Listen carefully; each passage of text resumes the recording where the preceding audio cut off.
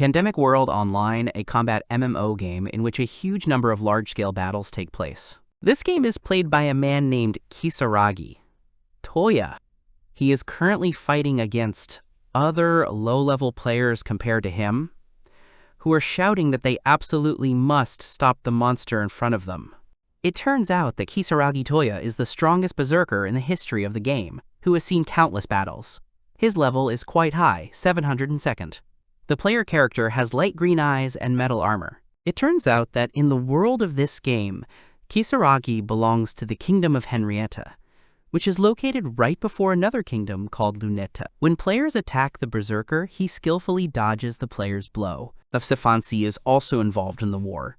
It sends mercenary warriors to both other kingdoms. Every night, the three kingdoms fight for control of the lands in an endless war. Suddenly, the smoke around Kisaragi clears, and the other players realize that he has blocked all of their numerous blows with his blade, which he still holds in his hand. This blow turns out to be completely insignificant for the berserker. The other players, seeing Kisaragi block their attack, are surprised that he took no damage and avoided the attack with just the Buster Sword. They can't believe that he did such a good job because they are level 400 themselves. It turns out that the maximum level in the game is 999, and only 0.1% of players manage to reach only level 500. Kisaragi is one of the players who is level 700. He is becoming stronger every day, making his name known everywhere, and participating in more and more battles. Many players feel it is unfair that he has such a high level, and they try to get rid of him as soon as possible. But unfortunately for them, their attempts are in vain. Kisaragi, in turn, breaks all their attacks and helps his comrades in arms open the way and advance further. The battle ends, and the kingdom that Kisaragi belongs to wins. Everyone is happy and says that the battle was wonderful. The warriors return to their kingdom Henrietta and go to the tavern to celebrate their victory. At the tavern, the warriors discuss their work and decide to celebrate their victory by drinking various drinks. They realize that their enemy was especially formidable today, but thanks to Kisaragi, they were able to win. Toya himself, a berserker who uses the Buster Sword, intervenes in their conversation. He wants to tell them something, but is embarrassed by such compliments and says that the other warriors are wrong, since they were able to win only thanks to their combined efforts. The players laugh at Kisaragi and ask what happened to his merciless berserker personality.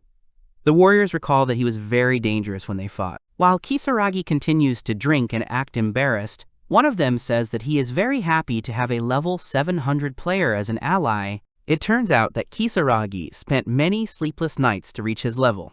He put in a lot of effort to achieve such a high result.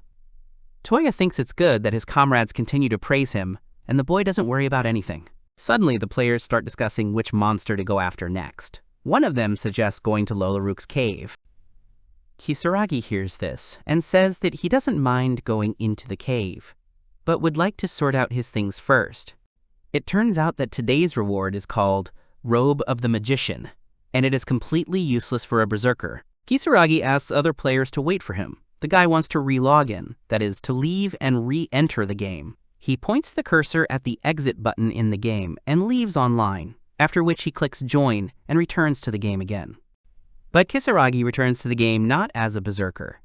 He returns as a blonde guy with a fur cape and black clothes. The guy looks very attractive in his new appearance. He fastens his robe with a clasp. One of the warriors asks him if Toya made a Mage account. Kisaragi happily replies that he decided to make a new Mage account because he has accumulated a lot of materials and things for the rise and leveling of a character of such a race. The guy explains that because he can't use some of the materials with the Berserker account, he created a new one to store them on.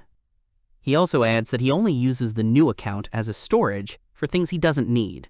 Another player, upon seeing the appearance of the new character Kisaragi, exclaims what a wasteful youth he is, to which the boy replies that despite this quality of his, he still put a lot of effort into the design of the mage character's appearance. One of the players suggests that the others go hunting. Kisaragi replies that he cannot go hunting as a mage, since this account is only level 1. He asks him to wait in order to change the account to a berserker.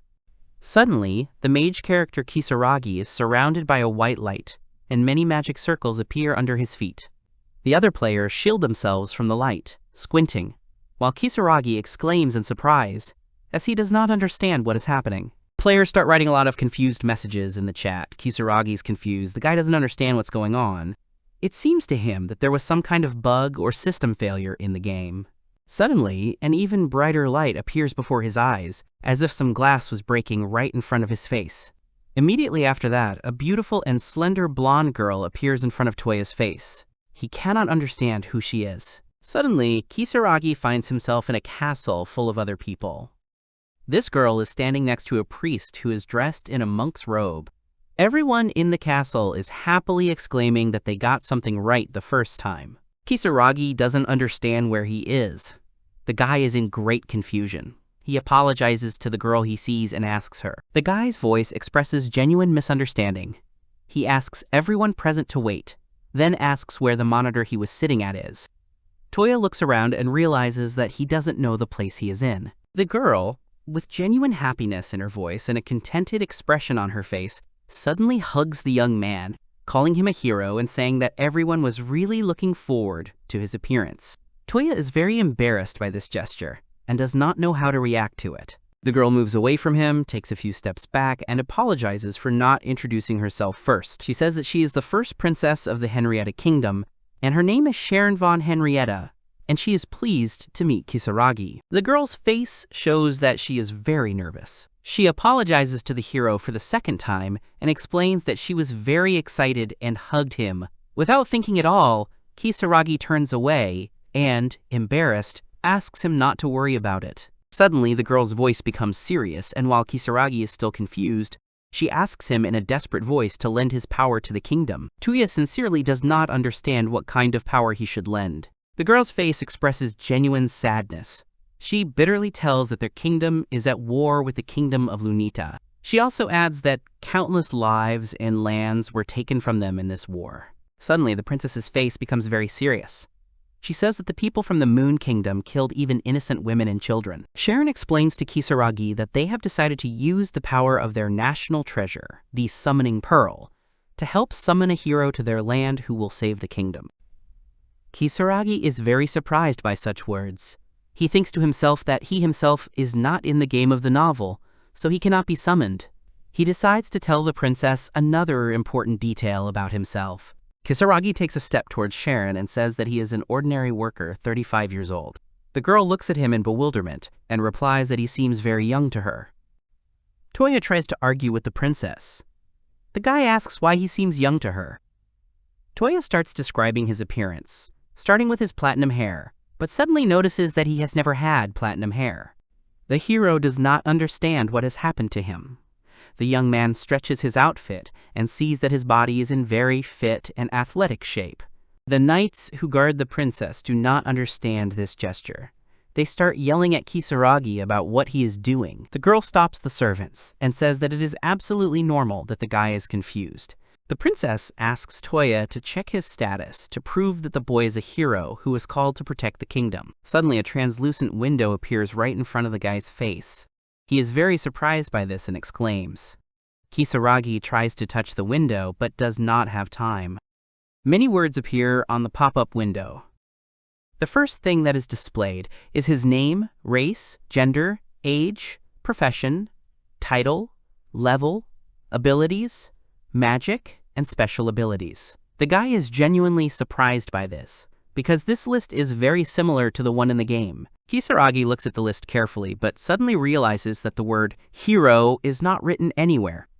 The princess is very surprised by this statement, and asks what title the guy has then. Kisaragi turns to Sharon and says that his title is called The One Who Was Summoned. This entire action is accompanied by puzzled exclamations and looks from the other people present in the castle. The princess continues to stand her ground. She says that those who are summoned are usually of high level. She addresses Kisaragi and states that his level must be above 100. Sharon's great regret and bewilderment, Toya says that his level is 1 and he is still very far from the 100th. The crowd around the hero begins to riot. They do not understand how it is possible that the hero they summoned to protect their kingdom has the level of a newborn. Kisaragi concludes that the people around him are very angry. The guy starts making excuses, looking around and saying that, apparently, the people in the castle summoned the wrong one. Toya asks to return him back to his world. One of the knights gets very angry, calls the guy names, and says how he can think about his own home at such an important moment. Sharon stops the knight again and says that everything is fine. The girl says that the summoning pearl has a counterpart, which is the reverse summoning pearl, so the people in the castle will be able to easily send Kisaragi back to his world. Sharon says that although she has the power to bring him home, she will first need to perform the summoning ceremony again. Not only Kisaragi, but everyone present in the castle is very surprised by this statement. The girl, the priest, and the boy go out onto one of the castle's many balconies. The princess says bitterly that the ceremony can only be held once every few years, during the full moon. Looking at the moon, Sharon also adds that she can only create one spell with the magical power she has now. Kisaragi asks if the resummoning ceremony can be held the next day if it is convenient for the princess. The girl sadly looks into the distance and thanks him for understanding. She is clearly unhappy with what happened. The priest and another church official stand near the princess. She looks at Kisaragi indifferently, turns away, and says that if this time nothing worked, then it is worth using the summoning pearl again. One of the knights pushes the guy out of the magic circle and tells him to get out as quickly as possible. At that moment, the priest places the pearl of summoning in the middle of the circle. Another attendant hands the princess a potion to restore her magical powers. She takes the potion and says that they will soon begin the ceremony again. Sharon drinks the potion while the priest looks at her and nods slowly. The princess finishes drinking the potion and gives the bottle it was in back to the priest. Suddenly, a bright light begins to flicker around the girl again. Sharon's face contorts slightly as she touches the summoning pearl, looking up as the light continues to sparkle around her. Everyone in the castle squints and puts their hands to their eyes. They conclude that the light is flickering much brighter this time than when they summoned Kisaragi. Toya also watches this and is surprised. Suddenly, out of the blue, the summoning pearl splits into two halves, and the symbol depicted on it breaks into two symmetrical parts. The castle continues to fill with bright white light. Everyone is in shock. Kisaragi sees that a new person has appeared in the circle. He looks closely at the stranger in the center of the hall. The man who suddenly appeared in the castle asks in confusion what happened. He moves his arm in his armor, trying to feel the area. The man turns out to be a young man with blonde hair, light eyes, and metal armor. He claims that he fought a monster and suddenly found himself in a castle. An enthusiastic princess runs up to him, almost knocking the guy off his feet, and asks him to tell her his title as soon as possible. The stranger is a little scared by such actions. Everyone waits attentively for the guy to open the information window and check his status. The guy's face expresses genuine bewilderment, but he still reads his status. It turns out that the young man has the title of a sacred knight and hero. The crowd practically howls with joy. The princess, in complete ecstasy and admiration, is ready to hug the guy with joy. Everyone in the hall exclaims that from this moment their kingdom is saved. The girl hugs the guy anyway. Her cheeks turn red, as does his face. She says that she has been waiting for a hero like him for a long time, and she will never let him go. The princess's attention is drawn to one of the servants, who says that she needs to visit the king as soon as possible, who is already waiting for the hero. A disappointed Kisaragi watches all this. One of the many high-ranking officials in the castle orders that everything be prepared for the hero's stay. Another person asks that the hero's summons be reported to the Congress immediately. Kisaragi tries to attract attention, but it is in vain.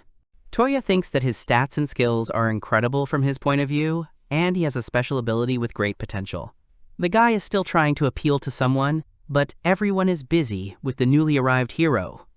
Kisaragi walks away from the princess and the hero, very upset and disappointed that everyone forgot about him and his return. Suddenly, as Toya slowly walks away from the hall, a female voice calls out to him, and he turns to look at the source of the sound. His cheeks are slightly red from sadness and despair. The person who called him turns out to be a maid working in the castle. She tells Kisaragi that he should definitely rest before the resummoning ceremony, as it takes a lot of energy. The guy concludes that the girl is right. The girl takes Toya to the room, escorting him through the numerous corridors and stairs of the huge castle. The castle, as the guy notes, has a very luxurious interior. The maid leads the guy down the stairs. Suddenly, the maid takes him to one of the rooms underground and locks him in. This place turns out to be a room with a window on the door. On this window, there is a metal grate. Kisaragi is indignant. As the maid stands and looks at Kisaragi locked in the basement of the castle, he exclaims with fury in his voice that the room he was locked in was not meant for guests at all. Of Kisaragi, who is locked behind a barred door.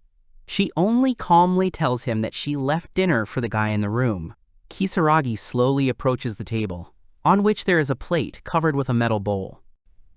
Under the metal bowl on the tray is a plate of nasty-looking soup that Kisaragi thinks is hardly edible, a small piece of white bread, and a spoon to eat the soup with. The guy's face distorts in indignation and bewilderment.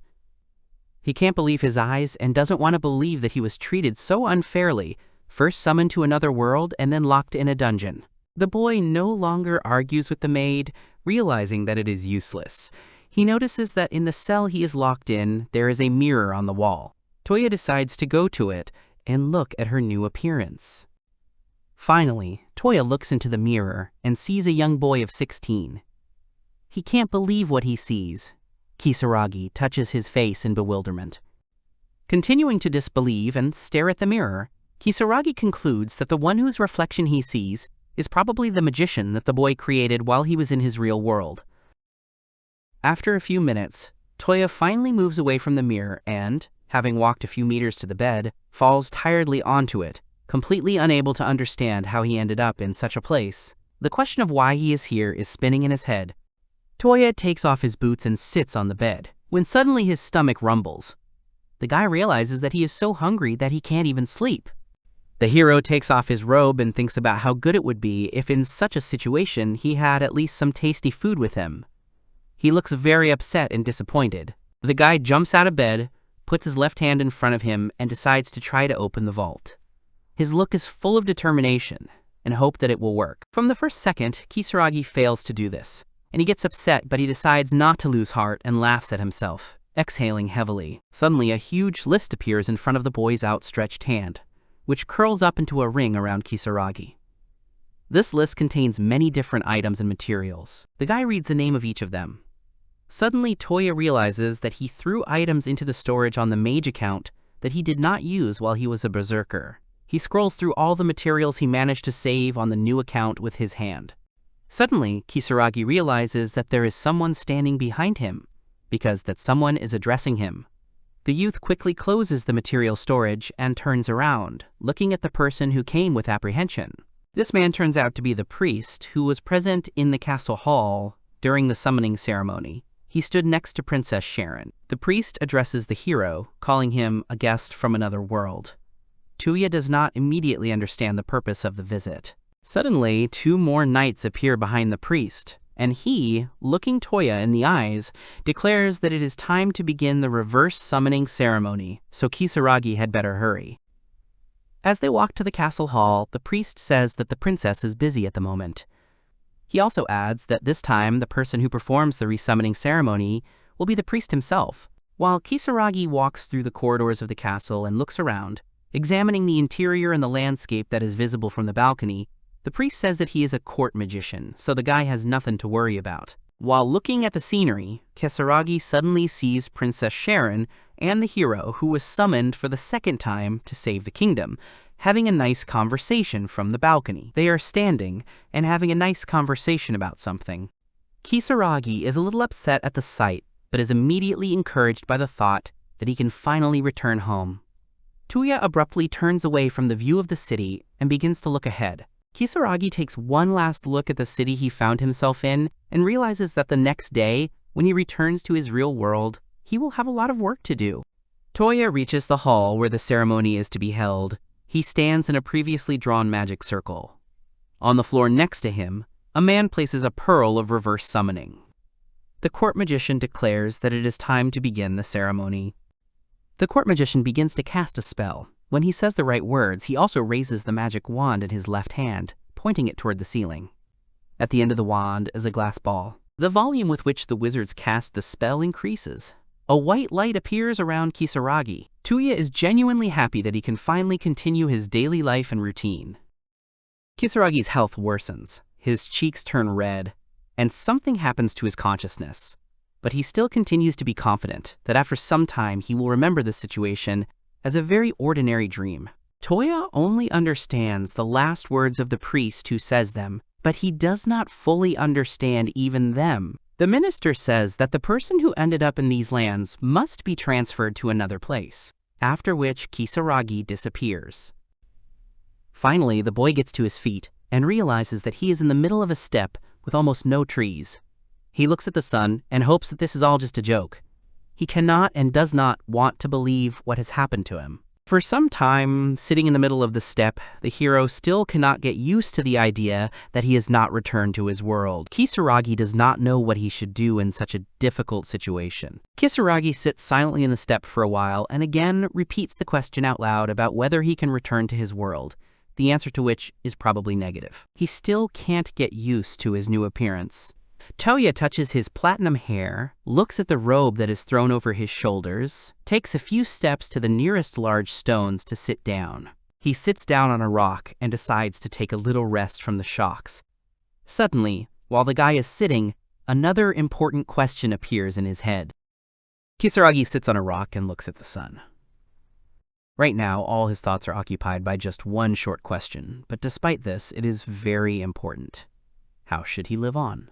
The hero remembers how, in the previous world he lived in, the guy went to work and earned his living that way. He also remembers that in the previous world, he had no relatives left, so Toya was alone. On the one hand, the young man is glad that he has no one to worry about, but his philosophical thoughts are interrupted by the rumbling in his stomach. Even in such unpleasant moments, the guy is still hungry. Suddenly, Kisaragi remembers the spatial storage again, where he has many materials and items for leveling up his character. He opens the storage and scrolls through its list, reaching the desired item. Finally, having already leafed through a fairly large number of objects in a significant part of his own inventory, he finally finds the bread, which he has stored in the amount of 99 copies. Toya is very happy with such a find. Kisaragi sits on a rock, eats some freshly mined bread, and concludes that everything that happens to him is not so bad. In addition, Toya also notices that when he took the bread out of his inventory, the number next to the name of the item he took decreased. He finally decides to get up and take some action. Kisaragi still cannot find an answer to the question of how he should live now, because he is not used to living in a completely different world, which is so different from the one in which he was born and lived for a significant part of his life. The hero does not give up and does not give up. He concludes that the best solution is to check the storage again, but do it more thoroughly. The guy waves his hand, and the list appears around Toya again. After examining his inventory, Kisaragi realizes that the storage is full of weapons and items that he once used in the game. In addition, there are also many miscellaneous items, such as a helmet and shield, which were worth a fortune in the previous world. The longer the hero checks what is in his vault, the more he realizes that he really misses the world he used to live in. But Kisaragi also knows that he is powerless at the moment. Suddenly, the boy finds the very first Buster Sword, which he once used in the game from his past life. He decides to use the sword as a weapon for now. Toya decides to start his survival by chopping down trees. The hero is a little disappointed that the tree didn't even budge from his blow, but he is in no hurry to give up and swings again. Kisaragi confidently grips the Buster Sword with both hands and decides to strike the tree one more time. Toya is determined, and it is clear that he is not going to give up so quickly. An hour later, the hero still fails to cut down the tree, but instead he is convinced that he can use a weapon that is not intended for magicians like him. After working with the wood for a while, Toya realizes that he can hit a little better. He is very pleased with the idea that he can use the Buster Sword while being a mage. The hero leaves the tree and concludes that he first needs to get to a village or a city. Having done this, he will make his plans further. In order to get to some populated area, Kisaragi decides to see if there is anything in the storage that he can use to help him cover such a distance. Suddenly, while checking his inventory, Kisaragi sees a horse in it. He remembers that he used a horse in the game until he reached level 100. After he got a better vehicle, he moved the horse to storage. Suddenly, a bright light starts to flicker above his head. The hero is very surprised by this and exclaims with genuine shock in his voice. Toya takes a few steps back from the source of the light. Suddenly, a horse of absolutely enormous size appears right in front of the guy. The horse has a long black mane, and it is several times larger than Kisaragi. The guy cannot believe what he sees right now. Suddenly, the horse looks at Kisaragi and starts to neigh loudly. The sounds it makes scare the boy a little because they are so loud. Toya doesn't know what to do in this situation. He waits to see what will happen next. Suddenly, the horse takes a few steps towards Kisaragi and starts to lick the boy's face affectionately. Kisaragi doesn't really like what the animal is doing and asks it to stop. Toya thinks that he doesn't look like any kind of tasty food. Kisaragi wipes his face with his robe, where the horse's drool remains. He tells the animal that he would like to go to a populated area and asks the horse to take him to the nearest village. The horse turns out to be very obedient, and immediately after Kisaragi voices his request, the animal lowers itself to the ground so that the boy can sit on its back. The young man climbs onto the horse's back and breathes a sigh of relief. He understands that he will finally begin his life in this new, unknown world. The horse begins to move. The hero begins to scream in fear and surprise. The boy tries to stop the horse, sitting on its back, but it is in vain. He screams, begging the animal to run a little slower, otherwise the trip will definitely not end well. In the frantic pace of the ride, he notices a cart standing not far from him. Looking around the area near the cart for a bit, Toya realizes that the cart was carrying travelers who were suddenly attacked by a horde of goblins. The monsters want to attack the boys. The travelers are scared, but ready to fight. While Kisaragi is riding his horse, he tries to figure out if the battle he is watching is a pattern. The hero is at a loss and does not know what to do, help or leave. While the goblins are showing signs of attacking the travelers, Toya is still hesitating whether to help the boys. He is not sure if it is a good decision, since he is only a first-level mage. Kisaragi, sitting on a horse, addresses the animal and asks it to listen to him. The hero, with hope in his voice, asks that the horse be able to help Toya himself defeat the goblins who attack the travelers. The horse, neighing loudly, gallops towards the goblin horde. The monsters do not have time to notice the enemy that suddenly appeared and still want to attack the travelers. The danger literally hangs over their heads. Neither Kisaragi, sitting on his horse, nor the goblins, already under his hooves, have time to understand what happened, since the animal acts very decisively and quickly, completely sparing no one. It turns out that not only the goblins and Toya himself were surprised by such a sudden appearance, but also the travelers, who had no hope of outside help. While the boys stand there in amazement, not knowing whether to move into battle, the horse continues to beat its enemies. It shows no mercy at all. Kisaragi, on the animal's back, is in shock, just like the travelers. While Toya is busy trying not to fall off the back of his horse fighting monsters, a limb of one of the monsters flies past him. He looks at it in amazement, but almost immediately turns away, not deciding to continue watching this picture. The goblins begin to fuss and are very frightened when they see the force with which the animal destroys their relatives. They forget about the travelers and try to escape as quickly as possible. The horse makes another, very unexpected, sharp movement, and several drops of goblin blood fall on Kisaragi's face. The boy does not know what to do, and so continues to sit on the animal's back. Finally, the horse stops and silently looks at the travelers, while Kisaragi looks around him frantically, seeing the numerous dead bodies of the monsters killed by his four-legged friend. The horse begins to neigh loudly and look around. While fidgeting, the animal accidentally steps on one of the monster's torn-off arms, and Kisaragi, seeing this, experiences unpleasant sensations and covers his mouth with his hand. Finally, Toya comes to his senses and, still sitting on his horse, looks at one of the travelers, who decides to approach the animal and its owner a little closer. Kisaragi decides to get off his horse, but realizes that the three travelers who were previously attacked by a horde of goblins and subsequently killed by the animal are afraid not so much of the owner as of the horse itself. Seeing that the travelers are still afraid of the stranger and his animal, Kisaragi decides to make the first move himself. He jumps off his horse and says that he did not want to scare the guys, and the horse simply did not obey him. The travelers exhale. The fear of the travelers, previously attacked by goblins, gradually evaporates, and one of them takes a step towards Kisaragi to talk to the boy. The boy puts his sword back in its sheath as he approaches Toya. He says that the hero doesn't need to apologize, since he saved them, and that's worth a lot. His face shows genuine gratitude, but also a bit of disbelief. The guy who addresses Kisaragi also adds that he is very surprised by Toya's ability to ride a warhorse so well. The hero is genuinely surprised when the guy calls his horse Warhorse, but accepts it.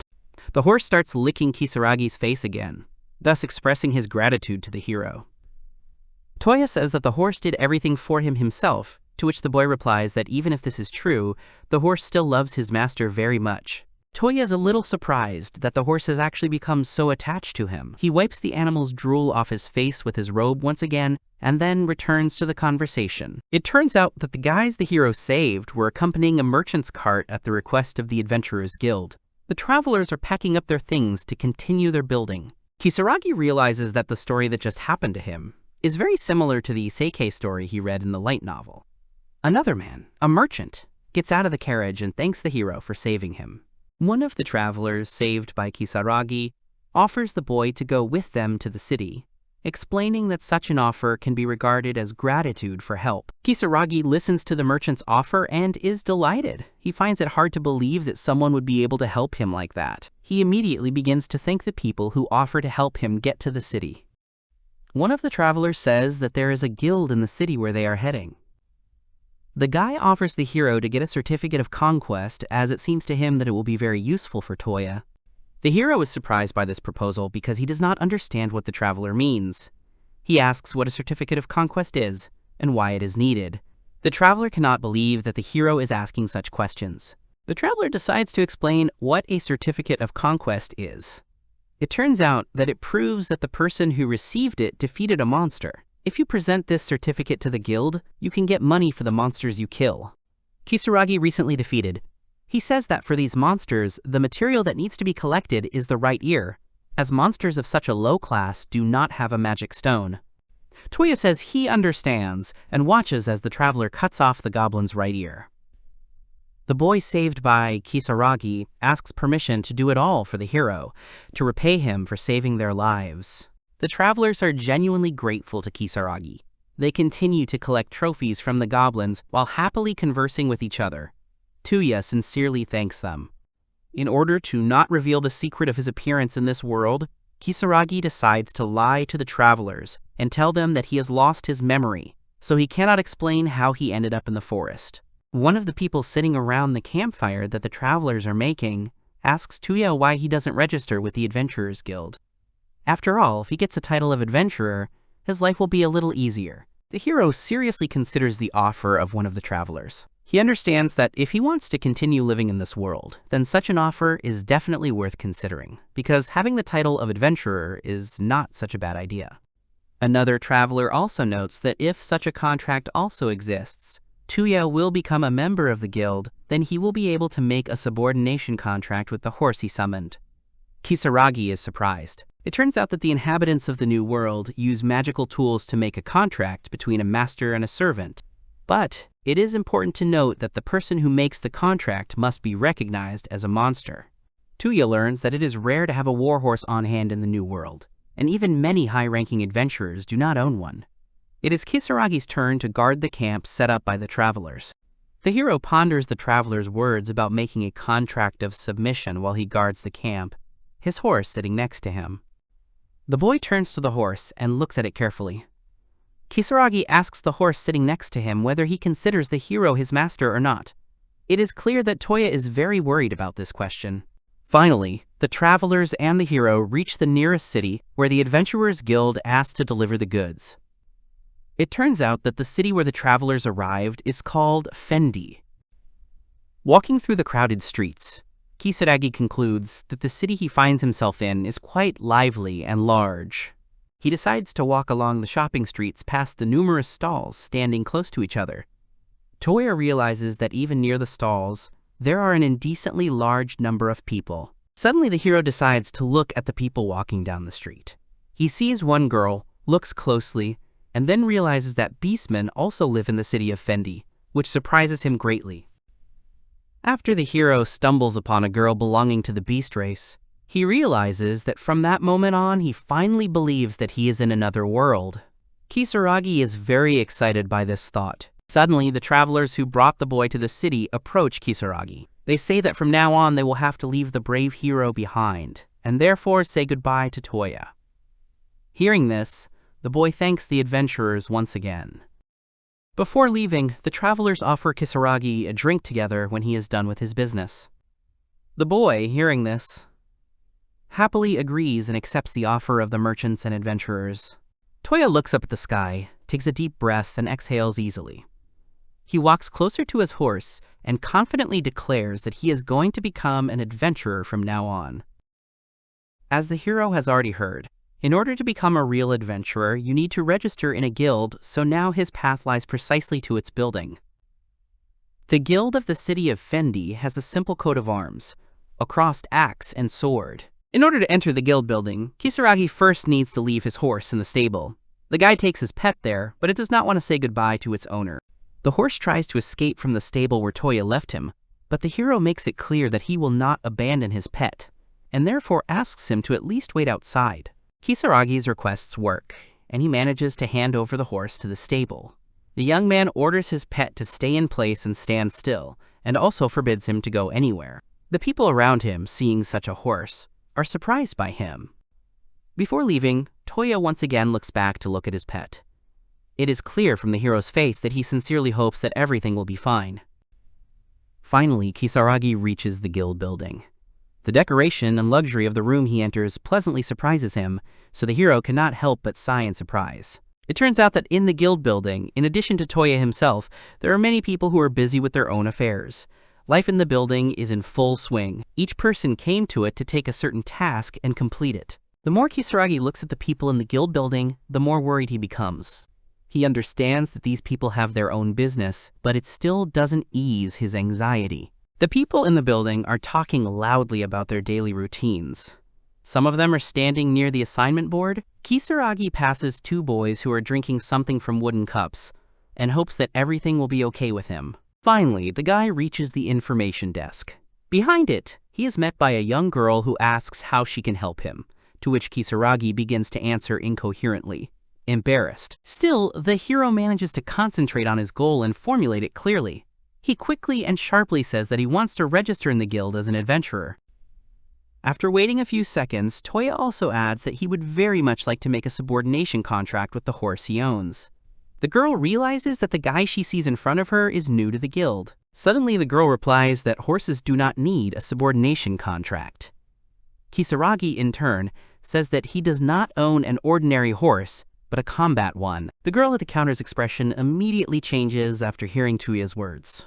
She states the war horse is a B-rank monster, so the hero needs to register it first. Fidgeting and clearly not expecting such an answer, the girl asks Kisaragi to fill out a piece of paper with a form that she gives him. The girl thinks to herself that she would very much like to see a real war horse. As Kisaragi sits down to fill out the form given to him by the girl at the information desk, he realizes that he doesn't know the language of the world he's in. He looks at the sheet of paper with the inscriptions carefully. Suddenly, the hero realizes that he can read the letters of the language of the world he has entered. In addition, Kisaragi also notices that when he writes letters, they change to the letters of the new world. Finally, it's time to register a guild card for the hero. For Kisaragi, this is a very important moment. It turns out that in order to register a guild card, a drop of the person being registered's blood is needed. Kisaragi's finger is pricked with a small needle, after which the hero places the wounded finger on the magic ball. The hero's registration in the guild is successful. A few minutes later, the girl at the front desk returns to Toya carrying something in her hands. It turns out that the napkin she's carrying contains the Kisaragi guild card.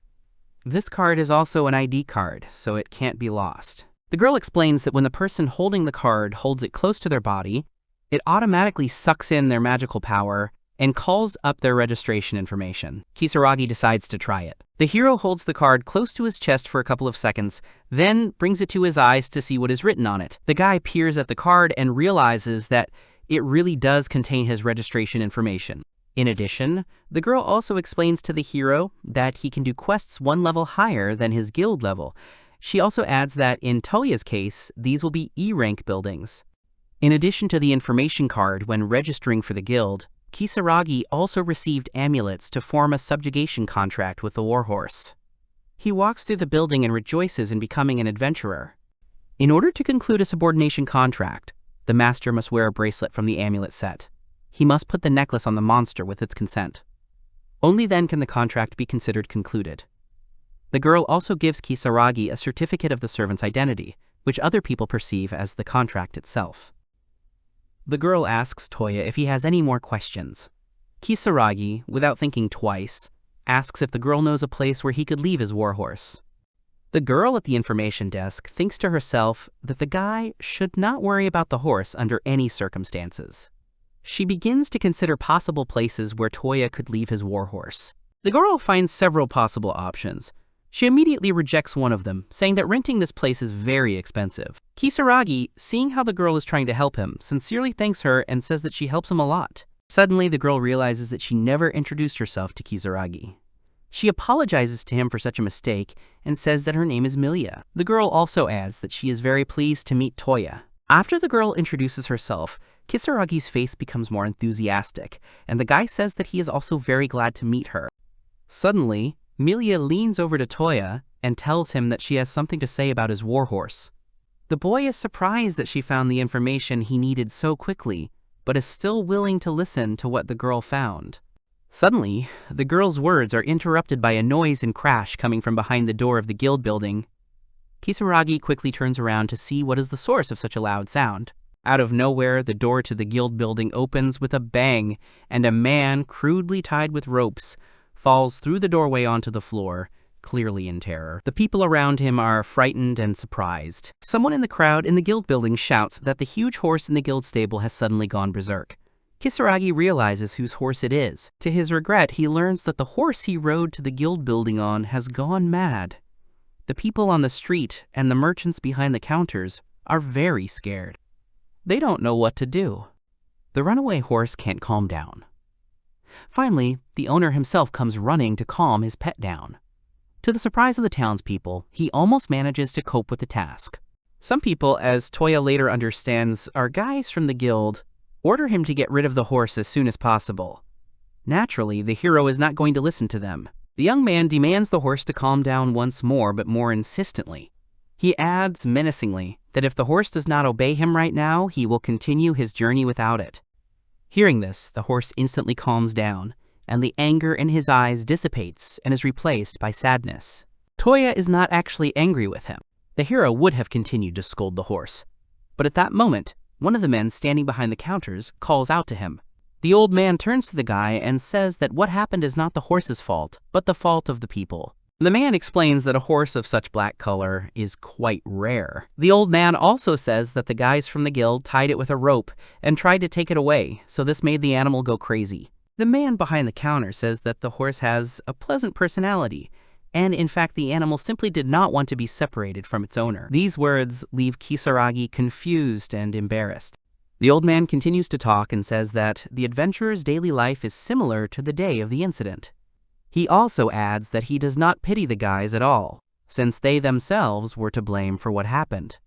The man suggests that Toya cheer up and eat special meat from the city of Fendi. It turns out that there have been many cases in the guild where hearing has been stolen in the middle of the day without evidence. Kisaragi realizes how terrible that sounds. Kisaragi and the horse sit down on the ground next to each other. The boy slowly eats the meat and treats his horse to some. The hero sees how the horse eats the meat with such pleasure, and is surprised that the animal does not eat grass. Suddenly, the hero realizes that during the entire time that Toya was playing for another account in the past world, the horse was completely alone in his storage. Kisaragi continues his monologue. He turns to the horse and says that he is his first friend in this new world, and Toya would really hate for the horse to disappear. Kisaragi takes out a necklace from his pocket that would allow him to form a contract with the horse. The hero asks his friend if he can put the necklace on the horse as proof that it is a servant. The horse drops its head as a sign of agreement for Kisaragi to place a necklace around its neck, confirming the contract of subordination. The hero places a necklace on the horse's neck and a bracelet on his arm, confirming the validity of the subordination contract, and realizes that he must name the horse somehow. Without thinking twice, he decides to name it Kokuyo, which means black as obsidian. After Toya concludes and seals the subordination contract, the horse rears up and begins to neigh. It is noticeable that the horse is pleased. Kisaragi turns to Kokuyo and asks him to take care of his master from now on. As a sign of deep love and appreciation, Kokuyo leans towards Kisaragi again and begins to lick his face. Kisaragi does not like this gesture very much, but he endures it anyway. It turns out that someone is watching this scene, standing on the bridge near the river where Kisaragi and Kokuyo are sitting.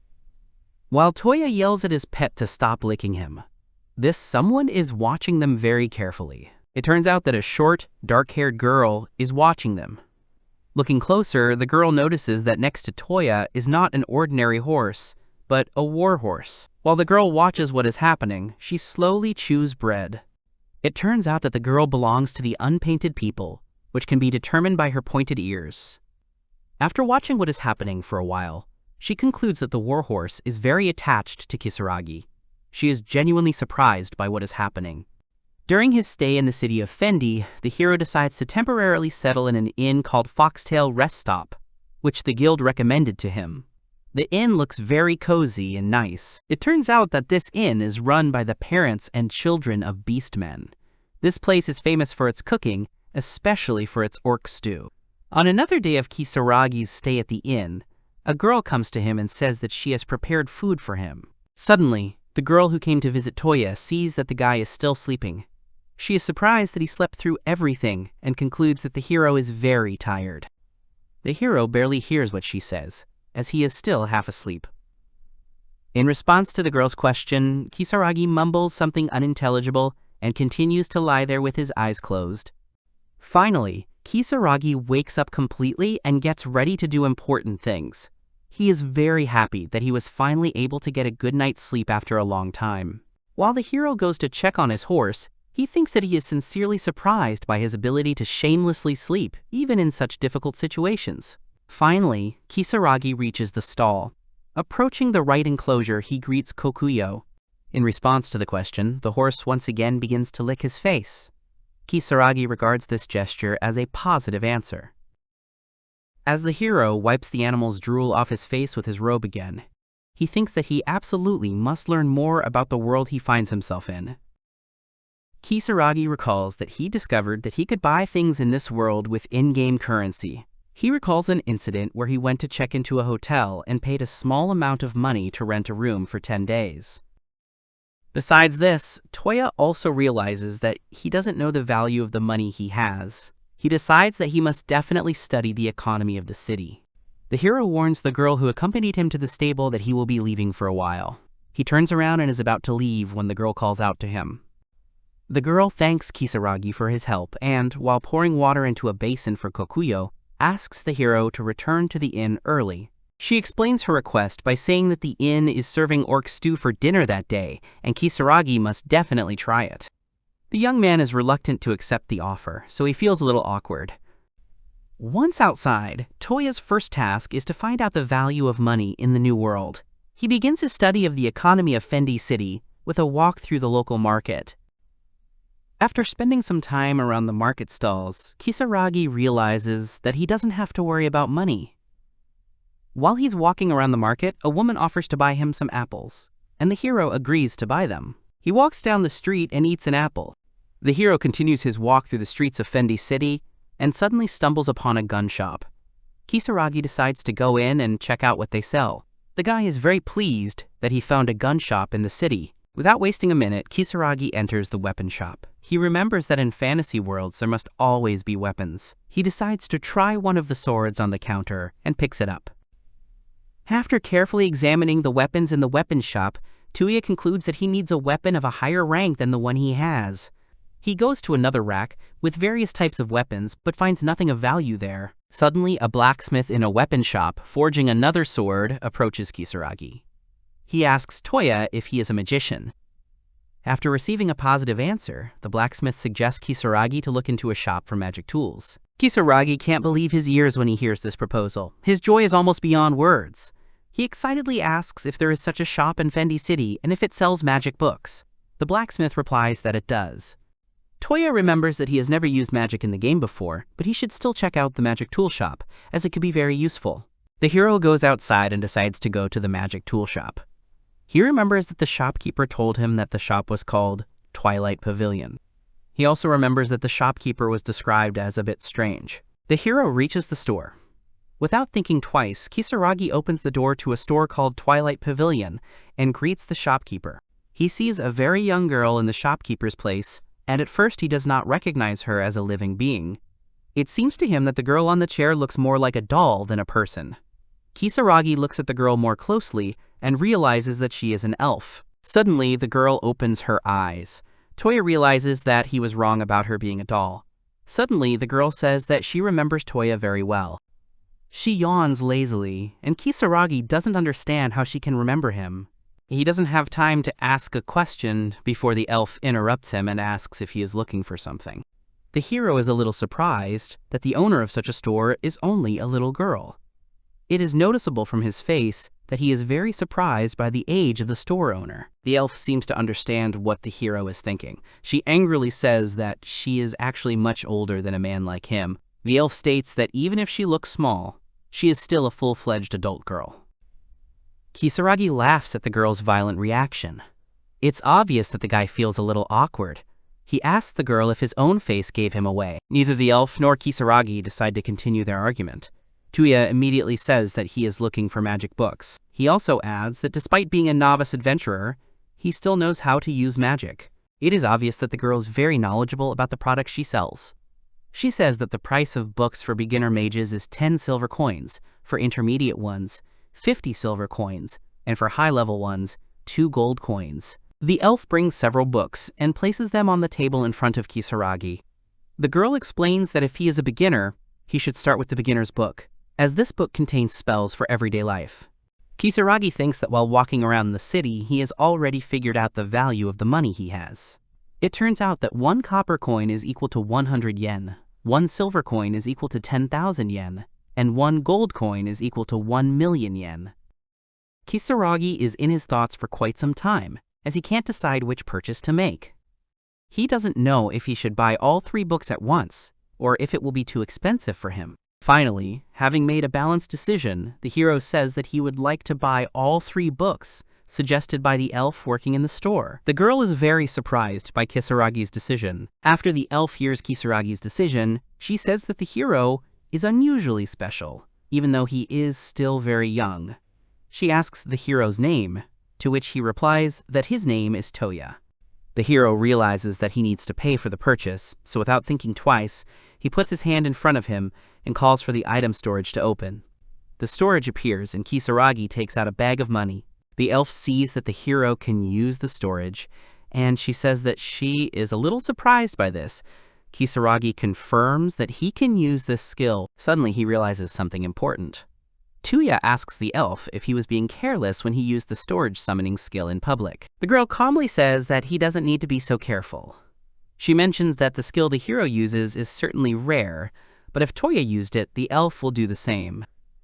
Suddenly, a vial of some kind of potion falls out of thin air onto the girl's hand. Seeing this, Kisaragi breathes a sigh of relief as he realizes that the elf can use a storage skill just like him. The girl replies that her storage skill is better than the one Kisaragi has.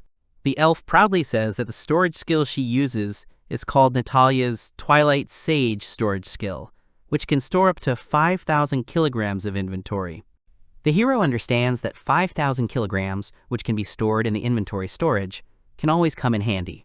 Kisaragi finds this skill quite good. After thinking for a bit, the guy comes to the conclusion that the elf's storage can't compare to his anyway. Roughly speaking, his storage has long exceeded the limit of the number of items he can store in it. The elf is very happy that she was finally able to show off her skill to someone. The hero supports her in that her skill is very strong, deciding to keep a secret that the girl's skill will never be able to compare to his. Kisaragi with hope in her voice if he needs to buy anything else from the magic tool shop, but the boy says that it is high time for him to go home. The elf says that she understands that he needs to go back. The girl also adds that if he needs to buy anything else, Toya can always come to the magic tool shop at any time. Suddenly, the elf says that she sees a very good potential of a magician in Kisaragi. She decides that she will teach the boy to use magic step by step. The girl also notes that she will not do it for free, but for a certain price. Toya turns to look at the girl after hearing these words. He doesn't quite know how to react to what she just said. Kisaragi is silent for a while and then leaves the store. Returning back to the inn, Kisaragi decides to immediately sit down and study the books he bought at the magic tool shop that same day. The guy does not waste a minute of time. Without thinking twice, he lights a candle on the table, sits down on a chair, places a book in front of him, and opens it. The hero understands that he must learn to use restoration magic at approximately the level he is at now. The hero doesn't have time to read even a couple of words when suddenly something strange happens to him. Words written in the book seem to start flashing before his eyes. Analyzing his feelings, Kisaragi realizes that all the spells written in the book are imprinted on his mind on their own. The strange feelings pass, and Kisaragi, in shock, looks at the stack of books lying on the table in front of him. He cannot believe what just happened to him. Toya looks at his hand in surprise and realizes that he can already use some of the high-level spells that were imprinted into his consciousness when he opened one of the books. Kisaragi is eager to try out the spells he has just learned. He makes some movements with his left hand and casts the spell itself. First, the hero decides to try using the healing skill. He says the right words and feels his magical power. A bright white light begins to flicker in the room where Kisaragi is. The next morning, the innkeepers, the beastmen, are talking in the tavern.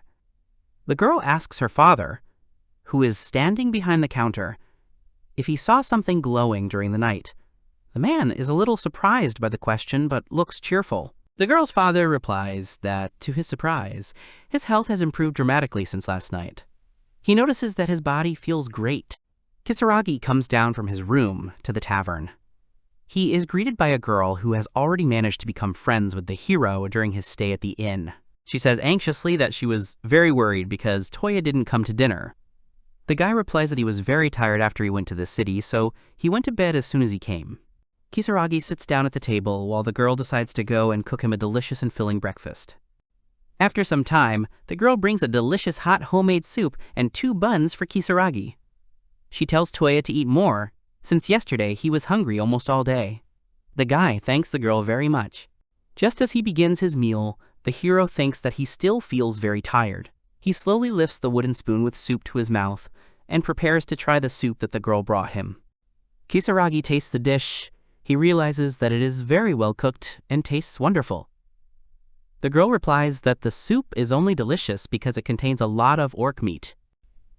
After finishing his meal, Kisaragi, out of an old habit from the previous world, presses his palms together with the insides of his hands and brings them to his face. He tells the girl that he thanks her for such a delicious treat. The girl, seeing this, calls Toya strange. She wonders if this gesture is some kind of gratitude for the food from his hometown. Kisaragi, feeling a little sad because of the longing for the previous world, replies that she is right. Inwardly, the boy is surprised that the girl called him strange. He realizes that this is a habit that is difficult to overcome. After breakfast, the hero goes up to his room again and lies down tiredly on the bed next to the window. He exhales heavily. Toya takes his registration card out of his pocket, looks at it, and wonders if he can return to his old world.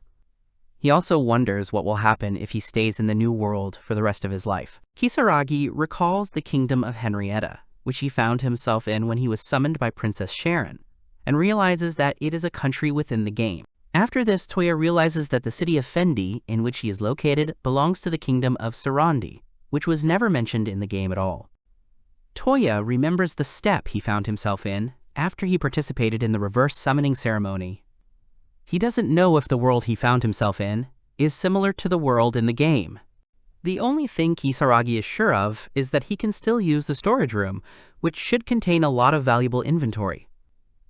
He decides to check what is in his storage room again, and opens it. First of all, Toya takes out a ring from the storage, which is an aid for beginners. This ring also has a ridiculous effect, multiplying experience points by 100 times. This ring was given out in order to balance all players. Without thinking twice, Kisaragi puts the ring on his finger. He confidently decides that he must become stronger at any cost. In order to test the functionality of the newly equipped ring, Kisaragi decides to go into the forest. He reaches the entrance to the forest south of Fendi City.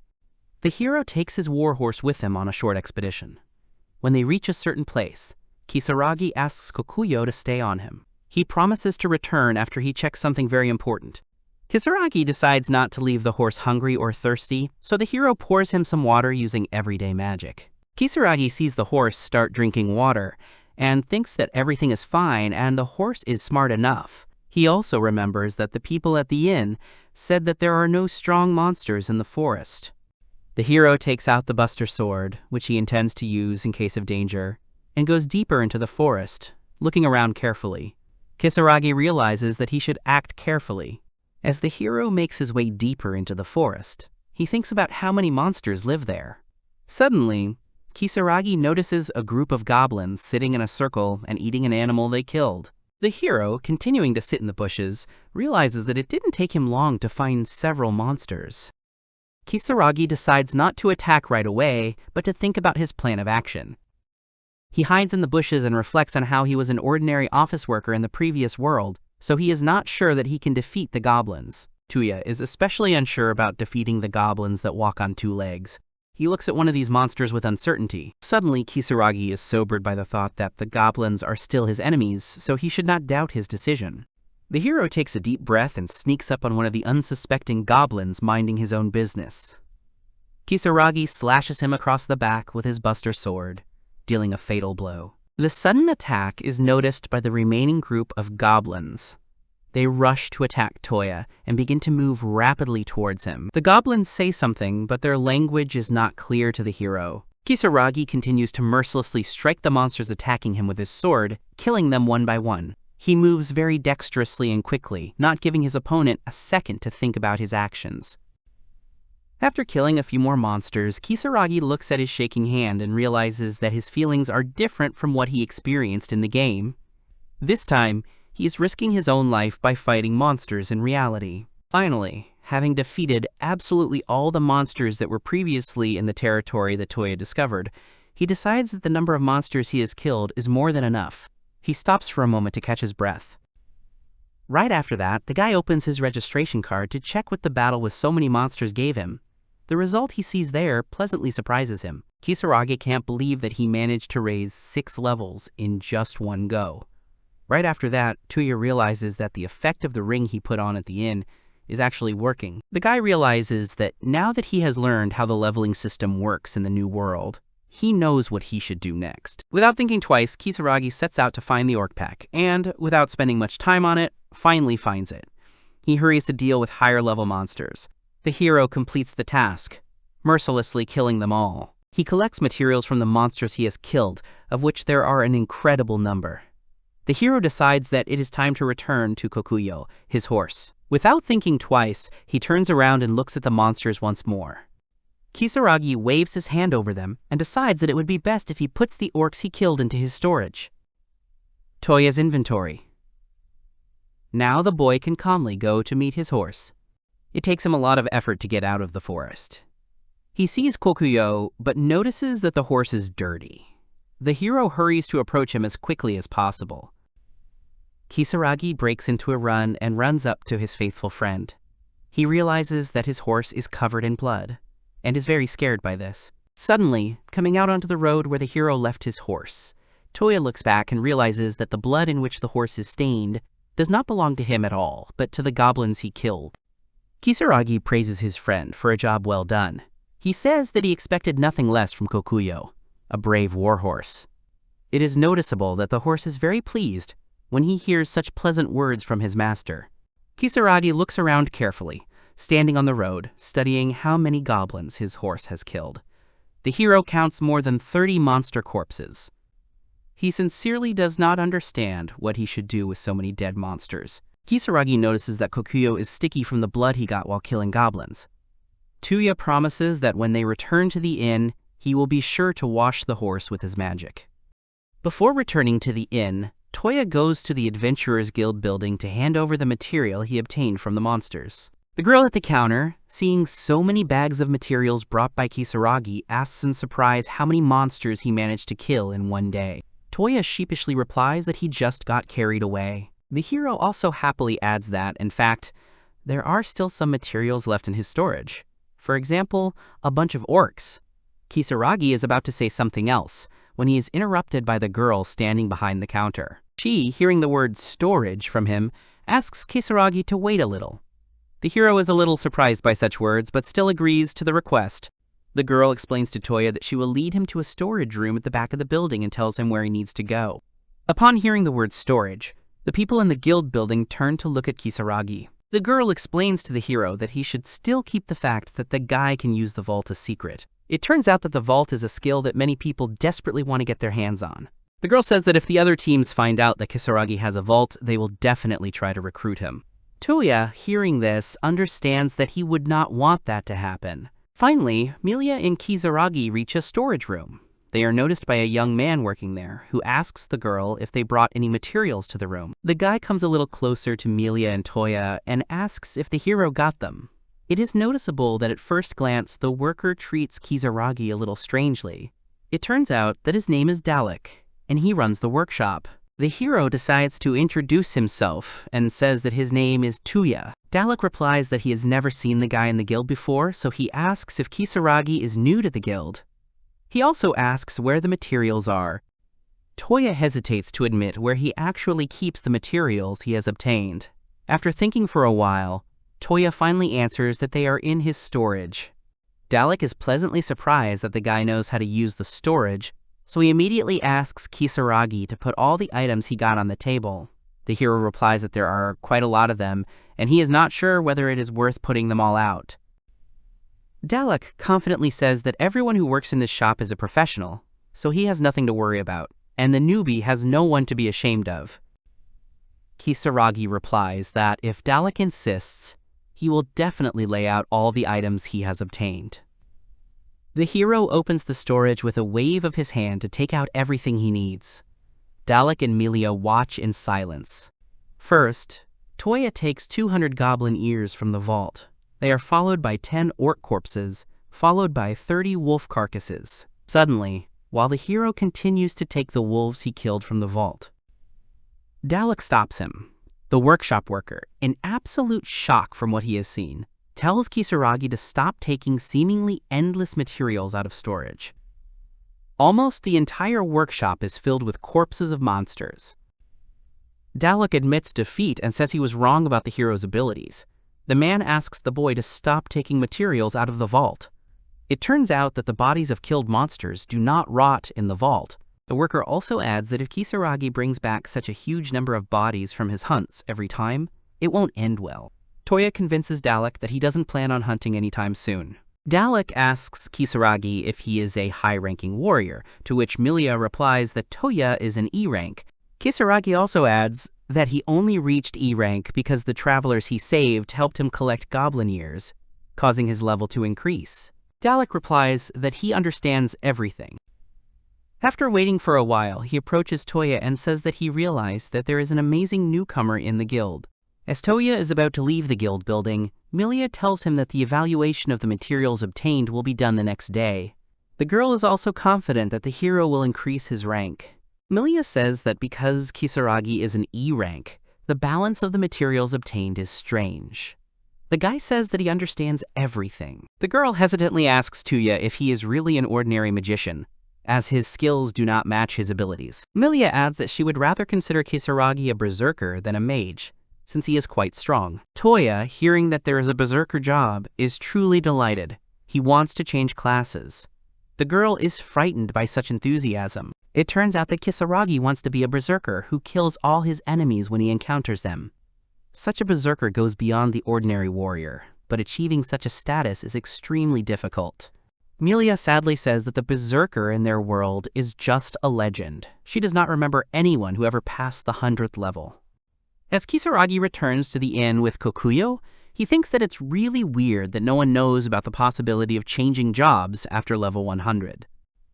Toya recalls that the game had an option called Job Change, and some players actively used it. Kisaragi concludes that by using the ring to enhance the effect, he will reach his goal much faster than he otherwise would have, which is good news. Toya opens her information card again. He sees that in one hunt he managed to raise his level to 35. The guy concludes that if he works hard, he will definitely be able to reach level 100. Kisaragi understands that if he changes his job to warrior, it will not turn out what he needs. The hero shares all this with Kokuyo, who is walking next to him. Suddenly, Toya turns to his horse and stops.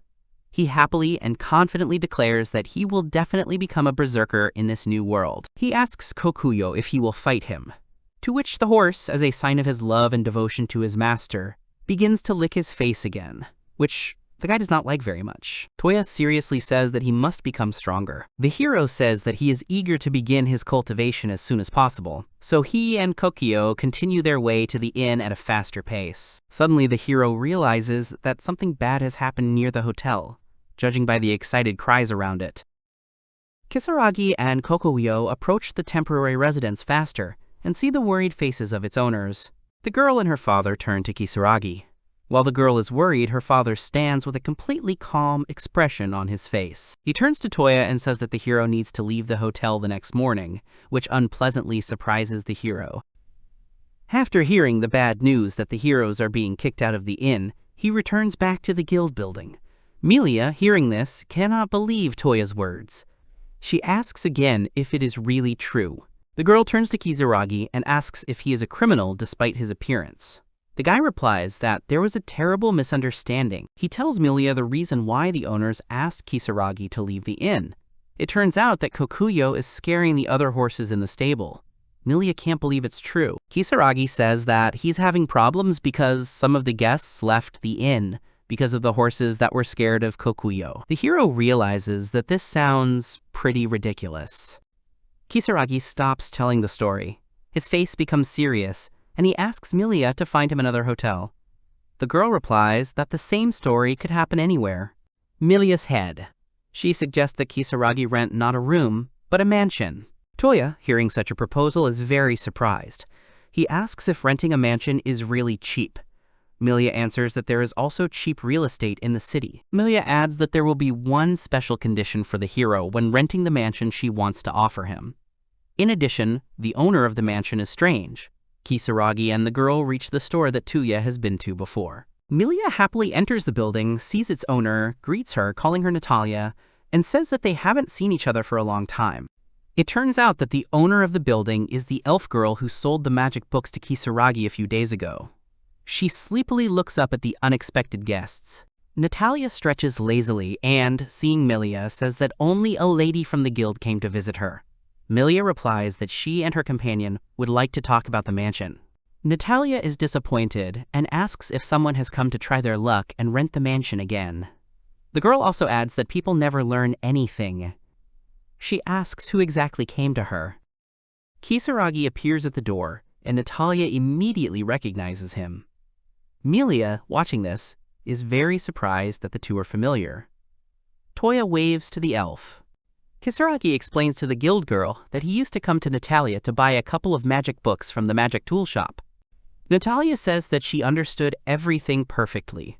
The girl calls the hero by name again and asks if she remembered him correctly. While Kokuyo waits for his master outside, the elf suggests going to the mansion, and all three people leave the magic tool shop. Natalia, Toya, and Milia walk towards the mansion with Kokuyo, passing the surprised citizens of Fendi City along the streets. They are clearly not used to seeing such a scene of the day. As Kisaragi walks down the street, he hears the crowd shouting about his warhorse.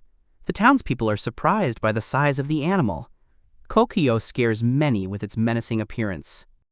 After walking for some time, the heroes find themselves in another area of the city. Kisaragi notices that the area they came to is very similar to an elite one. He is surprised that the elf's mansion is in such a place. As the three of them pass by a huge and luxurious building, Natalia suddenly turns around and points her finger at it. She declares that this mansion belongs to her. Kisaragi does not react to these words immediately. When the hero manages to take a closer look at the mansion that Natalia pointed out, he is delighted, mixed with horror. It is noticeable that, when he was going to rent a house, Toya did not expect to see such a luxurious building. As the heroes walk to the front door of the mansion to enter, Kisaragi asks in surprise if the house will be too luxurious for him.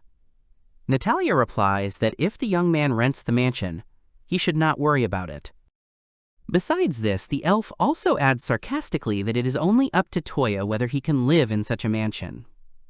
There is definitely a catch in the rental offer. The door to the mansion opens. Natalia takes a few steps and enters the building. After that, she immediately stops and starts calling a girl named Ferris. The hero cannot understand who she is calling if there is no one in the mansion. Toya decides to make sure there are people in the building anyway, so he takes a few steps behind Natalia and sees a white smoke starting to form near the stairs. Kisaragi doesn't understand what it is, so he gets scared. The elf, looking at the smoke, smiles confidently and says that only the one who is recognized by the girl who suddenly appeared from the white smoke can live in this mansion. Kisaragi cannot believe his eyes. When the smoke finally clears, the hero sees a cute young girl with light hair and light eyes. It turns out that her name is Ferris, and she is the spirit of the mansion they came to. Natalia takes a few steps towards Ferris, who suddenly appears, and happily says that they haven't seen each other for a long time. At this time, Kisaragi is still standing in place and can't understand where the girl came from. As the hero stands still and looks at Ferris, he concludes that she is a very beautiful girl, but her expression is completely blank.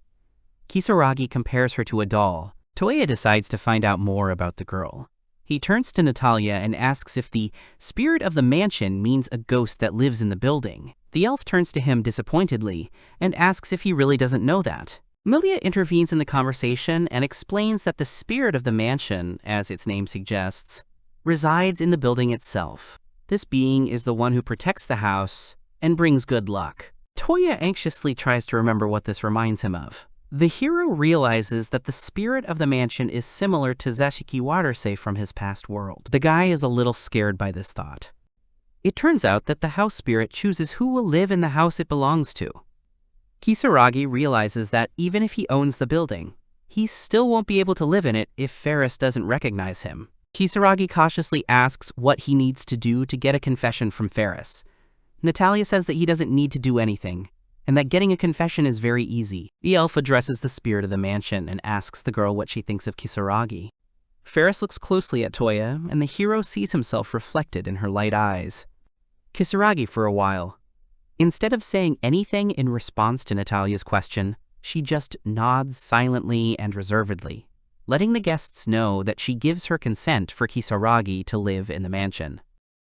Ferris's reaction, surprised and for some time does not know what to say. Suddenly the girl starts laughing and says that she understood everything. The elf concludes that Kisaragi is a good person. Natalia turns to the guy and happily informs him that from now on he can live in this mansion. Milia looks at Kisaragi with delight and says that he finds it amazing that the hero was recognized by the spirit of the mansion. Toya is very surprised by this and cannot understand what he did for this, but is still happy about this news.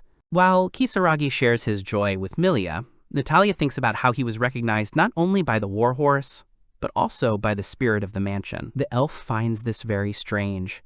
The heroes return to the magic tool shop, where Natalia informs Kisaragi that his rent for the mansion will be 150,000 gil per month. She also says that she usually does not give discounts. The hero estimates that he will have to pay almost 2 million gil per year for renting the mansion. He understands that he can easily afford such a price. Without thinking twice, Kisaragi agrees to the deal and tells Natalia about it.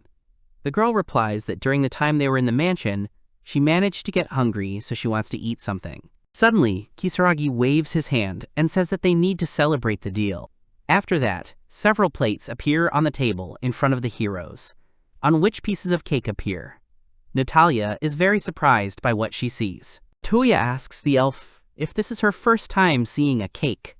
Kisaragi explains that what is on the plate is a confection called cake. Natalia, perplexed, breaks off a piece of cake with a spoon, not fully understanding what it is. Without thinking twice, the girl sends a piece of cake into her mouth. The elf's facial expression changes dramatically and takes on a contented and happy look. Following her, Milia also tries the cake. Natalia asks delightedly what the hero gave her to try. The girl says that the sweetness of the cake delights her, and that it is the first time in her life that she has eaten something like this. The hero, watching this, understands that the power of sweetness is terrible. He says that he is glad that Natalia liked the treat. It turns out that the girl finishes the cake very quickly. She asks Kisaragi for a couple more pieces. The guy looks at how quickly Natalia ate the cake with surprise. The hero says seriously that he doesn't have a single piece of cake left. Besides, he thinks that he can't just take things out of storage. and Natalia knows about it. Without thinking twice, Natalia turns to Toya and offers to make a new deal. The girl says that she can give Kisaragi the mansion in exchange for a few more pieces of cake. The hero is so surprised by this proposal that he suddenly gets up from the sofa he was sitting on. Milia turns to Natalia in shock and asks what the elf is saying. Natalia explains her offer. The girl says that she can't live in this mansion anyway, so she can give it away. She asks Toya if this is a good deal and if he agrees to it. Without waiting for Kisaragi's answer, Natalia enthusiastically repeats that she would really like to eat some more cake and shows the empty plate to the hero. She really hopes that Toya will still treat her. Kisaragi looks at Natalia with confusion and doesn't understand what she's thinking. Besides that, the guy also concludes that the deal Natalia proposed is really very good. Kisaragi abruptly says that he agrees to make the deal proposed by the elf. She, hearing this, joyfully asks if the hero's words are true. However, the guy says that instead of cake, he will offer Natalia to try another, no less delicious treat if she doesn't mind. Kisaragi takes another dessert out of storage. Natalia asks what the hero is offering her, and indignantly says that she does not see a cake on the table. Toya explains that the dessert is called chocolate parfait, and it is no less delicious than the cake. Despite her indignation, Natalia still decides to try the parfait offered by the hero. Immediately after the first bite, the girl understands that this dessert is also very tasty. Milia, seeing how Natalia likes the treat, asks the girl if she can try the dessert too. The elf, hearing this, turns to her and says that she can't. Milia's voice and face become a little sadder after what the girl heard, but she says that she didn't expect to hear another answer from Natalia. The lady from the guild turns to Toya and says that if it comes to a purchase and sale agreement, then he will need to return with the girl to the trading guild. All three heroes leave the mansion and head to the guild building. Natalia happily says that she is very happy with the deal they made. She also adds that if Kisaragi has any more sweets left, she is ready to eat them all. Kisaragi looks calm and at peace. He finds himself thinking that he never thought he would be able to trade sweets for a mansion one day. On the way to the guild, while the heroes are still walking through the mansion grounds, Toya sees a contented Kokuyu having a pleasant time frolicking in the grass. Kisaragi realizes that he is glad that his horse also likes the mansion. Finally, the heroes come to the building of the trade guild, where they manage to finally conclude the purchase and sale deal. The woman working in the guild says that the purchase procedure is now complete. Kisaragi thanks the woman for her work and help in closing the deal and says that it is time for him to leave. The woman asks him to stay a little longer. Suddenly, a merchant guild worker says that Toya will have to pay property taxes after he bought the mansion. Kisaragi asks again, puzzled, what kind of tax he will have to pay. The worker replies that the property tax this year is 2 million gil. Hearing such a large sum that the hero will have to pay, he is horrified. Kisaragi cannot believe what he is hearing. The worker replies that the mansion the hero bought is quite expensive. Toya, fussing, says that he thought Natalia had already paid for the mansion. Natalia calmly explains that the debt has accumulated because no one has lived in the house before.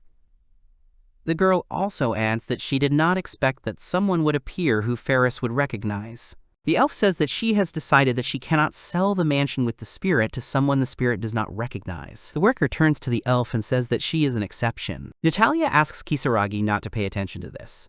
She also tells the hero to take care of Ferris while he lives in the mansion. As Toya returns to his newly purchased mansion, he realizes that he feels very strange. This is not surprising, because he never thought that he would have a luxurious mansion in another world. Kisaragi and Kokyo get closer to the mansion, and the hero thinks about what he should do next. He is in no hurry. Suddenly, the hero turns to the horse and says that he thinks it would be better for Kokuyo to return to the vault for a while. He waves his hand and the horse suddenly disappears. Kisaragi can't believe he was able to return the horse back to the vault. He opens the vault and sees that the horse has indeed returned to it. Toya excitedly says that he did it by accident and thought that in this world, it was impossible to put living beings in storage. He concludes that this action only worked because Kokuyu was originally an item. Unexpectedly for himself, the hero understands that if Kokuyo could be put away in storage, then Kisaragi did not need a huge mansion at all and could calmly stay in the hotel. Eventually, the hero realizes that he can't keep the horse in storage forever, so he decides to get it out. To do this, the hero waves his hand again, and the horse appears. begins to bite Kisaragi's hair and head lightly. It is noticeable that Kokuyo is very angry at Kisaragi for his actions, and the hero understands this. Finally, Toya enters the mansion, opens the huge door, turns to Ferris, and says that he is home. Hearing the door creak, the girl immediately appears in the hallway, again taking shape from white smoke. Kisaragi, observing this, concludes that Ferris understands perfectly well what he is talking about. He is going to try to talk to the girl. The hero asks Ferris to take care of him from this day on. He also adds that he knows that his appearance in the house is unexpected, and therefore asks to show him the mansion. On Ferris's face, as if he were Kisaragi, Toya can't believe he saw the girl smile at him. He concludes that his imagination was just running wild, and that Ferris's face didn't really change. It turns out that Natalia warned him that the expression on the face of the spirit of the house never changes. In addition, the spirits of the house also cannot speak. The hero also learned that before other people knew about it, spirits would live in the house and guard it carefully. It is said that a house in which a spirit lives does not collapse and retains its current state as it is. It turns out that many people wanted to get the mansion bought by the hero over many decades, but the spirit of the house itself chose the owner and master. During all this time, Ferris did not recognize a single person. During the tour that Ferris gives Kisaragi, they enter a huge and luxurious bathroom, decorated with statues of lion heads. The bathtub itself, located in the room, is incredibly large and beautiful. The hero asks Ferris in surprise if he can really use such a large bathroom at any time, to which the girl nods silently. Kisaragi, seeing Ferris's answer, says that it is very cool. After a while, Toya returns to the bathroom and gets into the bathtub. He expected that the people living in the New World were like the Japanese, so they would definitely use bathtubs. Kisaragi realizes that Ferris has done a good job maintaining this mansion. The hero also decides that he should make some changes to his lifestyle and level up, as well as check his belongings. The hero gets up and is about to leave the bathroom. He knows that he has a lot of things to do. When Kisaragi stands up to his full height in the bathroom, Ferris also suddenly appears in the room and sees the hero naked. The girl's face shows no emotion. As Ferris stands there and silently looks at Kisaragi, he becomes very embarrassed and starts to blush. He doesn't know how he should handle this situation, so he doesn't say anything. After a few seconds, Toya asks Ferris to leave the bathroom for a while. The girl, having heard the request, immediately disappears.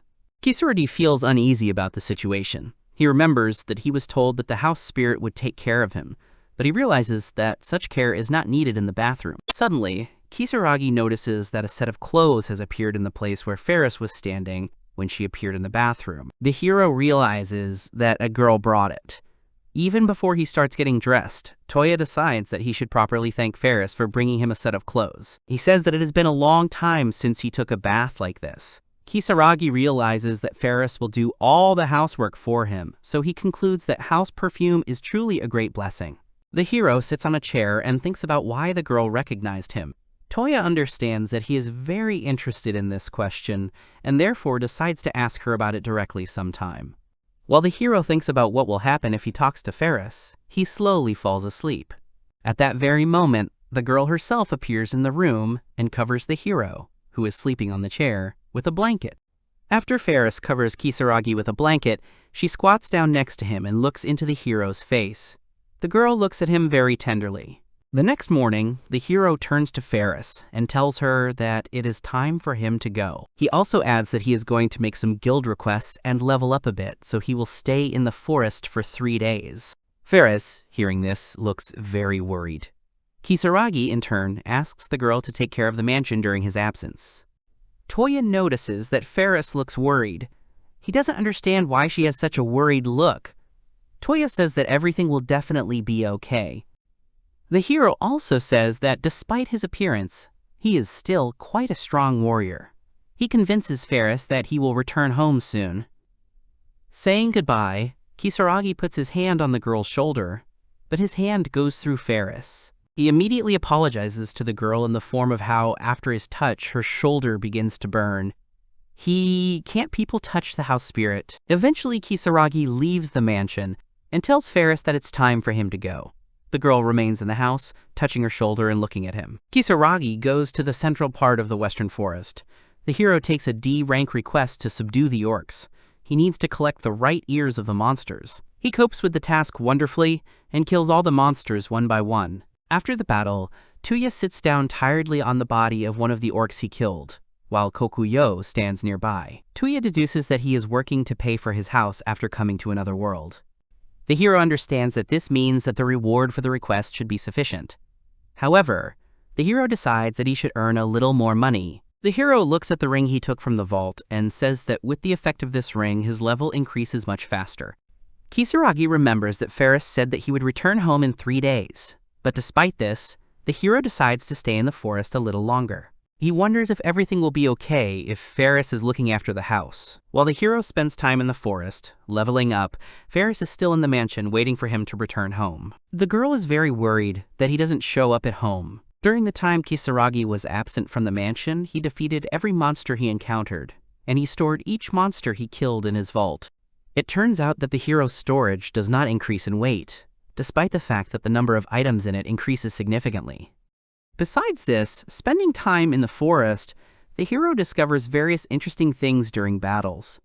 For example, weapons become dull due to the blood of monsters. But if a blunt weapon is put back into storage and taken out, it will become clean and its sharpness will be restored.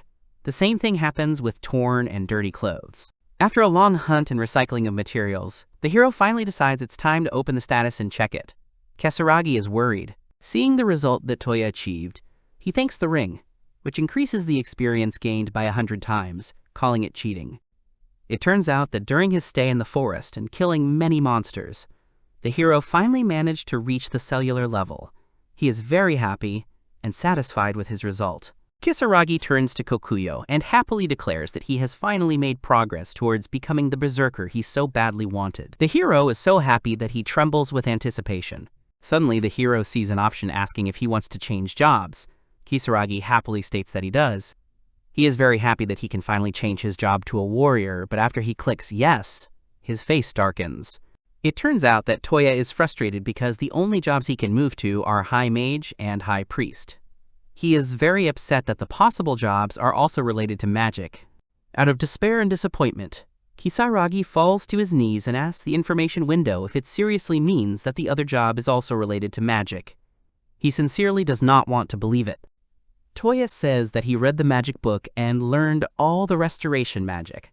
He asks what will happen if he becomes a high mage. Will he continue to study magic? Kisaragi snaps Kokuyo out of his sad thoughts by biting his head. Toya tells the horse that he is in a bad state right now. After some time, having finally left behind his melancholy, the guy says that he should continue hunting, despite all the unpleasant news. He wipes his horse's drool off his head once again, and decides that as long as he has a sword, it doesn't matter what his profession is. On this day, Toya's profession is Kisaragi changes to a Tier 1 Hiwaga job. It turns out that Kisaragi's next goal is to raise the profession of a high mage to level 100. Then he would like to know what profession the young man will be able to switch to next time. He does all this effort just to become a berserker. After a long stay in the forest, the tired hero finally returns home after such an absence. Kisaragi enters the house, and the first thing he does upon entering the mansion is apologize to Ferris for being late. She doesn't appear to the hero right away. The hero finally sees her completely. He notices that she is crying. Ferris suddenly tells Kisaragi that he is late, and she was very worried while he was gone. A flustered Toya runs up to the girl and apologizes again. He explains that he was too focused on leveling up. He's about to say something else when he suddenly notices something important. Kisaragi addresses the girl. He tells Ferris that it's amazing that she can talk. Toya has a hard time hiding his shock. The girl stops crying and looks at him in surprise. Kisaragi happily says that he would really like to talk to the girl. He also thanks her for looking after the mansion while he was away. At this time, an interesting conversation is taking place in the Adventurers Guild. A certain man says that he is surprised that a newcomer, on whom he has high hopes, has bought a house in this city. Milia, who is one of the participants in the conversation, replies that if a great adventurer like Toya were to settle in the city, it would be a great help to the guild. A man standing near the window looking out says that he heard a lot of compliments about Kisaragi from Dalek's team. The man turns out to be a middle-aged man who is a sub-guild master named Ebrent. He says that he is looking forward to meeting Toya. After some time, Kisaragi reappears at the guild and learns that his rank has suddenly jumped to C. He says that he only recently raised his rank. Milia confirms this, but says that there is one but. A man appears behind Kisaragi and says that the request was received from him. Toya is not quite sure who it is. The man comes closer to the hero and says that he is pleased to meet Toya. It turns out that the man is a sub-guild master, and his name is E-Brand. Hearing this name, many people in the guild suddenly turn around to look at the man. Ignoring the surprise in his direction, E-Brand wishes everyone in the guild a good morning. After a short wait, the man suddenly raises his hands up, trying to inspire the search or adventure. He shouts that the traveler should continue to complete tasks and earn a lot of money. The crowd happily agrees with E-Brand. Kisaragi, watching this picture, sincerely does not understand what is wrong with E-Brand. Milia does not answer him this question, and only laughs awkwardly. Finally finishing his pep talk to the travelers, E-Brand turns and addresses Toya, asking if he can borrow some of the hero's time. Kisaragi doesn't know what to say. It turns out that the man approached Kisaragi about the materials he had collected and the workshop, the sub-guild master and the hero head there, but Toya doesn't know why. As the heroes approach the workshop, one of its workers turns around in horror. He immediately calls out to Dalek, the workshop manager, and says that Kisaragi has returned. Dalek is unpleasantly surprised by what he hears. Soon the workers gather around the corpses brought by the hero. They indignantly shout that Kisaragi should be banned from coming to the workshop.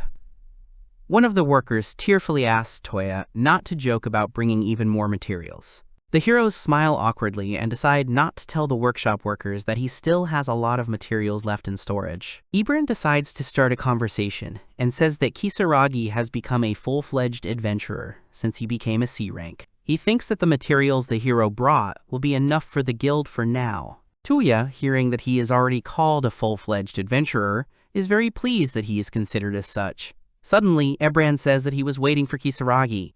It turns out that he wanted to ask the hero to do some tasks. The task E-Brand would like to entrust to Toya is escorting merchants. Kisaragi immediately replies that he is refusing the task without thinking it through. E-Brand picks up one of the bodies of the many monsters killed by the hero and asks Toya to reconsider his decision. The man also adds that it would be very nice of him to do so. Kisaragi thinks to himself that his answer is obvious because the task given to him by the sub-guild master promises to be troublesome. In addition, the hero is also stopped from completing the task by the fact that he does not want to leave Ferris alone at home again, remembering how worried she was when he was hunting. Then I turn to E-Brand and explain my decision. He says that there is something he would really like to explore, so now the young man accepts long-term assignments like escorting something.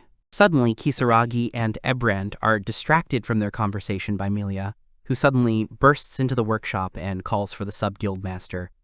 It is noticeable that the girl is carrying something in her hands. It turns out that the girl is carrying Toya's card with her. An agitated E-Brand asks what happened. Milia replies that she finished updating Toya's card and saw something strange there. The sub-guild master examines it carefully. E-Brand approaches him and asks if the boy is really a level 57 mage. Kisaragi can't immediately believe what he's hearing. After the boy finishes looking at his card, he realizes that he now has the profession of a high mage after changing his previous one to it.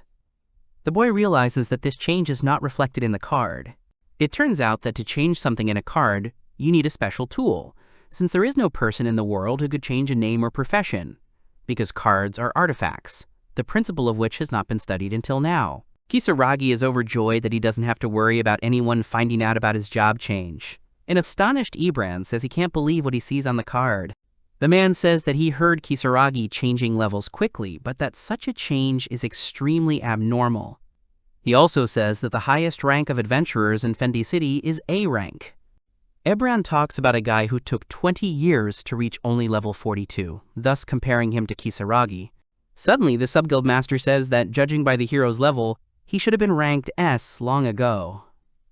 Kisaragi is very surprised to hear this. He can't understand how this can be. The hero cannot believe that in the world he finds himself in, it takes so long to level up.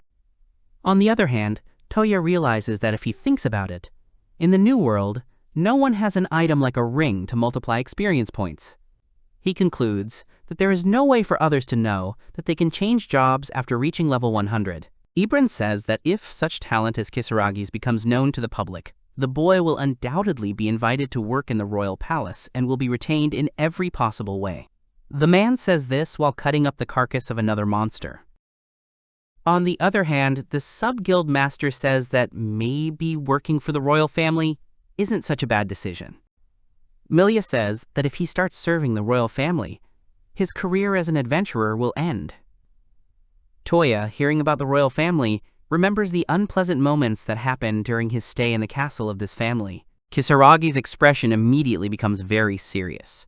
He says with some anger in his voice that Milia, who asked him to serve in the royal family, must be joking. Ibrand, while butchering the carcass of another monster killed by Kisaragi, watches the hero's face change. He says that judging by Toya's reaction, it looks like he really doesn't want to work for the government. While the man is taking a precious stone out of the wolf's corpse, he turns to the hero and suggests that he leave everything as it is at the moment. In addition, the man also asks Milia not to tell anyone about what she just heard. The girl happily says that she will not tell anyone anything. Kisaragi watches as the sub-guild master gives a gem to one of the workers in the workshop. Ebren suddenly asks what exactly Toya wanted to follow when the boy spoke of this man. Hearing the hero's request, the man happily says that if this is true, then perhaps he could be of great help to him. The three heroes enter one of the many rooms of the guild building. It turns out that they have come to the materials room, which the guild is very proud of.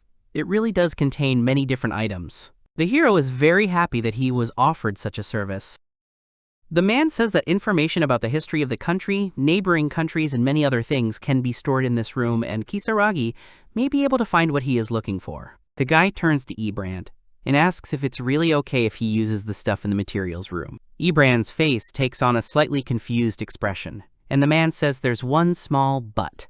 He explains to the hero that everything he sees in the room is precious, so the boy must pay a reasonable price if he wants to use any of the items. Toya is a little surprised to hear the word price. Suddenly, the sub-guild master offers the hero a deal. He says that if he accepts the task from him, the man will make an exception, and Kisaragi will be able to use the materials in the room for free. Toya thinks that he was talking about the escort mission anyway.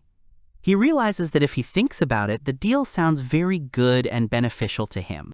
After thinking for a few more seconds, the hero confidently answers that he fully agrees to the deal that Ibrand offered him. The man is pleasantly surprised by this answer. The sub-guild master immediately says that he allows Kisaragi to use the materials in the room as he wishes, but the hero is not allowed to take things out of this place. Ibrand also says that he and the team are leaving on an escort mission in exactly 10 days. The man asks Toya not to be late. Kisaragi says that he understands everything, and sighs a little heavily. Milia also decides to leave the hero, and says that it is time for her to leave and sort out the paperwork. As she leaves, the girl says that even though Ibrand had said that there was a fee for using the materials room, he had lied to the hero a little. It turns out that the fee for using items in the materials room is about 1 copper coin. The hero, hearing this statement, is greatly indignant. He concludes that the price for which he could use the items in the material room is approximately 100 yen if the coins are converted into the currency of the previous world. It turns out that very few people ever come to the materials room. The precious books in this place are the most ordinary manuscripts. Suddenly, Milia turns to the hero and says that she is still very happy. She asks Toya not to say that he would like to give up the position of adventurer. The hero does not respond to this. Returning home, he concludes that he was deceived. On the other hand, Kisaragi realizes that the sub-guild master is actually very good. Suddenly, the hero notices a familiar figure near the gate of his new home. After looking a little closer, the hero realizes that Natalia is standing near the gates of his house, trying to get into the mansion. Hearing footsteps behind her, the girl turns around sharply, pointing her finger at Toya, and says that she is tired of waiting. The hero asks in surprise if Natalia needs anything, to which the girl replies that she needs yesterday's, as she puts it, thing. Natalia says that she can't forget the taste of the sweet that Kisaragi treated her to the day before. She also adds that she has already eaten everything. The girl plaintively asks if the hero is going to leave her just like that, and with nothing in her hands. She asks if Kisaragi listens to her at all. Toya decides not to answer Natalia right away, and says that she will definitely listen to her. The guy thinks to himself that he has something he would like to ask the girl about, namely, about Ferris. Suddenly, probably hearing the hero's voice near the house, Ferris appears next to him and Natalia. The girl smiles and says that she is very glad to see the owner of the mansion. Kisaragi tells Ferris that he is home as he steps into the mansion. Ferris asks if anything happened in the mansion while he was gone, to which she replies that everything was calm and nothing happened. The girl slowly asks why Toya came back so early. It is noticeable that she does not talk often. The hero does not answer the question but says that he understands everything. Ferris does not quite understand what is happening, while Natalia is in shock. It turns out that the girl can't believe that Ferris is talking. She doesn't understand how this can be, and you could say Natalia is a little scared by what she heard, since she has never witnessed the spirit of the house talking. Kisaragi asks Natalia in surprise if she didn't know Ferris could talk, to which the elf replies that she's never heard of a mansion spirit being able to talk. It's obvious that she's very surprised. Natalia says that despite the fact that she lived in this mansion for a very long time, there are still many things that she did not know or suspect. The hero doesn't pay much attention to her words and says that he will definitely see her again sometime. Natalia asks the guy to wait for her for a couple of minutes. Natalia says that she did not want to get the books for free. She offers to exchange one special class magic book that she brought with her and a magic book of search magic for a small amount of sweets. The hero, having heard the girl's proposal, immediately thinks about a book of a special class. He remembers that it contains large-scale magic, which was also encountered in the game from the previous world. Kisaragi thinks that the deal Natalia proposed is not bad and is quite profitable. He decides that making this deal would be a very good idea. Without thinking twice, Kisaragi says that he agrees to exchange the magic books for sweets. Without thinking twice, Toya offers the girl to have dinner with him and Ferris because she is in the mansion. The girl is very happy with this offer. The hero understands that he expected such an offer from Natalia as to exchange 2 books for sweets. After some time, he and Ferris set the table, at which the elf sits on one side. For dinner, the hero decides to serve grilled platter with Natalia, which restores the average amount of hunger. The dish looks very appetizing. Natalia, seeing the dish she is about to eat for dinner, notices that it contains different types of meat. Kisaragi asks the girl not to focus on this and to try what he offers her. While the girl is about to take her first bite, the hero warns her that the dish is hot, so she should be a little more careful. Having finally tried the dinner dishes, Natalia asks Toya in bewilderment what kind of meat he offered her. After eating another piece of meat for dinner, the girl says that she has never eaten such tender meat. It is noticeable that the elf is very pleased with the dinner. Realizing how delicious the food Kisaragi offered her this time is, the girl begins to gobble up what's on the plate faster and faster. The hero is not surprised at all. Suddenly, Ferris enters the room, and the hero turns around to look at the girl. He notices that Ferris, as always, has eaten absolutely nothing. It turns out that house spirits absorb the magical power of the earth and receive life energy from it. Felice replies that she is receiving magical power, so there is no problem with her not eating. Kisaragi says that he understands, but deep down he hopes that one day he will be able to sit at the same table with the girl. Ferris says that when Toya is in the mansion, the Earth's magical power becomes very delicious. She flies a little closer to Kisaragi, causing the boy to become embarrassed. Then I'm a little surprised by the fact that magical power, it turns out, has tastes. Besides that, he's also a little confused by the girl's sudden approach to him. Natalia, observing everything that is happening, concludes that there are too many things that she did not know about. The elf analyzes everything she has seen in the last few days since the hero's appearance. Dishes she has never seen before, a talking house spirit. Natalia concludes that the guy who bought the mansion from her is full of mysteries. While thinking about this, the girl continues to eat dinner while Kisaragi says something to Ferris. It turns out that in the end, the heroes never came to a full conclusion about Ferris. Besides, Natalia really liked the chocolate cake that Toya showed her a little later. Having finished her meal, Natalia says that the dinner was very tasty. The girl also adds that she is happy with her evening.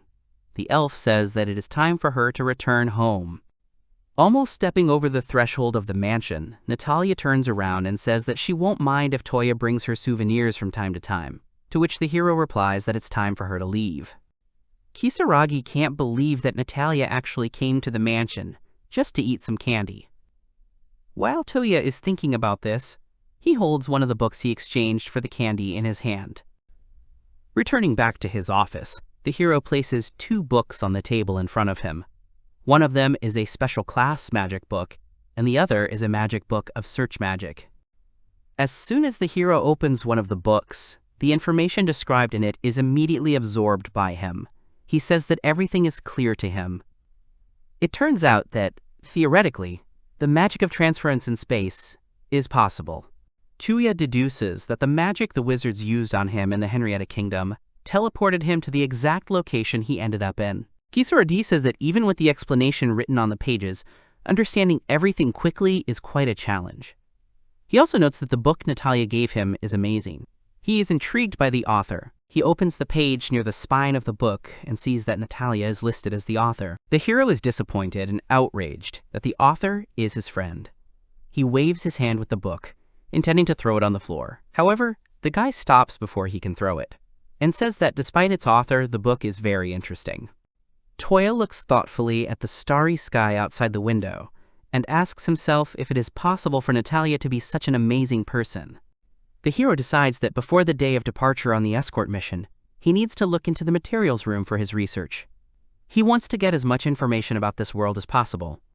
Kisaragi recalls that when he first opened the map drawn on the parchment, he was extremely dumbfounded. It turns out that Toya was very surprised that the kingdom of Henrietta, the Luneta Empire, and the Safanzi Empire, which he was familiar with from the game, exist in the world he found himself in.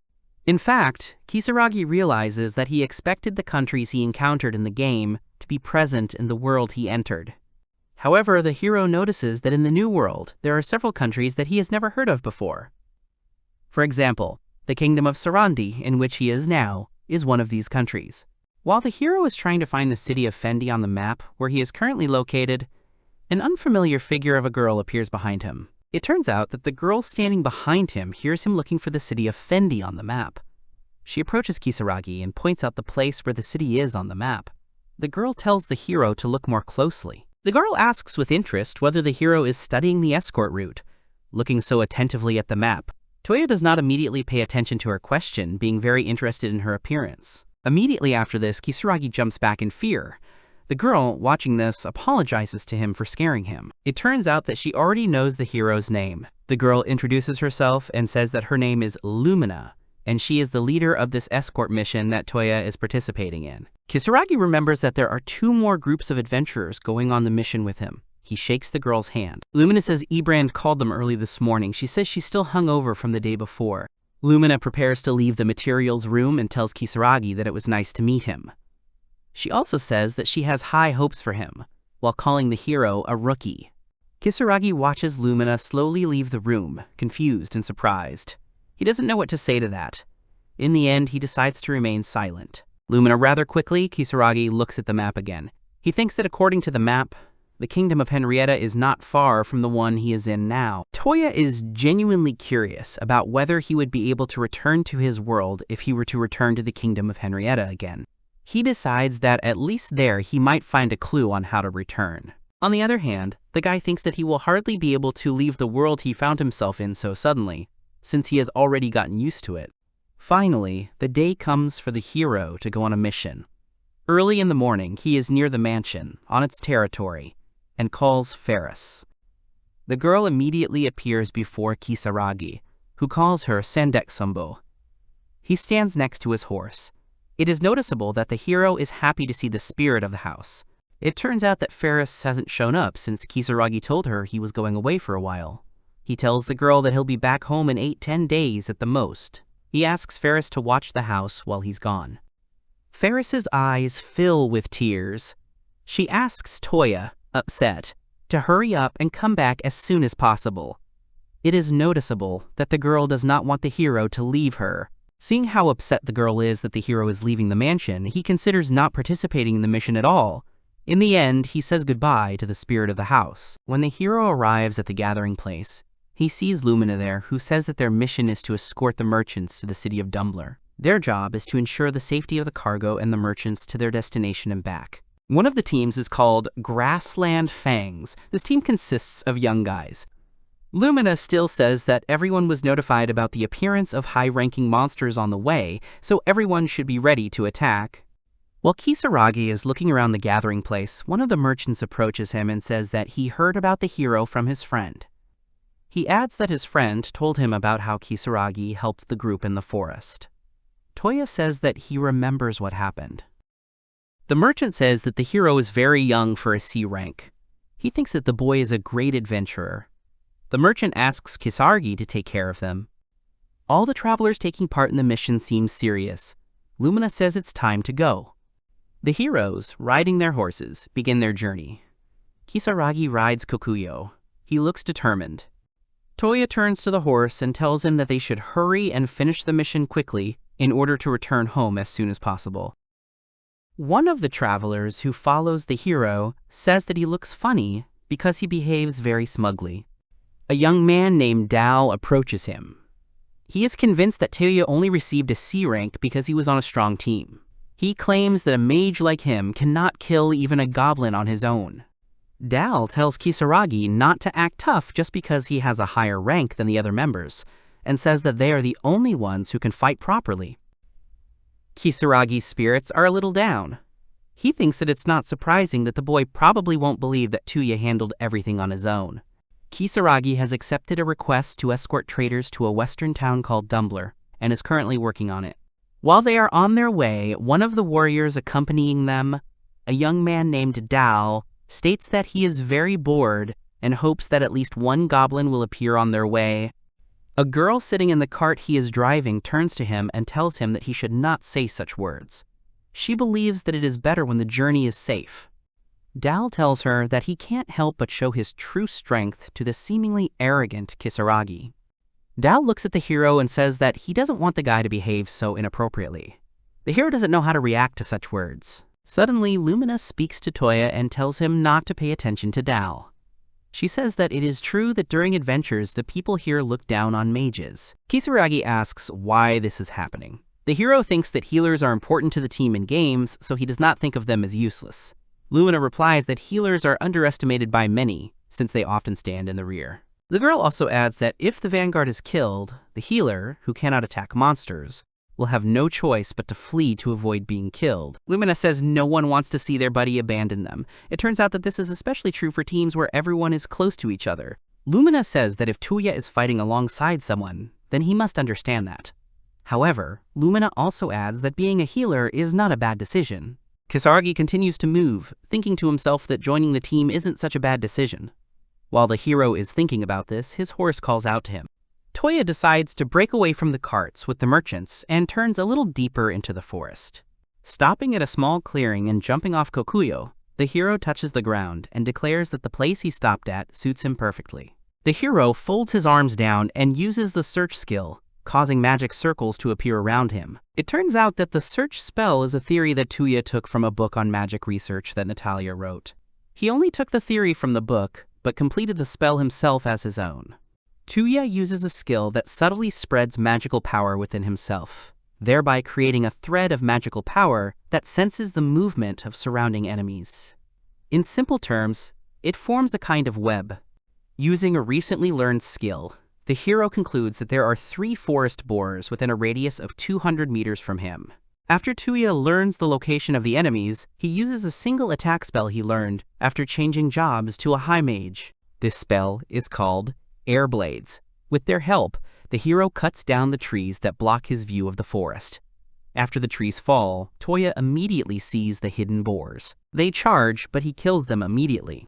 After finishing destroying the enemies, the guy dusts off his hands and decides that this should be enough. He is satisfied with his work. Lumina sees Kisaragi catching up with her on top of Kokuyo. She asks if he's done with his business. Toya apologizes. The girl decides to make small talk and asks him if he's ever eaten orc meat picked up from Earth. The hero never gives her a clear answer, so the girl says he's just joking. Lumina adds that if they continue moving at the same pace, they'll reach their destination very soon. Kisaragi thinks that he wants to go home as soon as possible and see Ferris's sweet face. He reflects on how he doesn't have time to deal with pathetic enemies. Night finally falls, and the travelers set up a small camp in the steppe. Many of them sit down to eat or prepare dinner. Dal and his companion eat dried meat. The young man is a little disappointed that he has no other food. Suddenly, Dal notices Kisaragi walking around the camp and looking around, probably trying to find something. At this time, the youth himself holds a piece of dried meat in his mouth. The young man tells the hero that it is okay to carry food with him. He looks smugly at the magician and asks if he really wants to eat the other team's food too. After such unpleasant words thrown at Kisaragi, his face darkens a little, but he immediately resumes his good mood. The hero waves his hand and, opening the storage, says that he thinks this is a suitable place. The rest of Dal's team is a little surprised by what she's able to see right now. From the storage room, the guy takes out a dining table, a chair, a couple of plates with a mug, and a huge pot of stew. It is noticeable that the hero is very pleased with his preparation for the mission. Dal, not believing his eyes, looks in shock at Toya, who is happily eating dinner. The hero says that the food is still hot, because when it was first cooked, the guy immediately put it in his storage. Kisaragi begins his meal. He notices that the food is really hot, so he tries not to burn himself. Meanwhile, his astonished companions watch him eat. Suddenly, Lumina comes up to Toya from behind and says that the food the hero is eating looks very appetizing, while she is only eating dried meat. The girl hints that the hero should treat her. In addition, several guys from the Pasture Fang's team also approach Kisaragi, and one girl from there also states that she really likes the way the stew the hero brought looks. As Kokuyo drinks the water kindly provided to him by his master, the youth says that he still has plenty of food, so if the others want, they can join him. Lumina says that the food brought by the hero is very tasty. She also adds that she never thought that she would eat something so tasty in the steppe. After eating a couple more spoonfuls, Lumina also says that it would be ideal if she had some alcohol with her. The girl from the Pasture Fang's team asks her to be patient until they reach the city. While the travelers are sitting at the table and eating dinner, one of them turns to Dal and invites him to join the meal with his companions. Dal sharply replies that he does not need it. The young man shouts from afar that he is sure that the hero has curried favor with some strong team in order to go on this mission with them. Toya is not angry or upset because he feels sorry for Dal. The girl from the team says that Toya is a holder of the storage skill, so she is willing to bow her head to him for reaching rank C at such a young age. After waiting for a while, she apologizes to Kisaragi for how Dal can be so stubborn even on such important missions. Finally, the heroes reach a city called Dumbler safe and sound. One of them says that he is very glad that they arrived safe and sound. The city of Dumbler does not look very big.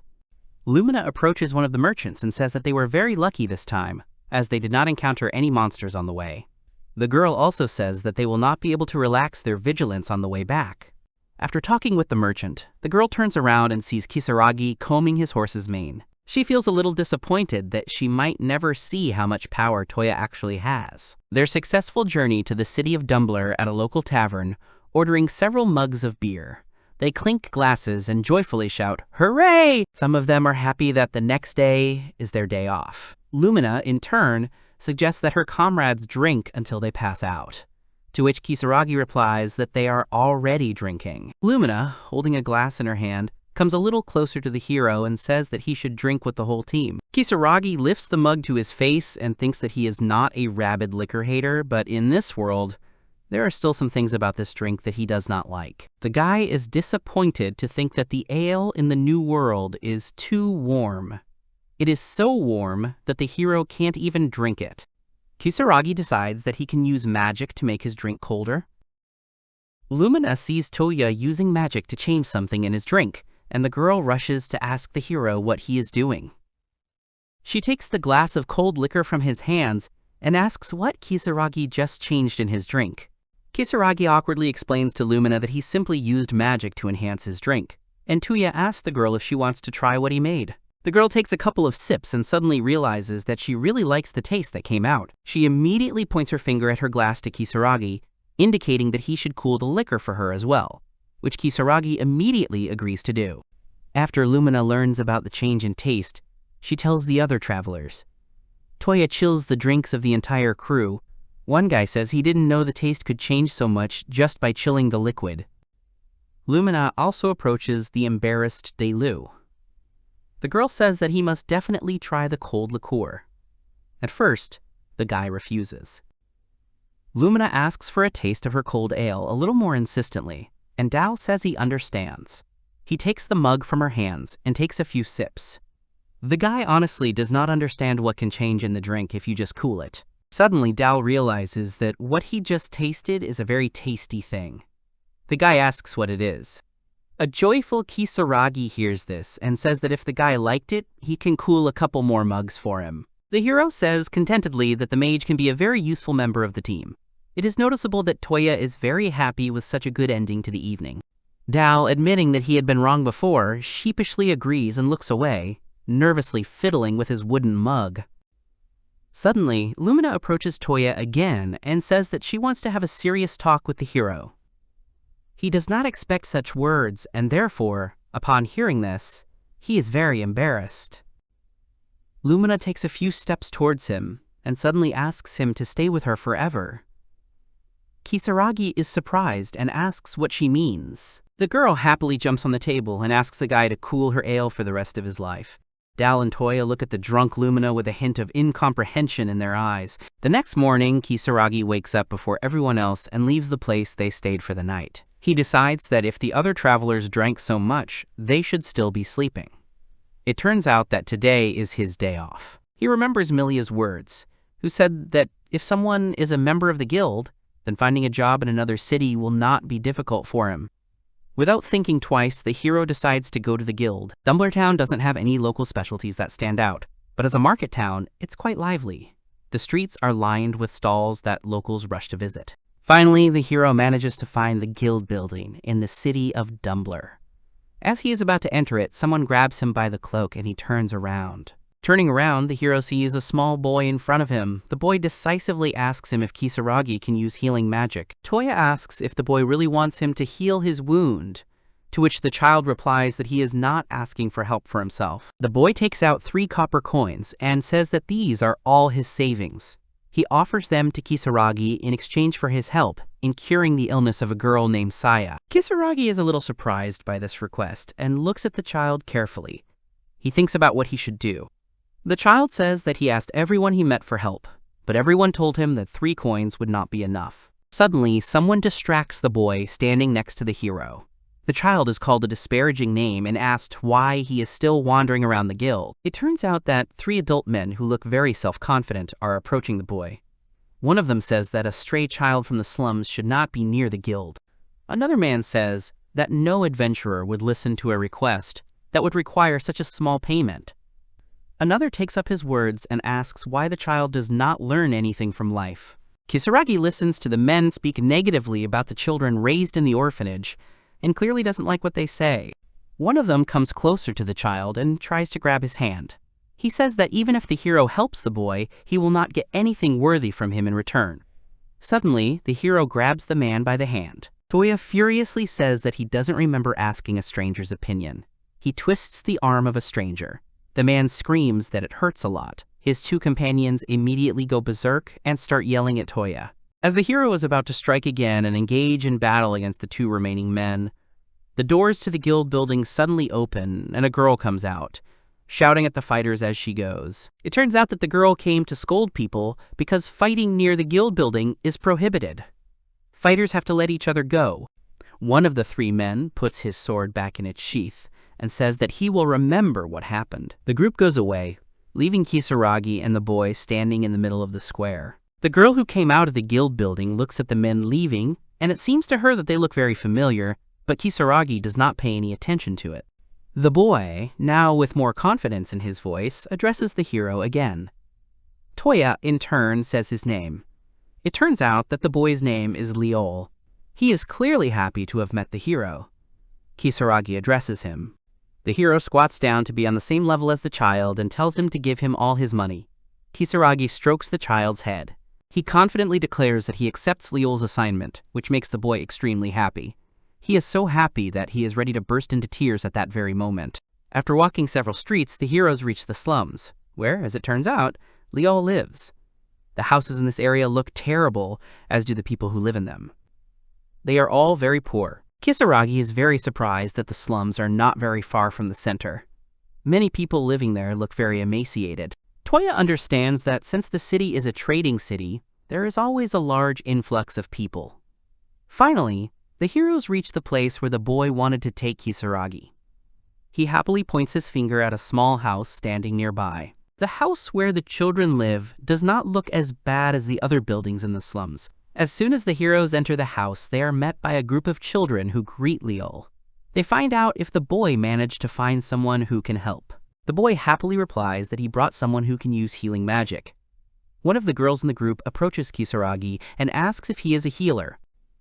Suddenly, the hero turns to another girl holding a homemade stuffed rabbit toy. She, crying and embarrassed, and therefore covering her face with the toy, asks Toya if he can heal her little sister. He confidently answers that children can rely on him, and nods, trying to calm the child standing opposite. As they enter the room, Kisaragi asks if there are any adults in the house. The children answer that there are not, so their little sister Saya does her best to act as their parents. It turns out that because their little sister Saya worked very hard for a long time, she became ill. The girl is breathing heavily, lying on the bed in the room. It is noticeable that she feels very bad. Toya, seeing the girl, concludes that they are about the same age. He sincerely feels sorry for the girl, because she takes care of all these children, being young herself. It turns out that a whole week has passed since Saya fell ill, but she is still not getting better. Following Kisaragi, the children enter the room with the sick girl. In order to find out approximately what the sick girl's temperature is, Toya puts her hand on her forehead and realizes that the temperature is very high. The children watch what the hero is doing with fear. They ask excitedly if their little sister will get better. They say that if this continues, it could end very badly. After thinking about what could happen due to Saya's illness, the children begin to cry loudly and in unison. Kisaragi confidently addresses Leo and tells him not to worry and to leave everything to him. The hero strokes the boy's head, reassuring him. Kisaragi takes the girl's hand and thinks that he is not a doctor, so he cannot determine what illness she has. The hero understands that there is only one way to heal the girl. Toya decides to carefully use the healing spells he has learned and can use freely. The hero uses healing and higher healing, causing flashes of white light to flicker one after another in the window of the house. After some time of treatment, Saya finally wakes up and realizes that she feels better. She is alone in the room. The girl slowly gets up in bed and feels her face. She realizes that her health has improved greatly. Suddenly, the girl remembers that there are many children living with her. She comes to her senses and is going to check on them.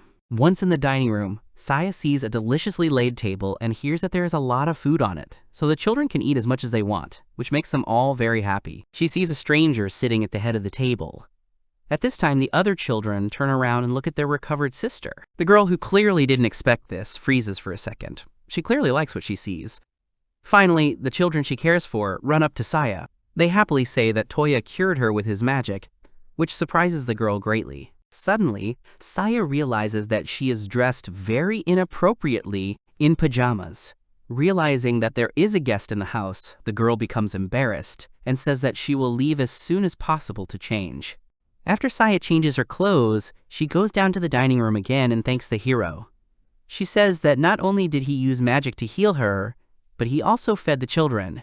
The children once again crowd around the girl and excitedly tell of how they saw a pot of food appear out of nowhere. Anticipating Saya's offer, the hero says that she does not need to worry about payment, since he has already accepted the order from Leo. After a moment of silence, Kisaragi also adds that he has no family. His eyes show sadness. Saya says that he has been of great help to them. The girl adds that if she can do anything for him, she will definitely help. Suddenly, the girl's speech is interrupted by her stomach rumbling. Kisaragi offers the girl lunch if she is doing well. Saya agrees happily. The girls give her a bowl of soup, and the hero wishes her bon appetit. After taking a spoonful, Saya immediately notices that the soup is very tasty. She says that there are a lot of ingredients in it. Kisaragi suddenly asks if the girl runs the place alone. The girl puts down her spoon to answer the question. Saya says that her mother actually used to run the place, but she died of an illness last year. It turns out that many of the people living in the area are those who lost their home or family during the invasion of the Kingdom of Henrietta. 7 children living in the house were killed. Saya says with anger in her voice that she is the only one left who can protect the children. The girl promises herself that she will definitely do it. Saya says that the kingdom of Henrietta will definitely pay for the crimes he committed. The hero, hearing the girl's words, says that it is not good to force yourself. He adds that Saya works for the benefit of every child in the house. Kisaragi gives the example of Leol, who desperately tried to ask everyone on the street to help his sick little sister. The hero tells Saya that everyone in the house wanted to be useful to her. He also adds that it is perfectly normal to rely on others. The girl's tear falls into the bowl of soup. The girl begins to cry from happiness and sadness at the same time, and replies that she understood everything, and Toya really is telling the truth. Kisaragi, seeing that the girl has started to cry, begins to apologize to her, to which she replies that he misunderstood everything. At this time, the girl's plush bunny peeks at them through the window. The children happily say that their little brother and sister make a very good sweet couple. Hearing this, both Saya and Kisaragi begin to brush off the assumptions of the cheerfully laughing children. The boy and girl say that the children are wrong, to which they reply that their sister's face is bright red, so the young people can be considered a sweet couple. Suddenly, one child from the crowd asks Kisaragi if he is leaving already. The boy replies that he needs to leave this city the next day and return to the one he lives in. Before leaving, Kisaragi decides one last time that he should leave some food for his family, so he takes a bowl of soup from the storage room. The girl looks at the saucepan in surprise as it appears out of nowhere and asks how it appeared. Leol, in response to his sister's question, replies that the hero is very amazing. When Kisaragi leaves the big family's house, a whole bunch of children come out to see him off, along with their older sister. The children ask him to come to them again and say that their sister would also like to meet again. The guy replies that if he ever finds himself in this city again, he will definitely drop in to visit them. All the children, along with their recovered sister Saya, say that he must definitely come to them again. They look very happy. When the hero returns to the place where he stopped to spend the night in another city, on the way he meets an old man who asks to treat him to some liqueur. Kisaragi replies that he can't do that, to which the old man says that everything is fine and asks if that's true. Toya turns away and thinks that he is worried about the children, but does not know what he can do to ensure safety. In order to somehow attract the boy's attention to himself, the old man decides to lure him to his tavern in various ways, but it is useless. Suddenly, someone strikes the old man standing behind Kisaragi with a sword, causing him to fall to the ground with a thud. The hero turns around and hears the people he saw earlier in the square saying that the old man was in their way. The 3 men who tried to attack Leol during the day menacingly say that they have finally found Kisaragi. After the old man falls from the men's blow, one of them says that he is just pretending, while the old man says that he is really in a lot of pain. Kisaragi bends down to help him. A man turns to Kisaragi and tells him that he acted like a big shot during the day. Another asks if the boy is the type to become pitiful in front of others. The man to whom Kisaragi broke his arm during the day says that the hero has quite good equipment.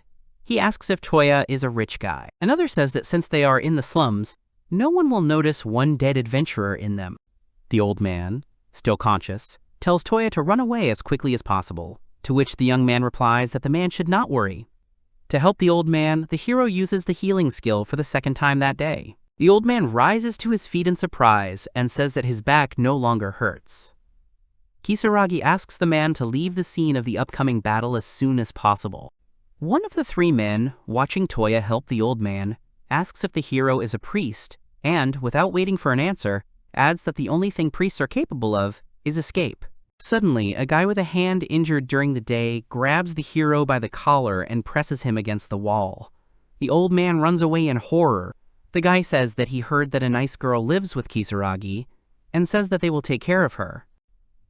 The boy angrily asks Toya why adventurers can't do whatever they want.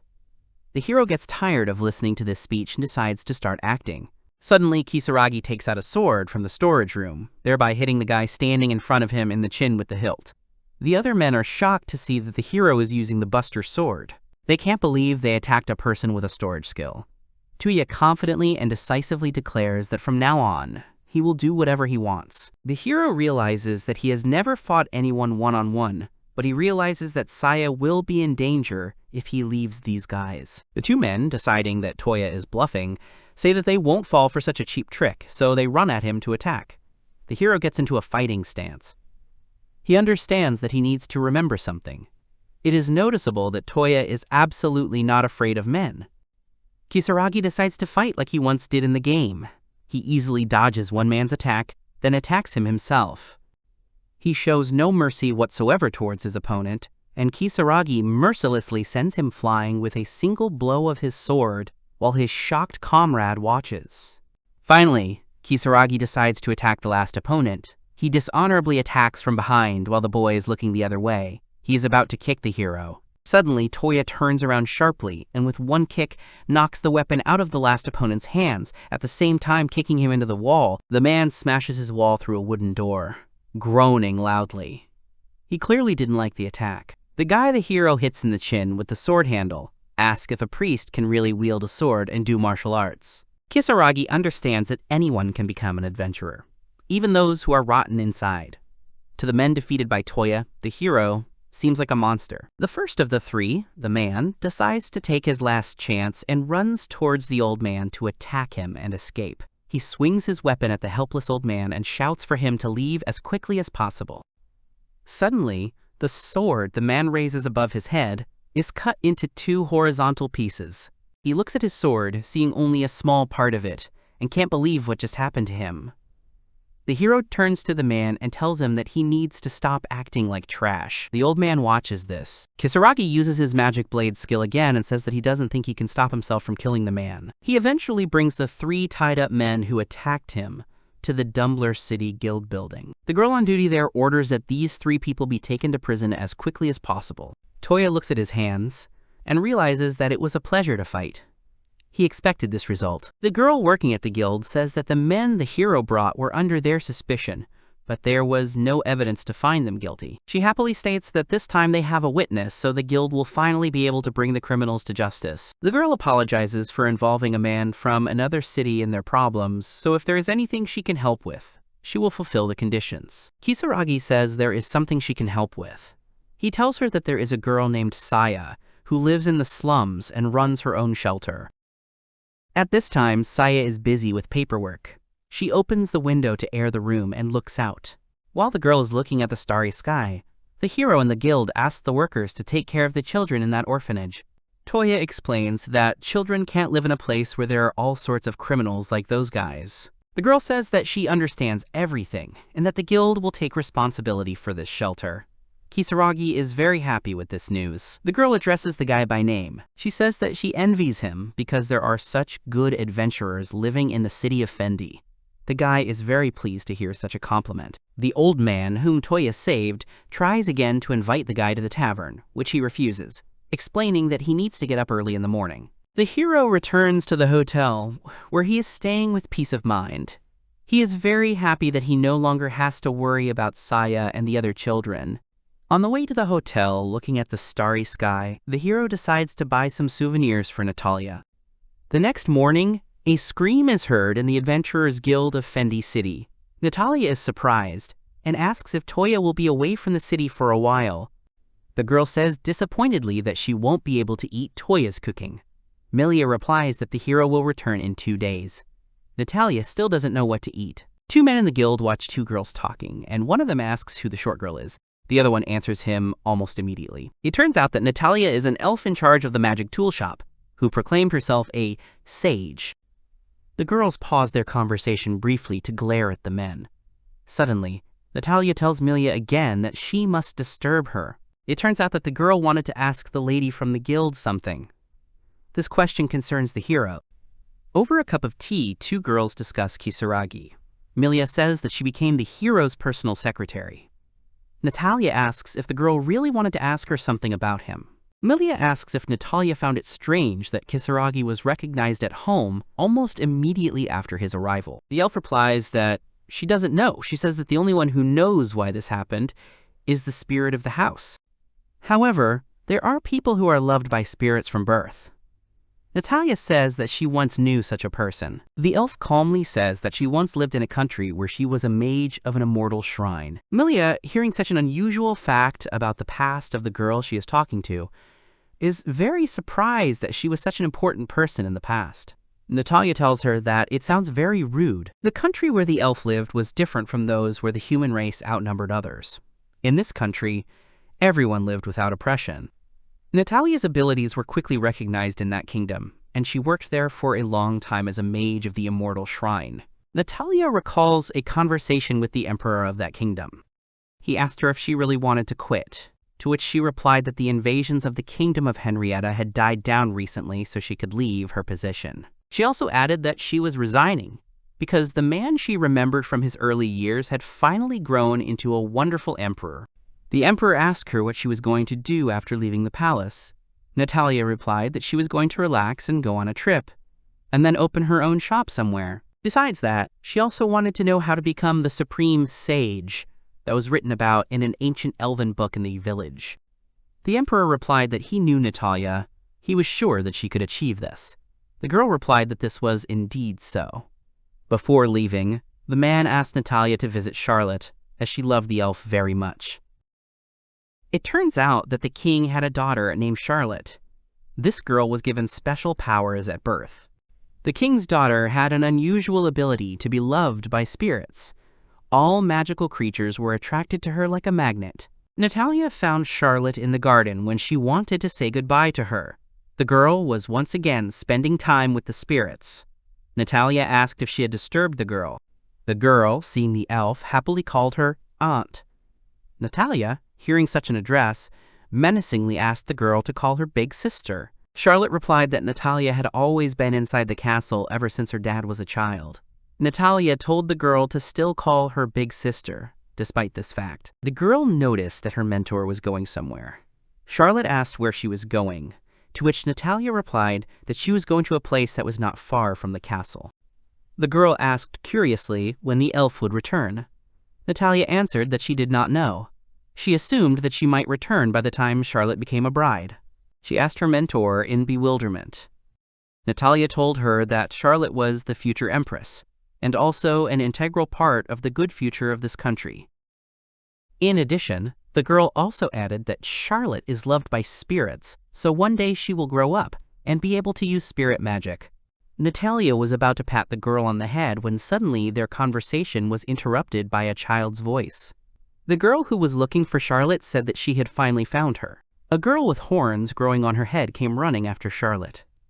She asked the girl to return to the castle as soon as possible, as her music teacher was furious. Charlotte looked at the girl with concern and, calling her by name, Arturia, became very agitated. Charlotte exclaimed indignantly that the music teacher only scolded her when she did something wrong, and this time nothing like that happened. Natalia says that it must be difficult for Arturia to look after Charlotte. The girl confirmed this fact and said that despite the fact that Charlotte is already 5 years old, she still behaves very carelessly.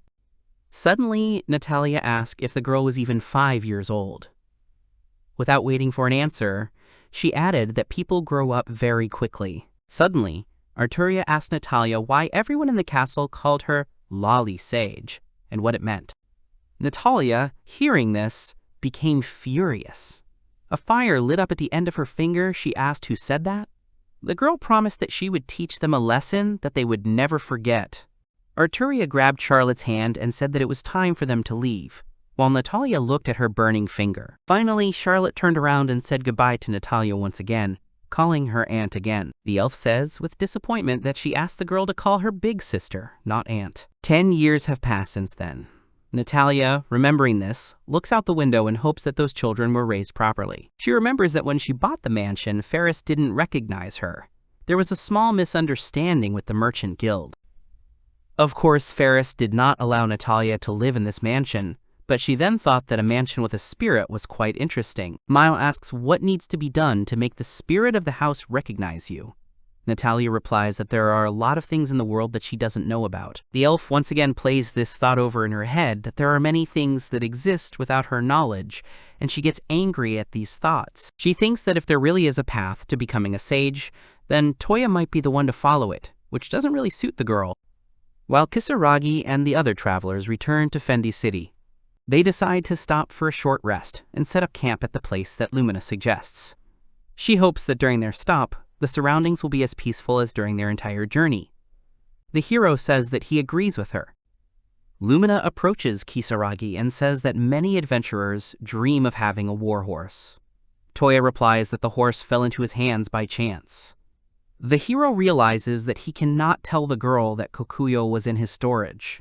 Lumina decides to ask Dal's opinion about the warhorse Kisaragi, to which the young man replies that the mage simply really wanted to stand out. Suddenly the boy's expression changes and he says that he will never forget how Kisaragi cooled his drink.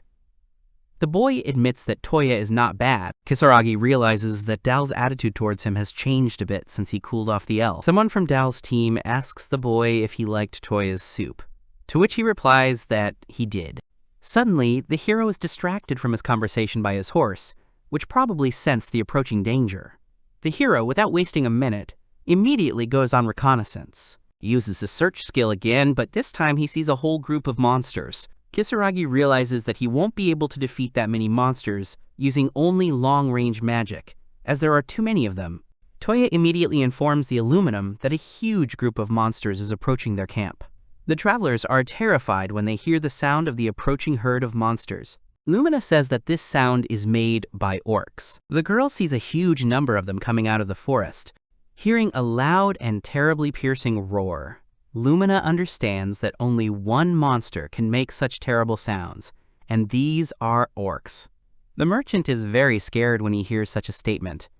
He immediately begins to fuss. The girl, in a menacing tone, orders absolutely all the merchants to take refuge in their carts as quickly as possible, and they, hearing the order, quickly and fussily run in different directions, practically jumping into the carts with tents at full speed. It turns out that there are an indecently large number of orcs advancing. The members of the Pastor Fang's team stand in shock and cannot believe that so many monsters have come. The warriors are preparing to enter the battle, but the orcs continue to come out ever faster, which cannot help but frighten the travelers. One of the adventurers shouts and asks how many monsters are attacking them.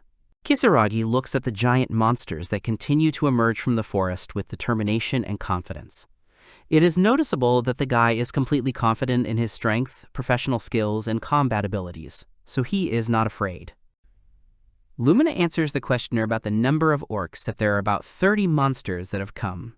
The girl herself is worried because they will have to fight them. It turns out that orcs are monsters that most often attack animals, humans, and other monsters, and most often then eat them. They look quite ugly, and their snouts are similar to pigs.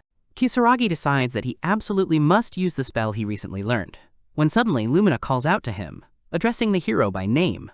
With her action, the girl throws the hero off his plan. The girl tells Toya that she really hopes for support from the other side. Kisaragi does not immediately understand what exactly the girl decided to do, since he had his own plan. The guys from the Pastor Fang's team, despite their fear of the monsters, are still trying to figure out how many are attacking. Many of them are so scared that they can't even move, as if fear has completely paralyzed them. Suddenly, one of the team members says that he sees monsters standing there, hesitating to attack. Someone else says that he doesn't understand why this is happening. Fear is clearly visible in his city. Lumina approaches the Pasture Fangs and says that she feels like the reason for the monster's behavior is clear enough to her. The girl points to Kisaragi's pet warhorse named Kokuyo with her hand, and, concluding, loudly states that the monsters must be afraid of the hero's warhorse, which is why they can't get any closer. Lumina decides that while Kokuyo is on the battlefield with everyone else, the enemies will not dare to approach them even a step, when suddenly another warrior interrupts the girl and shouts in fear for her to look at the pack of orcs again, but more carefully. The girl from the Pasture Fang's team looks into the distance with genuine horror in her eyes. Her voice trembles with intense fear. It seems as if in the crowd of monsters, the girl managed to discern something even more terrible than ordinary orcs. Suddenly, slowly emerging from the dense bushes of the forest, another orc joins the pack, but this one is larger, all covered in decorations made from the fangs of other monsters. It turns out that this is the Orc General, who is the highest species. Kisaragi asks in confusion what the name superior species means, to which Lumina replies that while superior species may not have any special skills, they do possess intelligence. The girls say that, as expected, the difference in their fighting strength and that of the orcs is simply obvious. Many are trembling with fear, not imagining how they will fight against such a huge number of monsters, among which there is a higher species. One of the orcs, seeing the travelers standing opposite him, stares at them for a short while, then begins to lick his lips hungrily and disgustingly, smearing saliva over his face, thereby greatly terrifying the already frightened guys. Suddenly, a girl from the Pasture Fangs team named Akina falls to her knees in panic and starts crying. This greatly frightens her comrades. Dal addresses Toya. He says that he has one very important request to make of the hero. It is noticeable that the young man speaks with desperation mixed with fear. His voice is shaking, but the guy is trying to concentrate. He tightly clutches the sword in his hands. Dal asks Kisaragi that if something terrible happens and they are unable to defeat the orcs or fail, then he must definitely save the two girls from the Pasture Fangs, Dal's friends, and escape to the city as quickly as possible. It turns out that all four friends came to the Adventurers Guild together from the same town. This happened because of the restless Dal, who since childhood said that one day he would definitely become an adventurer and raise the flag. Dal, with despair and horror in his voice, shouts loudly that if he dies, there will be nothing terrible in it. He says that he wants to save the life of each of his friends. His speech is interrupted by his girlfriend, who is about to cry. The girl, barely holding back her tears, desperately says that she will never abandon her comrade in trouble. Dal looks at her with both sadness and gratitude in his eyes. In addition, Dal's girlfriend also says that if he leaves the team and dies, she will never be able to continue living without him. Dal's friend puts his hand on the guy's shoulder, and he decides to apologize to his comrades for such words. They say that there is no way their team, called Fangs of the Freelands, will die in such a place. It is noticeable that the travelers are very determined and ready to go into battle against the orcs. The hero, watching this whole touching picture, sincerely does not understand what just happened. Kisaragi cannot understand why the guys are already condemning themselves to death, having encountered only low-ranking orcs. At this time, Kisaragi recalls the conversation that took place in the workshop. It was when Milia asked Toya if he was a priest. The question came out of nowhere. It turns out that when meeting an orc, even a B-rank warrior has a limit to the number of orcs he can handle alone. The workshop worker, Dalek, seeing how many the hero brought that time, asked if he could defeat them all by himself. Milia sharply responded to Dalek that he did not understand what he said, so she thought that the guy was not saying the smartest things. The girl reminded him that Kisaragi has a warhorse, which is itself a B-rank monster, and helps the hero. The girl turned to the hero and, sparkling with joy, asked if she was right in her judgments, to which he wearily replied that he agreed with what she said, despite the fact that Toya still killed most of the monsters himself. Before engaging in battle with a pack of orcs, Toya looks at them carefully and assesses what kind of opponents they are. He realizes that the general is the biggest problem in this pack right now. It is clear that even the experienced warrior Lumina is very worried while watching what is happening, while she herself belongs to rank B, which speaks of her fairly good combat abilities. Kisaragi decides that he should take action immediately. He waves his hand, thinking that even Dal and his team are counting on him. The orcs are also getting ready to attack the humans. Finally, the orcs attack. They are very hostile. The most terrifying of all is their general, blind in one eye. The monster is covered in decorations made from the fangs of other monsters, which makes him very different from other orcs. Lumina also cries out anxiously about the monster's advancing Hal. The girl herself is ready to rush at the orcs. Lumina shouts that all travelers must try hard and defeat the pack of monsters at all costs. At this time, the orc general flies rapidly with an attack on the guys. Suddenly, Kisaragi, far ahead of the monster, runs closer to it, swings, and with all his might cuts off the general's head with one blow. At this time, Toya's horse grabs the monster's hand and bites it off. Seeing Kisaragi deal multiple blows to monsters, showing no mercy to his opponents, Lumina is both delighted and horrified. The girl cannot believe her eyes. While Kisaragi attacks the rest of the monsters, he uses not only his Buster Sword, but also the skills he learned from the magic books Natalia provided, which contained many different spells. In order to destroy one of the orcs in the pack, Kisaragi makes several swings with his left hand and uses the skill Fire Bullet, after which the attacked orc's face is set on fire. The other monsters are greatly frightened upon seeing this, but the hero does not spare any of the monsters. After the attack, his facial expression does not change. Only Toya's gaze becomes much more serious and harsh. This time, the hero strikes at the monsters using his buster sword, which he wields remarkably well. At this time, the horse also helps its master deal with the monsters, and mercilessly tramples them. Kisaragi jumps up once again and hits several orcs around him with all his might, cutting off the heads of several monsters. The guys from the Pasture Fangs, watching what is happening on the battlefield between Kisaragi and the orcs, tremble and say that what he is doing is impossible. Lumina also looks at the hero in surprise and does not understand what the hell she just saw. The girl is in shock from the picture she just saw. Suddenly, Lumina comes to the conclusion that Kisaragi's gaze while killing monsters reminds her of a legend. The girl immediately concludes that Toya is very similar to the Berserker from the legends.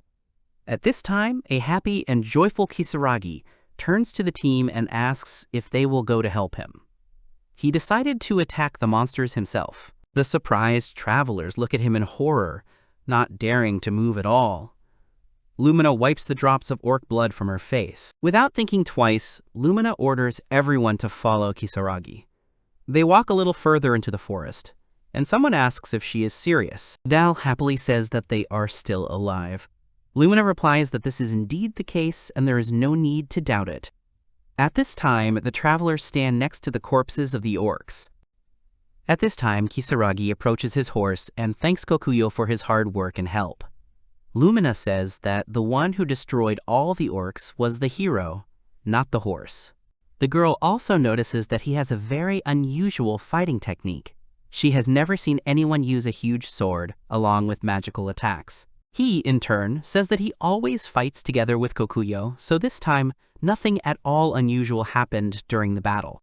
Lumina is about to object to the hero, but suddenly an admiring Dao runs up to him and calls Kisaragi by name. The guy, hearing that someone is addressing him, turns around and asks Dao what happened. The young man does not answer right away. Suddenly, he looks up at him. With sincere gratitude in his eyes, Dao says thank you to Toya. He also adds that, thanks to the hero, none of his comrades died. The rest of the guys from the Pasture Fangs team also look at the hero with gratitude, to which he replies that he doesn't want only him to be said thank you, since the guys also fought. Another guy from the team says that it has already been said. Such words are a big waste. Akima also adds that if they continue to fight like this, it will cost them dearly. The heroes think about what to do with the orcs' bodies. A young man from the team says that the costs are too high. He suggests cutting off the orcs' noses as proof of victory. Suddenly, the hero says that none of the boys need worry about that. He waves his hand. Kisaragi happily says that he can easily hide such a small number of orcs in his storage. After Toya's hand moves, all the monsters' bodies disappear. Lumina, watching this, is very surprised. The guys from the Pasture Fangs team are also delighted and shocked by what they saw. Dal is the most surprised by what he saw. He does not understand where the monsters disappeared to. After the monster corpses disappear from under Lumina and Toya's feet, they also disappear from around the boys' team, causing them to jump away in fear. Kisaragi asks what's wrong and turns around in surprise, looking at the merchants. The merchants, in turn, sit in the cart and hum questioningly, but don't answer. Fendi safe and sound. Dal breathes a sigh of relief.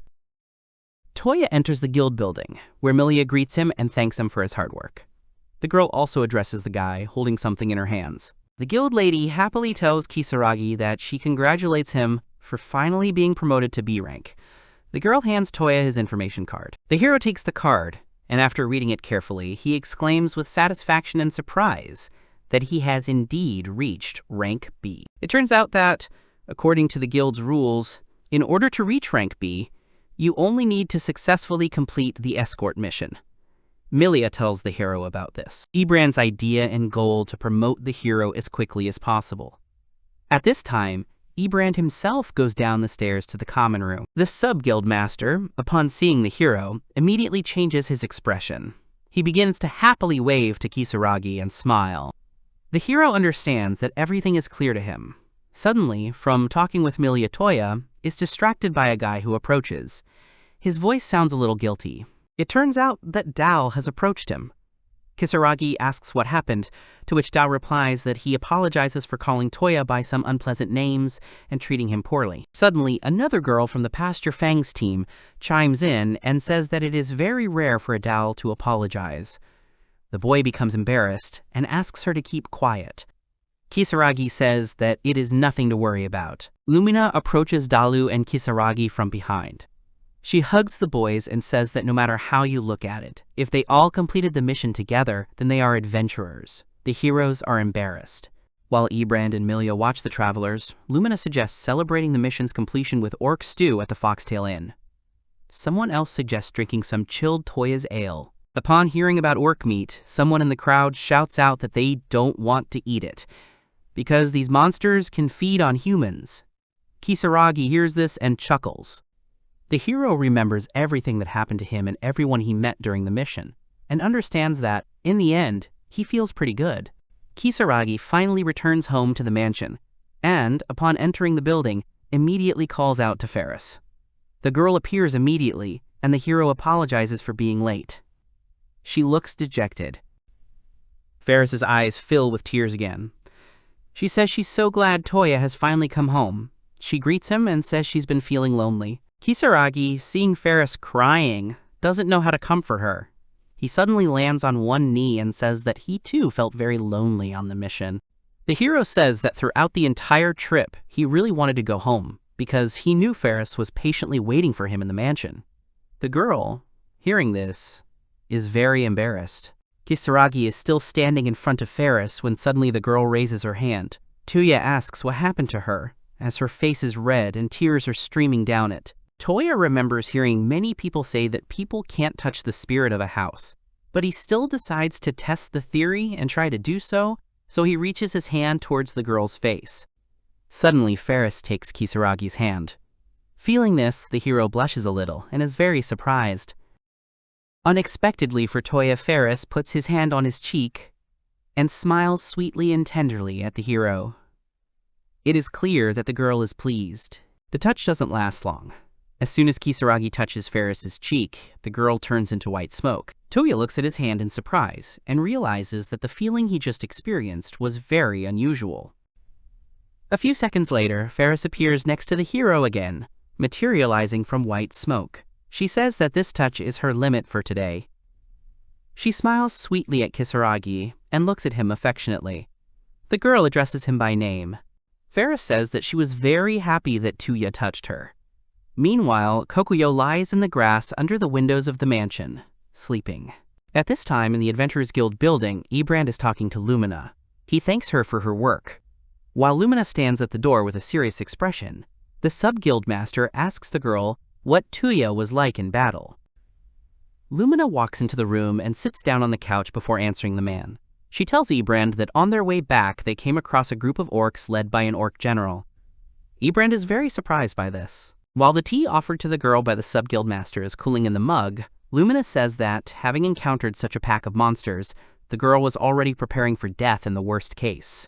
After taking a few sips from her tea mug, Lumina also says that everyone was able to return safely back to Fendi City only because Toya helped them in the battle. The girl also adds that his warhorse is as strong as a demon. Lumina looks at her reflection in the mug and says that no matter how strong Kokuyo is, his strength still cannot compare to Kisaragi's. After remaining silent for a while, the girl also says that even if she were destined to die, she would still want to fight Kisaragi to see what he is like in combat. Ebrand thoughtfully approaches the window and slowly says that if Lumina describes the hero like that, then it means that everything is serious. He says that he understands everything and asks the girl to rest. Lumina also says that she has one message for Ebrand that she heard from the merchants on the way to the mission. It turns out that the tide of battle in the battle between the Kingdom of Jeranet and the Empire of Luneth has suddenly changed. At this time, two obviously frightened people are running through the forest, dressed in long but different robes. They are in a great hurry and breathing heavily. On the way, one of them stumbles and falls to the ground, while the second, seeing this, stops and, fussing, turns around. It turns out that the two girls running are one of them, Arturia, Princess Charlotte's assistant. The girl turns around and asks worriedly if her friend is okay, although she sees that the answer is unnecessary. The other girl, Charlotte as it turns out, tells her friend not to worry. She fussily adjusts the robe she ran in. Arturia says that they can't stop in a place like this forest because it's very dangerous, so the girls shouldn't linger here and should leave as soon as possible. Charlotte looks confidently at the sky and says that this is why they must meet the sage at any cost. 3 months have passed since the escort mission. The tavern is very lively that evening. Someone cheerfully addresses Toya and says that he will make an exception, especially for him. At the tavern, Dal asks the hero to join his group, the Grassland Fangs. It is clear that the young man is serious when he states his request. Kisaragi, hearing about this, says that he refuses such an offer.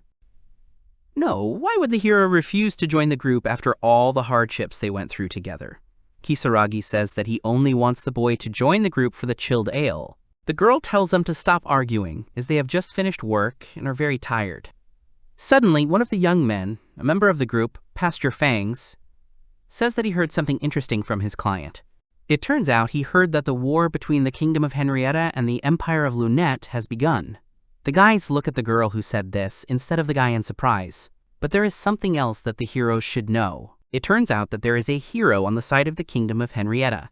Kisaragi, hearing this, immediately remembers this person. He tries to figure out when the girl said about the hero, did she mean the guy who was summoned to the castle the second time instead of Kisaragi? It turns out that in the new world, like in a game, wars sometimes break out.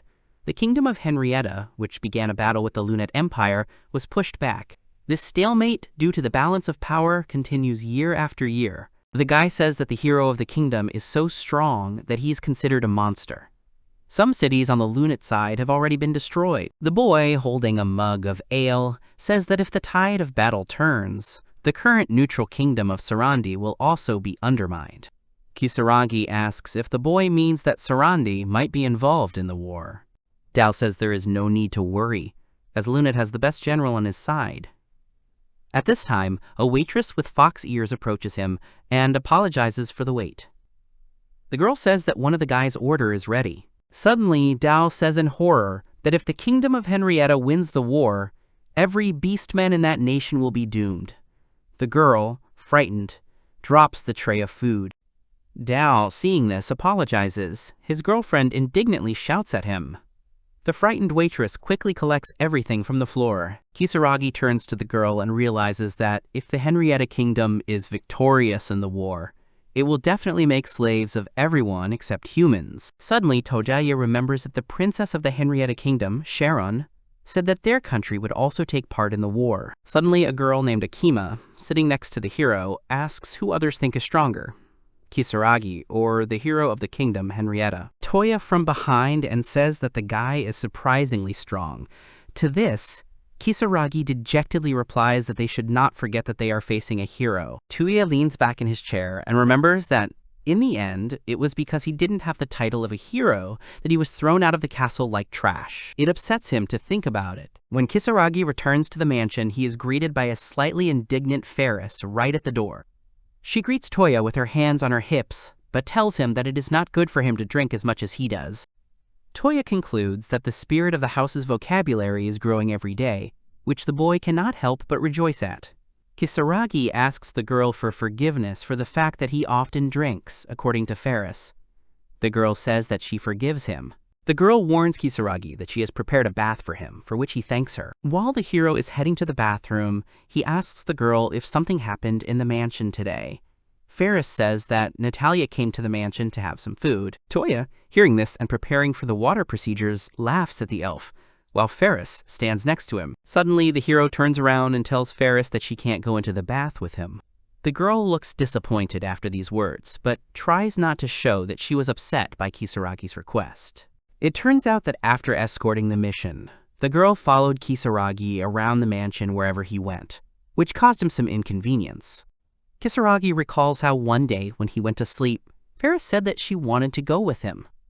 The hero also adds that, naturally, he did not allow her to do so. It also turns out that Kisaragi hasn't been able to touch Ferris since the day he touched her cheek. He concludes that it seems that the girl herself doesn't know the reason for this anomaly either. As the hero sits relaxed in the bathtub, he thinks about how good it seems to him that he was moved close to the city of Fendi. He thinks so because he has met many good people since he came there. Sitting in the bathtub, Kisaragi thinks that even if he were to return to his world, he would most likely be fired from his job.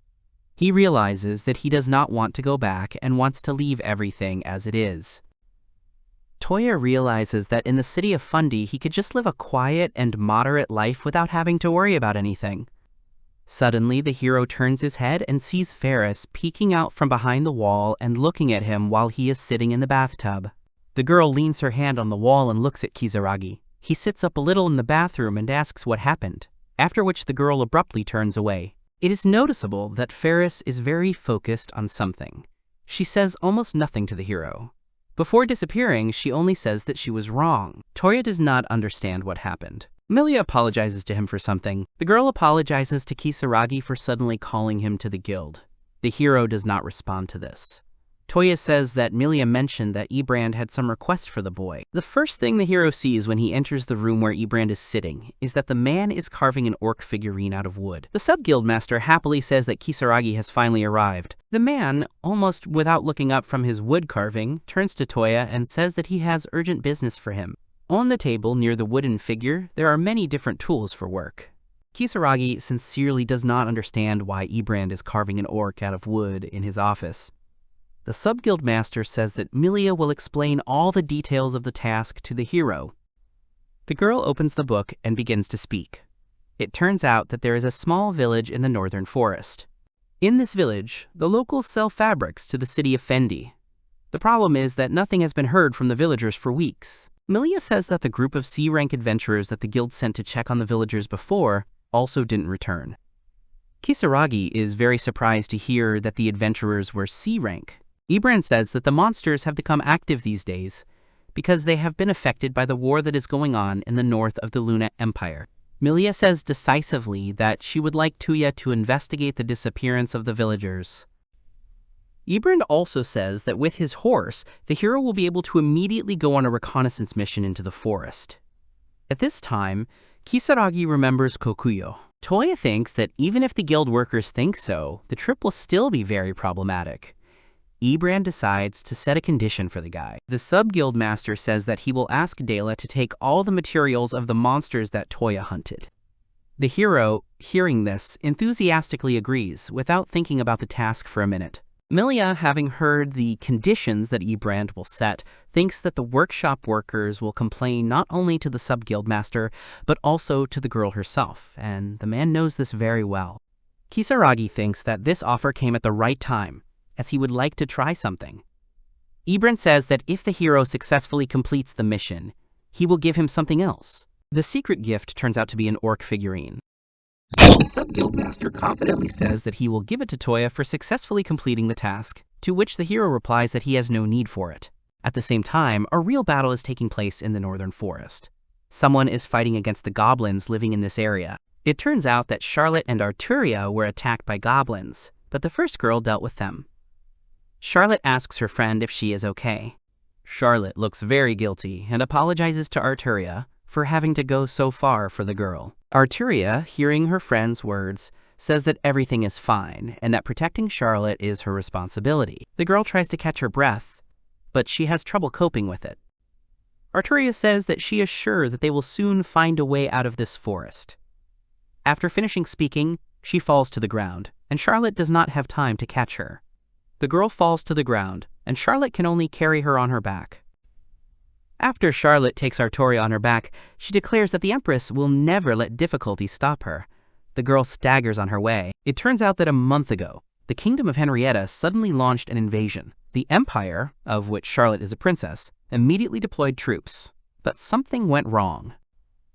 The restless king sat on his throne, clutching his head and repeating the question of how this could have happened to him.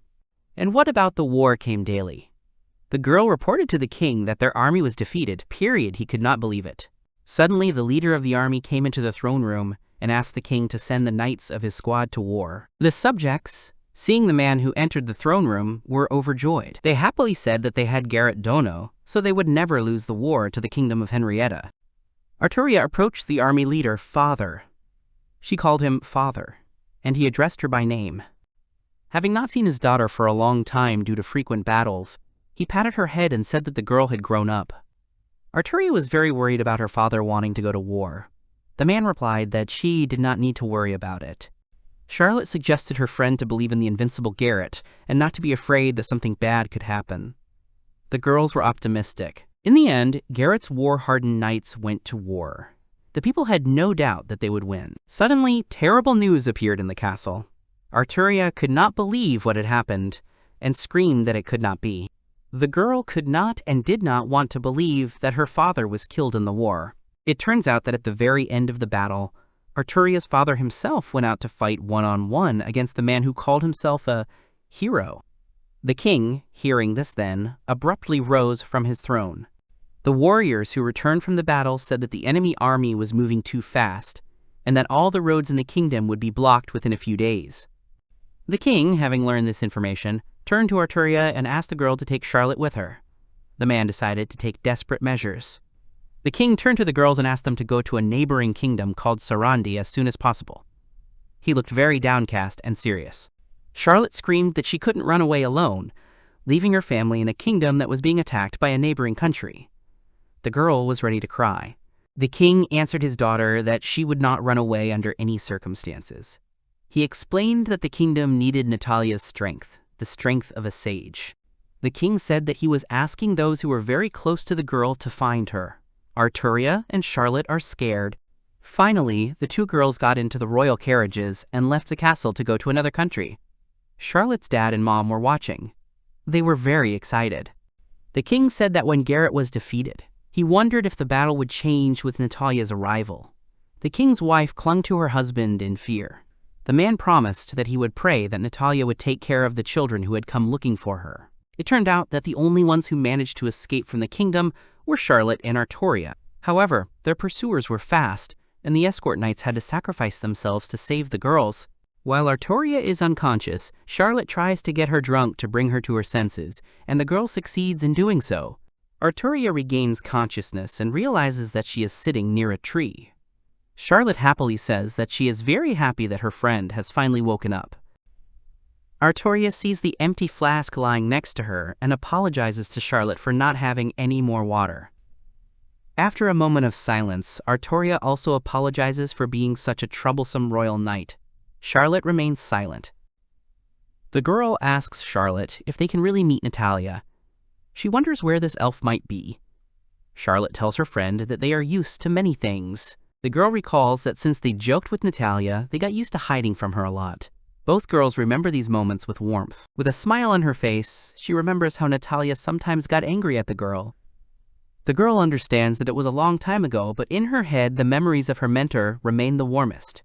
Charlotte takes her friend by the hand and tells her that she needs to believe. Charlotte, holding Arya's hands, happily says that the goddess Terraria will definitely help them all. Arturia looks at Charlotte, fascinated. Suddenly, Charlotte starts to cry, and Arturia notices. Her friend says that, for the sake of those who died, she is sure that she will fight to the end. Arturia tells the girl that what she says is true. A royal knight like Arturia would never give up. Arturia, hugging Charlotte, remembers her father and realizes that if she had to give her life for Charlotte's safety, the girl would certainly agree to it. Suddenly, both girls see smoke coming from the middle of the forest. One of the girls screams that they need to quickly look where it is coming from. After some time, the friends reach the edge of the forest, where there are many wooden houses. Arturia says that she knew that this is a village. She turns to Charlotte and says that they are saved. Arturia happily tells Charlotte that perhaps the girls could ask the locals to share food and water with them. Charlotte turns around and says that she doesn't see a single person in the area. Suddenly, Arturia points her finger somewhere and says that there is someone in it. Suddenly, the girl stops abruptly, surprised and scared. It turns out that there is a piece of human flesh lying under the girl's feet. Seeing this, they start screaming loudly in fear. Suddenly, Charlotte peers into one of the huts in the village and sees someone sitting there who doesn't look human at all.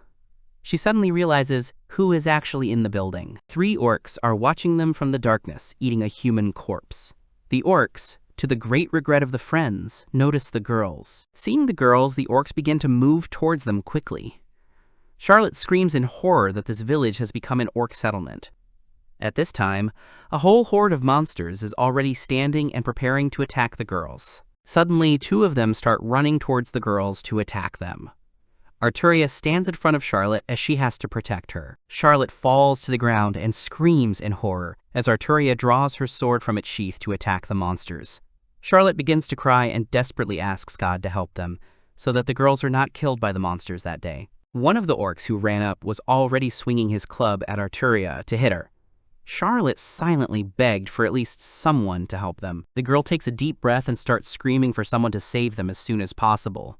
There is desperation in her voice. Suddenly, someone uses the enhancement skill on the Buster Sword. The man who came to the aid of the girls turns out to be Kisaragi.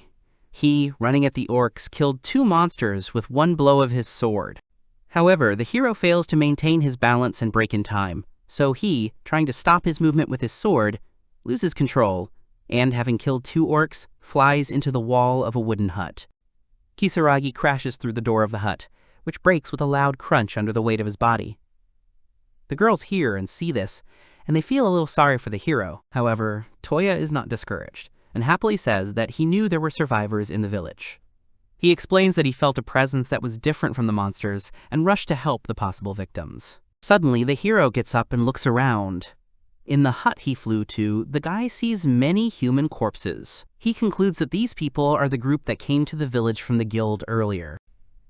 Kisaragi is horrified to see that even the locals, every single one, have been eaten by the voracious orcs.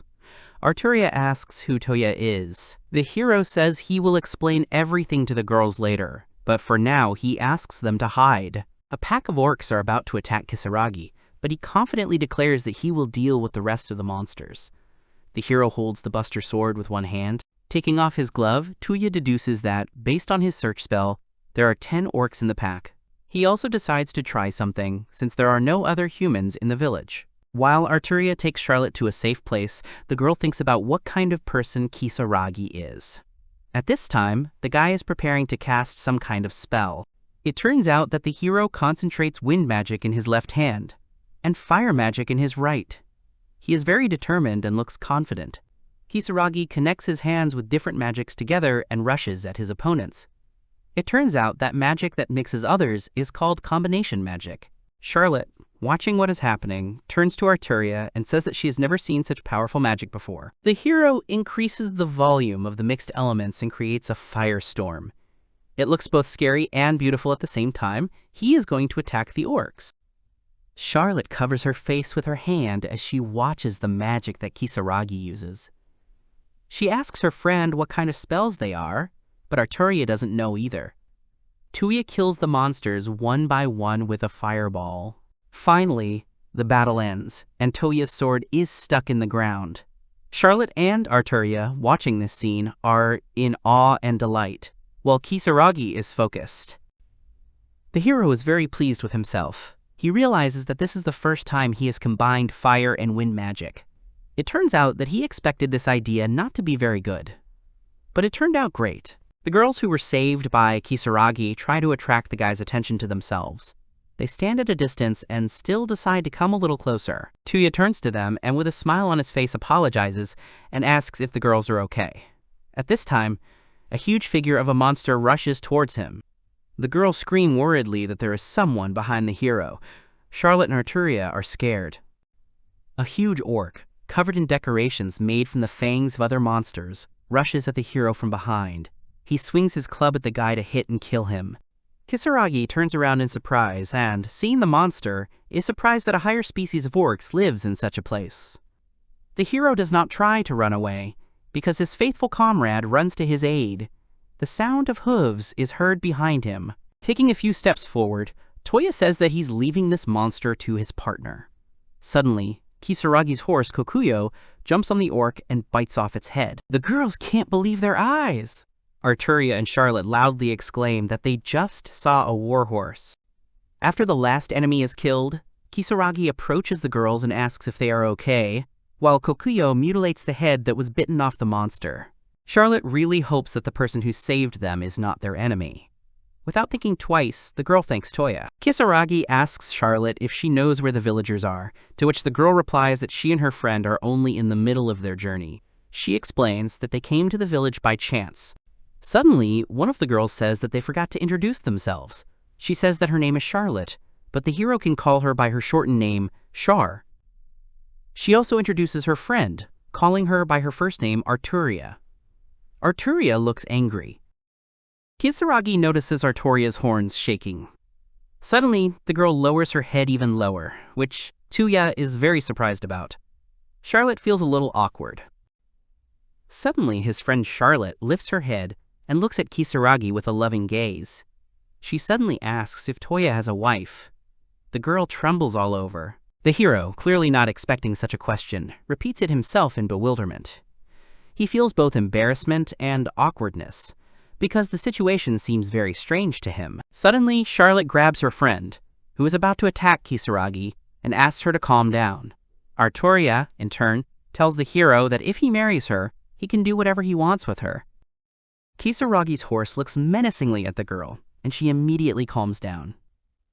Arturia begins to apologize to the hero and says that she is very sorry for the fact that she flared up for no apparent reason. Charlotte explains to Toya that the Arturia tribe has a habit of instinctively seeking out strong partners. The hero is a little surprised by this peculiarity, while Arturia is still in a rather ambiguous state and wonders what is happening to her. Kisaragi thinks of her as a rather strange girl. He suddenly realizes that he forgot to introduce himself to the girls and says that his name is Toya. Kisaragi decides to say that he is an adventurer from the city of Fendi. The friends, hearing this, freeze for a second. Charlotte runs up to Toya, grabs him by the shoulders, and loudly asks if he is really from that city of Fendi, which is located in the kingdom of Sarandi. The guy says that she understood everything correctly. Charlotte and Arturia exchange joyful and excited glances. Charlotte turns to Toya and tells him that she has one request: to take her and Arturia to the city of Fendi. Charlotte explains that they need to get to this place because they need to meet a sage named Natalia, no matter what it takes. Kisaragi, hearing a familiar name, is very surprised that the elf has acquaintances. He asks if Charlotte means a lolly sage. The girl, hearing a familiar phrase, is surprised.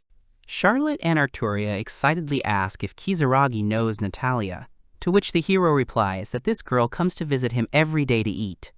Charlotte falls to her knees in joy and says that meeting a hero is truly a divine blessing. Arturia tells Toya that they need to leave as soon as possible. After thinking for a moment, Kisaragi looks at one of the huts where he saw the corpses of the adventurers from the guild earlier. He asks the girls to help him with something before they return to Fendi City. The boys drag all the corpses out of the hut and cover them with white sheets. Meanwhile, Charlotte collects their adventurer information cards and gives them to Kisaragi. The girl says that these are guild cards that she found on these people. Toya replies that it will save him unnecessary trouble and thanks the girl. Kisaragi looks at the dead bodies and says that he must take them with him to Fendi City. He raises his hand to open the vault. Arturia is very surprised that the hero also has a vault skill. The bodies of the dead instantly disappear. Charlotte tells the dead to rest in peace. Arturia points out that corpses are not usually delivered home to their families. Toya remains silent, not considering it necessary to respond to the girl's remark. It turns out that several months have passed since Toya became an adventurer. Suddenly, the guy discovered that he had already begun to get used to the deaths of other people. After Kisaragi finishes his business with the bodies of the people, he realizes that he must now help the girls. The young man understands that now, with the appearance of two girlfriends, there are many more people for one horse, which can prevent him from reaching the city. Toya steps aside a bit with Kokuyo and asks the two girls to wait for him for a bit, to which they quickly agree. The hero opens the vault again and actively searches for something in it. Toya remembers that he was sure that he had something that would help them get to the city of Fendi. Suddenly, to his own joy, Kisaragi finally finds in the storage what he had been actively searching for several minutes. The guy can't help but smile. It turns out that Kisaragi finds a cart icon in the storage room. The guy realizes that he hasn't used it before, but now is the time to fix it.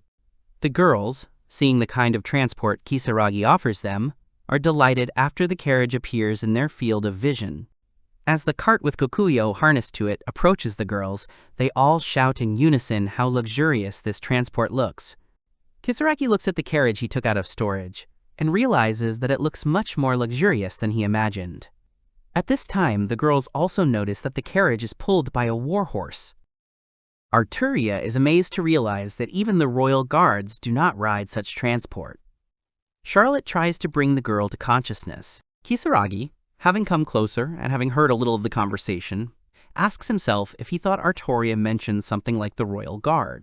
Toya takes a closer look at Charlotte and realizes that no matter how you look at the girl, she looks very much like a person who belongs to the nobility. Suddenly, Kisaragi decides that he will not try to find out more information about the girls, as it is too useless and difficult an activity that he does not want to do.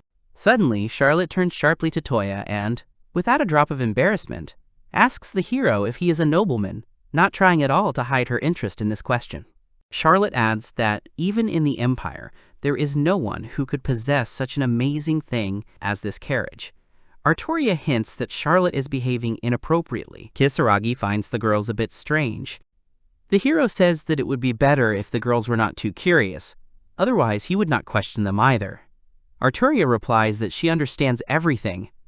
Toya opens the carriage door for the girls to get in, and he himself gets in to drive the horse. Finally, Kisaragi tugs on the horse's reins and says that it's time for them to leave. But suddenly, Charlotte looks at the wheels of the carriage she's sitting in. The girl tells her friend that it is wonderful that the carriage goes so fast. Toya turns around and tells the girls that he is very glad that they are enjoying the ride. Suddenly, the hero remembers that in the world he is in now there is no such technology, so the girl's surprise is quite justified. Charlotte suddenly notices that Kisaragi is so young, he seems too calm. It is noticeable that the girl admires this quality of Toya. Arturia enthusiastically remembers and tells how calm the hero was when he killed those orcs. Toya awkwardly replies that he is simply interested in martial arts. In reality, the hero thinks to himself that he only acts so calmly because he is much older than 30. Arturia starts a conversation with Charlotte and tells the girl that she is sure that Kisaragi is a popular mage.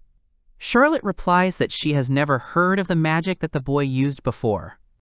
Arturia does not give up, that Toya must be a warrior since he has the magnificent sword. Charlotte says that it is impossible for a warrior to use such magic. All the girls' conversations are heard by Toya. He decides to clear up the girls' doubts about his job, so he turns to them and tells them that he is more or less a priest. But there is a small nuance. Arturia, having learned Kisaragi's profession, says that she cannot believe that the hero is a priest. Suddenly, Charlotte says that she understands everything. The girl suggests that Toya is Natalia's student. Charlotte says that even though Natalia is a mage, she is still exploring the path to becoming a sage. Besides this, the girl also says that she heard that Natalia received a lot of different knowledge on the path to becoming a sage. At this point, Kisaragi realizes that the secret of how Natalia had so many books about magic with her has finally been revealed. Arturia says that she now understands why Toya can use magic that she has never seen before. Charlotte tells her that she now understands why Kisaragi is so strong. While the hero is riding the horse, he thinks that he is very glad that the girls are not trying to find out his personal information. But he also thinks about another problem. Kisaragi asks himself if he can tell Arturia and Charlotte about his real job. The hero recalls being in the midst of leveling up and trying to aim for his next job change to become a berserker. He ended up changing jobs and becoming a high mage. Kisaragi recalls one battle he had with another high orc he had fought. Toya, as usual, mercilessly and quickly destroyed his enemy with a wave of his hand, using a spell. Kisaragi also recalls another episode from his expedition. The guy spent 7 days leveling up, which was very tiring, but he finally managed to achieve what he wanted. It turns out that the hero has reached level 100 again, but this time as a high mage, which couldn't help but please the guy. A window popped up on the map asking if he wanted to change his profession, and the guy, without thinking twice, answered again that he wanted to. It turns out that in the game it was necessary to change a couple of secondary professions in order to then change the profession to the most powerful one. For the Berserker, this is the warrior profession line. When the job window opened, there was nothing written in it. Kisaragi screamed that it was impossible, that there weren't even other magic-type jobs. He didn't know what he had to do to switch to the warrior job line. Suddenly, Kokuyo grabbed Kisaragi by the hood of his robe with his teeth. The hero asked the horse if he was saying that everything would be fine if he just continued to level up. That was the only thing Toya could think about then. He then shared his thoughts with his familiar. It turns out that Kisaragi has read a whole bunch of books, but still couldn't find a way to restore the Berserker, which upsets him greatly. The hero looks at the horse and decides not to lose heart ahead of time. He tried to console himself with the fact that he was still defeating almost all the enemies that attacked him. But such words did little to raise Kisaragi's fighting spirit. Then Kokuyo decided to help the boy deal with his problem. The horse again grabbed his master by the hood of his robe with his teeth, which surprised Toya a little.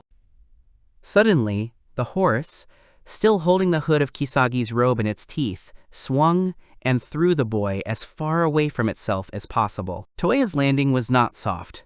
He fell to the ground, completely confused by his horse's actions. Kisaragi looked at Kokuyo with indignation and angrily asked what was happening to him. The hero suddenly turned around, and a beautiful picture appeared before him.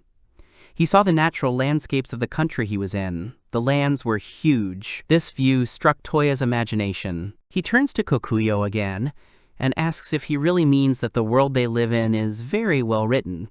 The hero admits that he completely forgot about it, because he was only thinking about raising his level. Kisaragi notices that it is strange that as soon as the boy looks at this scenery, his anxiety instantly disappears. Kisaragi turns and asks if he is really not alone, already knowing the answer to this question. Toya, looking at the horse, confirmed that he was not alone. The boy said that even though he was getting stronger, he still should not hesitate. The hero became even more inspired. Kisaragi said that he would definitely continue to climb the profession line even higher, and even if a war broke out, he would still not be alone, since Kokuyo would be with him. The horse bit its owner again. Kisaragi looked at his familiar dejectedly and began to wipe the drool from his face with the edge of his robe again. He waved his hand and decided that he would not hesitate any longer. Kisaragi said that he would definitely go through all the hardships together with Kokuyo. It turns out that the job that comes after Mage and High Mage is the highest job in the line that the hero is currently following. Kisaragi changed his job once again, but this time to Sage. His level dropped to 1 again. Kisaragi recalls that when he became a Sage, he had one change. This change was in the range of magic he could use. The range increased. A skill called Magic Combination was also added. Suddenly the hero realizes that Natalia must be as wise as he is. Kisaragi thinks that even for the people of this world, if they level up, many things change. The hero turns around to check on the two girls. When he looks at them, he sees that the girls are sleeping. Toya concludes that they are very tired and does not wake them up. Kisaragi realizes that since he was finally able to reach such a high level, he can do something with one artifact. He removes the experience multiplication ring from his finger and realizes that he can no longer use the effect of such a ring, since it only works for the primary profession line. Toya brings the ring closer to his face and thinks that it seems like a very cheating thing. Because of this, the hero feels a little awkward. Suddenly, a couple of raindrops fall on the guy's head. The hero understands that since it started raining, he will need to speed up a lot in order to get home as quickly as possible. Meanwhile, Natalia and Ferris are talking in Toya's mansion. Natalia says that Kisaragi is late again. While Natalia sits on the sofa and swings her legs, she repeats once again that the hero is late home again. Ferris, hearing such unflattering remarks about the owner of the mansion in which she lives, says that Toya works. She also makes a remark to Natalia, saying that she is already an adult and should not be so selfish. Natalia starts complaining again about Toya being late, but Ferris cuts off her sobs. Suddenly, the elf asks if it's true that Ferris has gotten used to the new owner of the mansion. Having not received an answer from the girl, Natalia asks if she remembers their first meeting. Ferris doesn't answer, and Natalia says that at the time she was looking for a place to live in this city. Then, someone from the Merchants Guild recommended this mansion to her. It turned out that in order to sell this mansion, the sellers hid the information that the spirit of the house lived in it. When Natalia first saw the spirit of the house, she was so shocked that Ferris could not accept her, and the girl could not live in this mansion. Ferris was not going to let Natalia into the mansion she had bought. The elf was horrified. In the end, the guy who pulled off this scam was found in the Merchants Guild and was immediately fired from there. After that, another worker from the guild came to Natalia and apologized to her. She agreed with him to rent her current store, but with a huge reduction in price, instead of returning the money for the mansion. The elf says that she finds the mansion with the spirit inside to be a very interesting phenomenon. Ferris listens to her with disinterest. Natalia takes a bite of the donut and turns back to Ferris, pointing the hole of the donut at the girl's face so that it can be seen through the hole. Looking at the girl for a moment, the elf asks what Toya looks like in her eyes. The girl, without thinking about her answer for very long, says that for her Toya, this Toya. I hear a noise outside the window. Both girls turn to look in. Natalia is the first to decide to say that it is raining heavily outside. She asks again where Kisaragi could be. Meanwhile, the hero continues to drive the carriage, driving along a road that is very washed out due to the rain. He turns to Kokuyo and asks the horse to run as fast as possible. The horse obeys and speeds up its pace. Suddenly, Kisaragi sees something. At this time, Charlotte and Arturia finally wake up. Sleepy, they do not quite understand what is happening. Suddenly, Arturia looks out the carriage window and asks the hero what happened, while Charlotte fixes her hair. To her horror and anger, Arturia looks out the window and sees 6 people, their faces covered by robes. One of the men in robes says that it was the right decision to put guards on the road. Another replies that they also wanted to cross the border. Arturia realizes that the robed men were waiting for them. Charlotte, horrified, says that it is impossible that they waited for them the whole way. Meanwhile, Kisaragi, completely confused, tries to understand who these people are. Arturia gets out of the carriage and apologizes to the hero for dragging him into their problems. She decides to say what kind of people they are surrounded by. It turns out that the carriage is surrounded by knights from the kingdom of Henrietta. Many of them have removed the hoods from their metal helmets and have bared their blades. One of the knights laughs at the girls for thinking they could escape from the pursuit of the elite knights of the royal army, while Kisaragi exhales nervously. He asks again if the knights circling him really belong to the kingdom of Henrietta. At this time, thunder and lightning join the rain. Ferris, worried, looks out the window, hoping that Toya will soon return home. Arturia runs out of the carriage and, while pulling her sword out of its sheath, says that the people who surrounded them once killed her comrades. Toya also has not the most pleasant memories of the people living in the kingdom of Henrietta. Arturia confidently says that she will take care of the knights of the kingdom of Henrietta. She is ready to attack at this very second. One of the knights calls the girl a vile beast man, and, clutching his sword with both hands, runs and is about to strike her. The girl skillfully parries the knight's blow, which he can't expect. He intends to continue the fight. During the fight, Arturia manages to shout to Kisaragi to hurry up and leave for the city as soon as possible, leaving her here. The girl also asks Toya to take Charlotte with him to the city, since Arturia cannot allow her to die here. Arturia in the forest under any circumstances. The knights of the kingdom of Henrietta, having heard the girl's conversation, say that their resistance is useless. They run up to Toya, who is sitting at the controls of the horse, and say that they will not allow anyone to escape. Without thinking twice, the hero jumps down from the coachman's seat and waves his hand. Immediately after Kisaragi does this, a helmet containing the severed head of one of the Henrietta Kingdom's soldiers falls to the ground with a crash. The Buster sword appears in the boy's hand, and the soldier's headless body falls to the ground with a crash. The other knights, clearly not expecting Toya to be able to resist them, are in shock. The boy says that he doesn't know why they are chasing these girls. The hero also adds that if the knights don't retreat immediately, it will have dire consequences. While Toya says these words, he holds the sword near the knight's head. Suddenly, the man near whose head Kisaragi is holding the tip of the ball asks the hero if he is confident in his abilities. This helmetless knight also adds that their squad cannot fail the mission they have been assigned under any circumstances. Arturia yells at Kisaragi that these people are the Henrietta Kingdom's elite force, hinting that they need to be careful. The man sitting under the blade of Toya's sword suddenly grips the handle of his weapon tighter, and, pushing the hero's sword away with his hand, tries to attack him. All these actions are accompanied by Arturia's words that even if one of the squad members dies, they will still not retreat. Kisaragi skillfully turns away from the ball hit by the leader of the Henrietta Kingdom squad. It is noticeable that this attack was unexpected for the hero. Toya looks at the helmetless man in surprise and realizes that he is very skilled in using the sword skill. Kisaragi realizes that the people who attacked them now are too different from those who attacked him in Dumbledore City.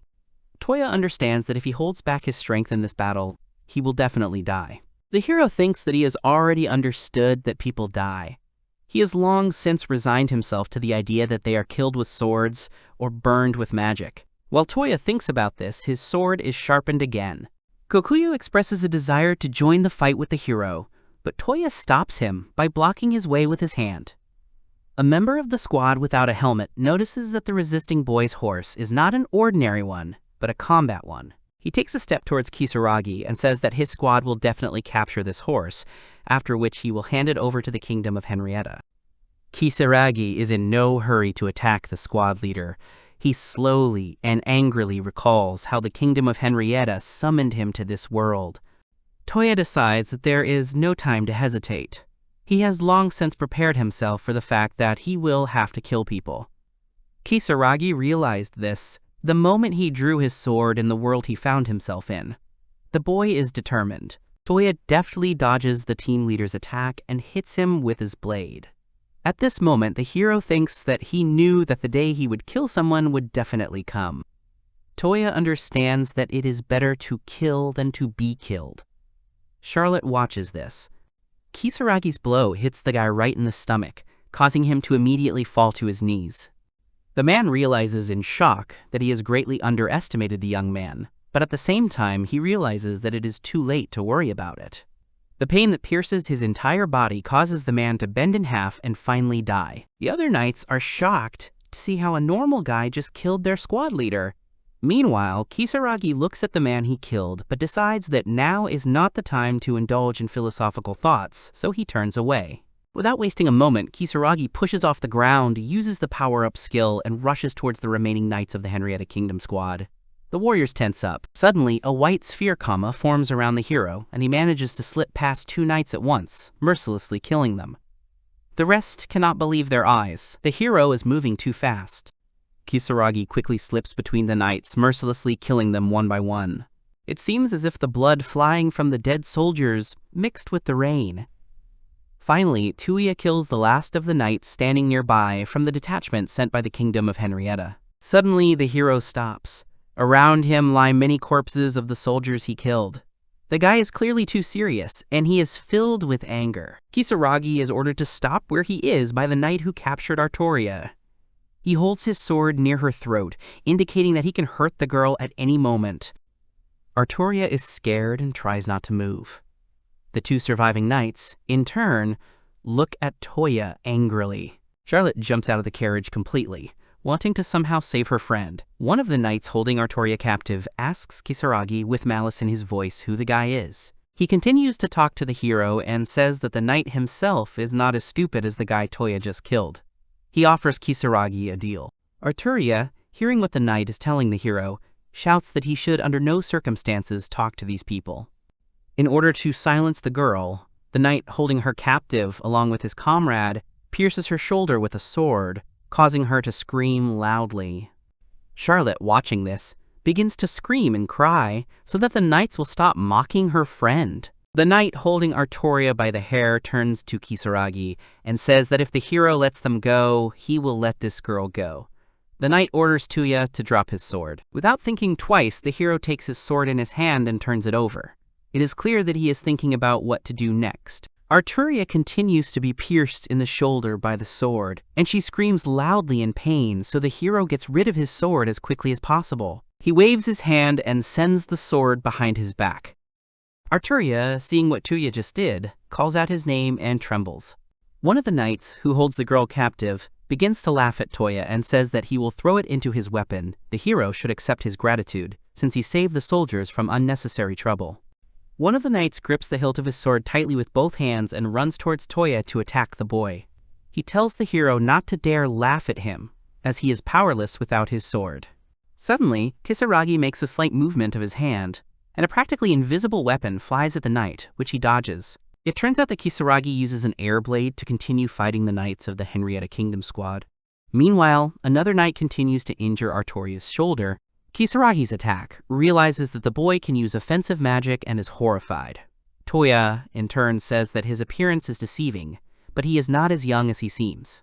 While the hero distracts both knights with his attack magic, Artoria grabs the sword lying next to her and runs up to one of the knights from behind. With a loud cry, she pierces the knight's chest with her sword, not expecting the attack, trying to thrust the weapon as deep as possible. The knight is pierced by terrible pain and falls dead at the girl's feet. Artoria cannot catch her breath from fear. The girl says that they finally dealt with the knights. She is both scared and happy.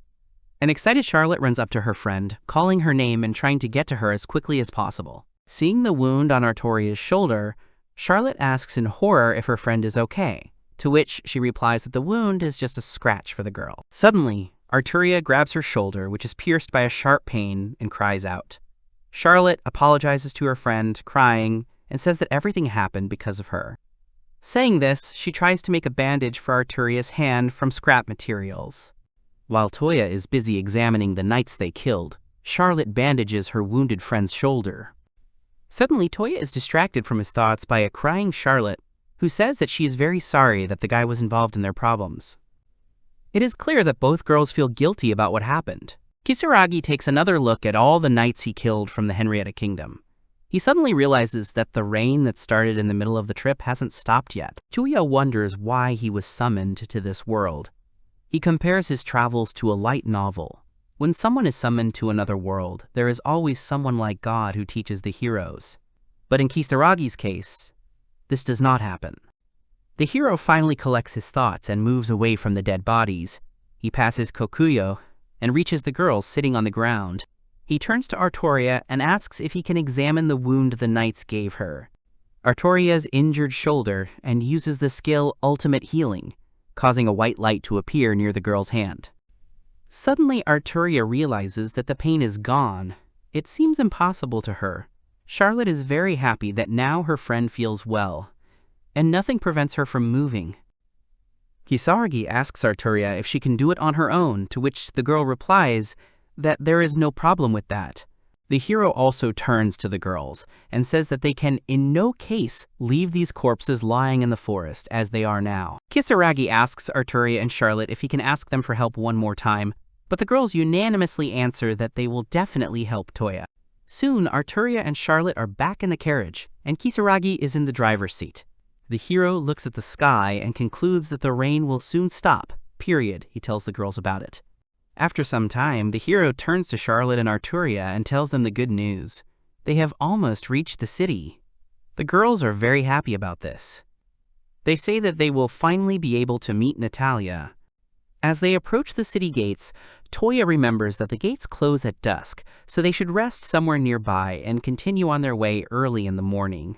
Charlotte says that she understands this but is still very upset. Arturia, in turn, considers it necessary to say that they need to do what Toya said. Finally, Kisaragi finds a suitable place to set up a small camp. He brings the girls and Kokuyo there. Toya thinks about how he knows he can't let Arturia and Charlotte sleep outside, and the carriage is too cramped to sleep in. The hero exhales heavily and concludes with disappointment that in such a seemingly hopeless situation he has only one reliable solution. Kisaragi turns to Arturia and Charlotte and says that he wants the girls to promise him something before he gives them a place to stay for the night. Toya says that he would like to ask the girls to keep the fact that he can use the storage skill a secret. The girls' faces take on serious expressions, and Arturia and Charlotte say that they promise to keep the information they just heard a secret. Kisaragi says that it's great that they'll help him and waves his hand. Immediately after Toya's slight movement, a small tent appears in front of the girls. The hero asks what they think of it. Arturia is surprised to see that it is indeed a tent. Kisaragi, approaching the temporary shelter, moves part of the tent and asks the girls to look inside. Entering the depths of the tent, both girls note in surprise that what they see simply cannot be. Charlotte goes a little further into the tent and sees two sofas with a small coffee table between them. There are also two comfortable beds in the corners of the tent. The girl exclaims in surprise that she would never have thought that a tent could be so spacious. While Arturia is examining the room, Charlotte looks around nervously and asks if this tent is a magical tool. Charlotte goes outside and approaches Kisaragi. She asks him by name what it's like to have something like this tent. Charlotte suddenly stops and apologizes to Toya for continuing to ask too many questions despite her promise. Toya replies that it will help the girls. As both Arturia and Charlotte walk outside the tent, Kisaragi waves his hand again, and a fire and a table with cooking utensils appear out of nowhere. He offers the girls dinner. To light a fire, Toya uses the element of fire. A small spark lights up at the end of his finger, and he uses it to set all the wood piled up on fire. Kisaragi says that he has prepared only the easiest to prepare foods for the trip, to which Charlotte replies that as long as the food is warm, that will be enough. Toya also says that he has prepared a change of clothes for both Arturia and Charlotte. The girls, hearing this, look at the torn and dirty clothes they are wearing. They are very happy about this news. After changing, the girls and Toya gather in the tent and eat dinner together. Arturi asks how many days have passed since they ate together for no reason, clearly missing those times.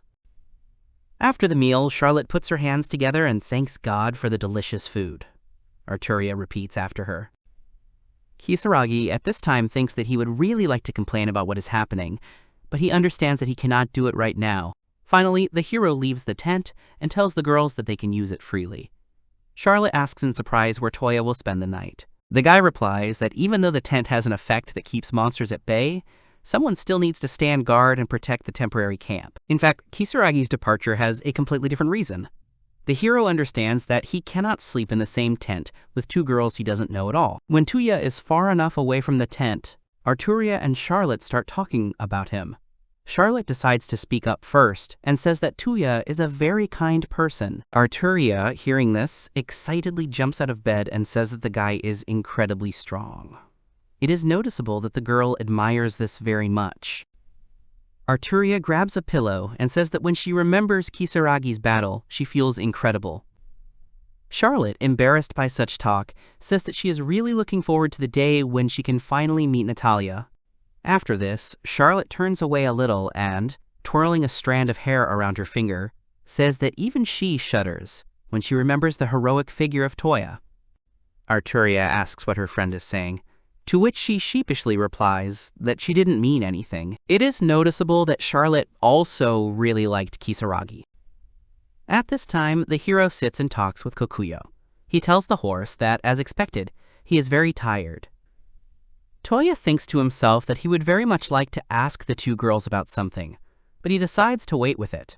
Kisaragi realizes that it is better to sit outside for a while instead of being robbed later.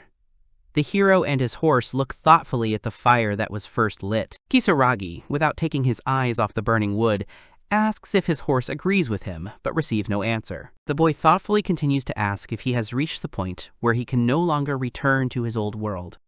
Kisaragi thinks about what he can give in front. He looks at the sky very thoughtfully and begins to fall asleep and fall, when suddenly, Kokuyo bites his head again, thereby preventing the hero from falling to the ground. Kisaragi, peacefully leaning against Kokuyo, who dozed off soon after him, sleeps sweetly near the fire. Finally, the next day, the three of them finally reach the city of Fendi. Kisaragi asks the girls if they are ready to see life in this city, to which Charlotte replies that Toya should not worry about them.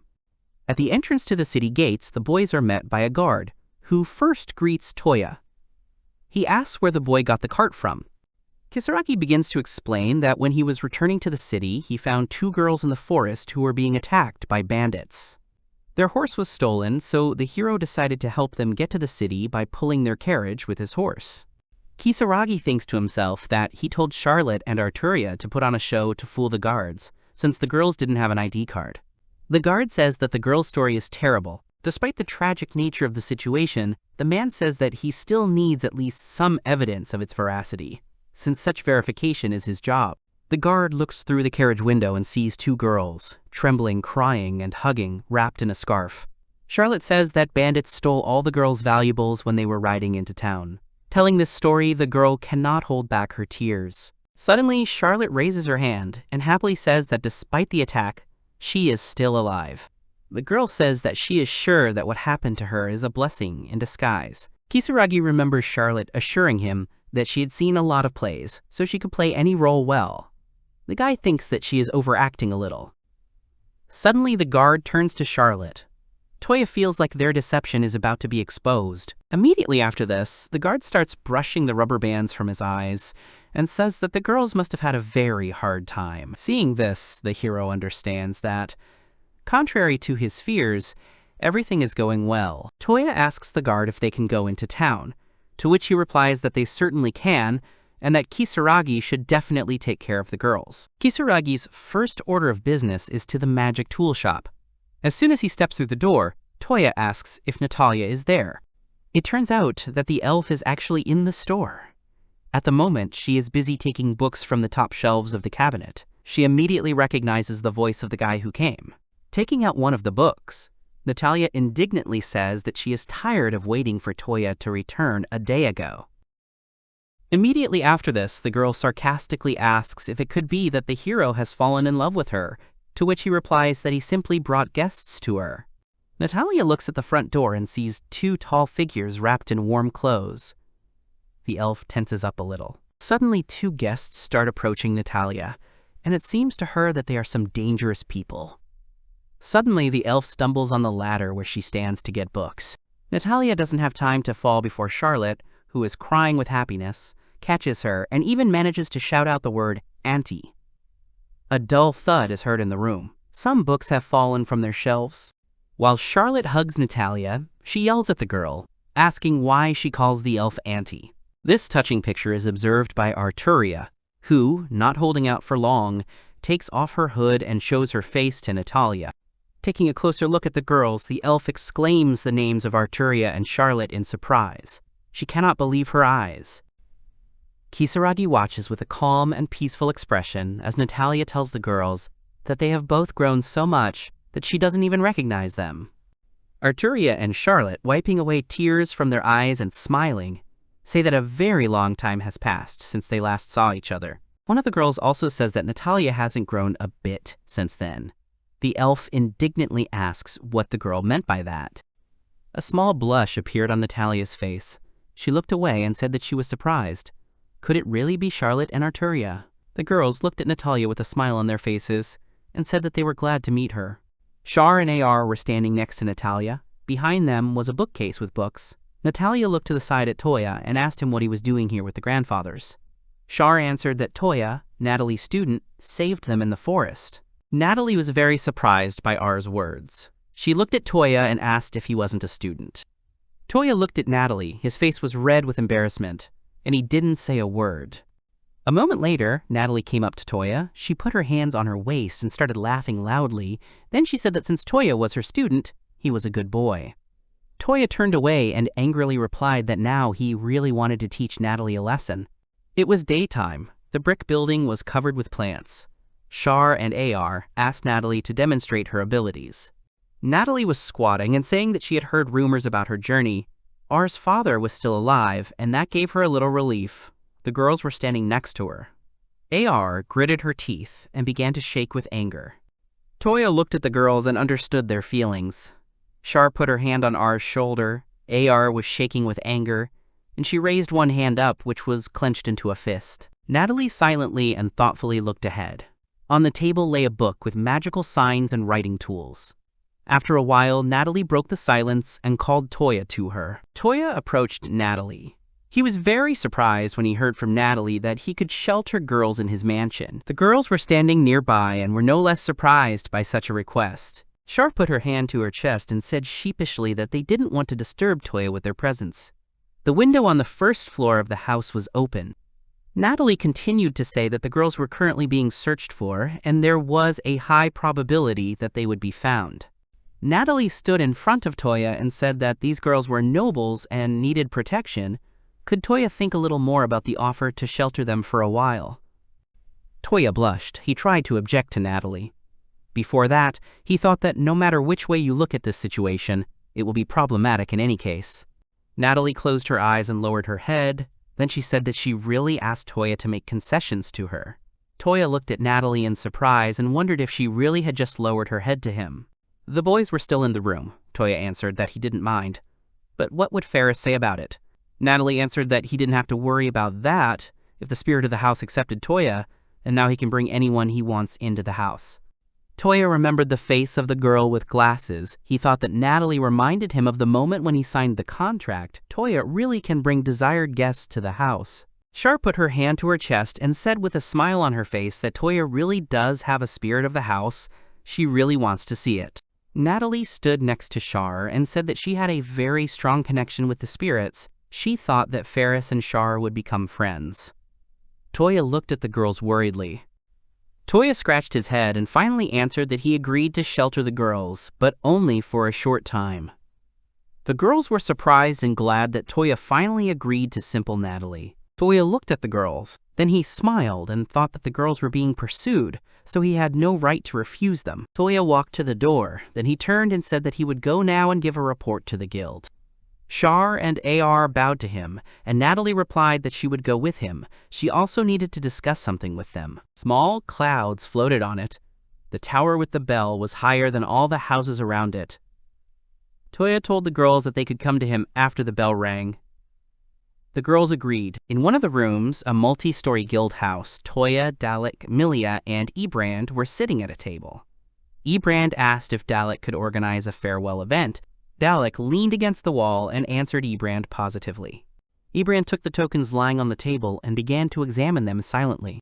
Then he put the tokens back on the table.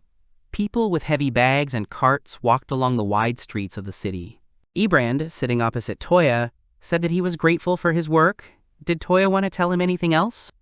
Toya looked at Ebrand and replied that he wanted to tell him something. Toya drops the iron helmet he got from fighting the knights, while protecting Char and AR onto the table. Everyone in the room was shocked by the helmet they saw. Toya lied and said that they were attacked by a royal squad in the forest, and after the battle, he took their bodies with him. Ebrand shouted that he did not understand what the Henrietta soldiers were doing in the forest. Toya looked ahead nervously and thought that there was no way he could tell about Char and Ara. The people in the room listened attentively as Toya said that he thought the soldiers were pursuing enemies who had fled the war. Dalek stood next to Milia with his arms folded. The girl said that she had heard a lot about people from the Lunette Empire who were currently on the run. If they crossed the border, there would be an international conflict. The soldier's helmet lay on the table.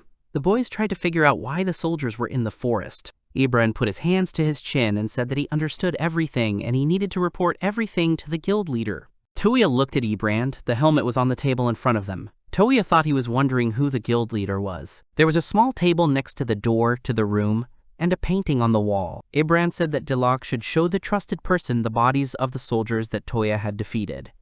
Dalek agreed to do as Ebrand ordered. The boys started to leave the room when Ebrand called out to Toya.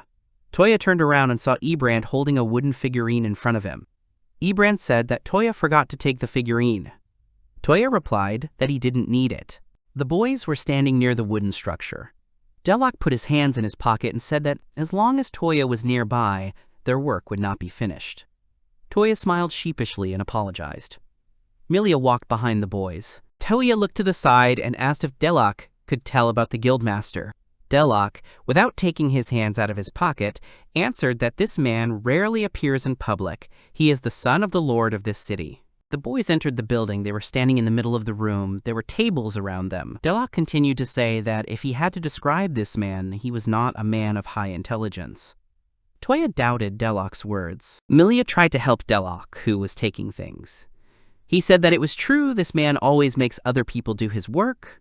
Also, he takes everything that shouldn't belong to him.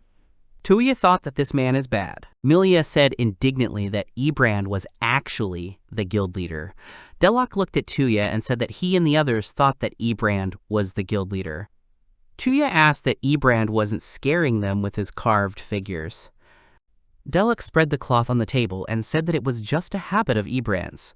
When he was worried about adventurers, he would come up with a strange activity to calm himself down. Milia stood next to him and held the cloth. Toya was surprised by Dalek's words. Dalek continued to say that despite Ebrand's strange characteristics, he was a reliable man. At this time, Ebrand stood at the window of his office with a mug in his hands. The two-story house was covered with plants. At the same time, Natalie and the girls were in the room.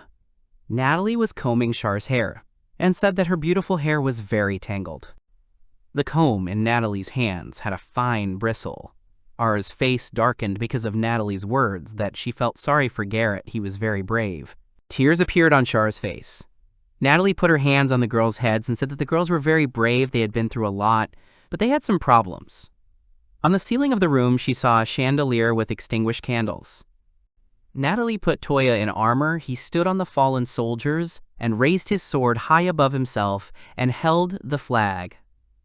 Natalie wondered if Toya was really a hero.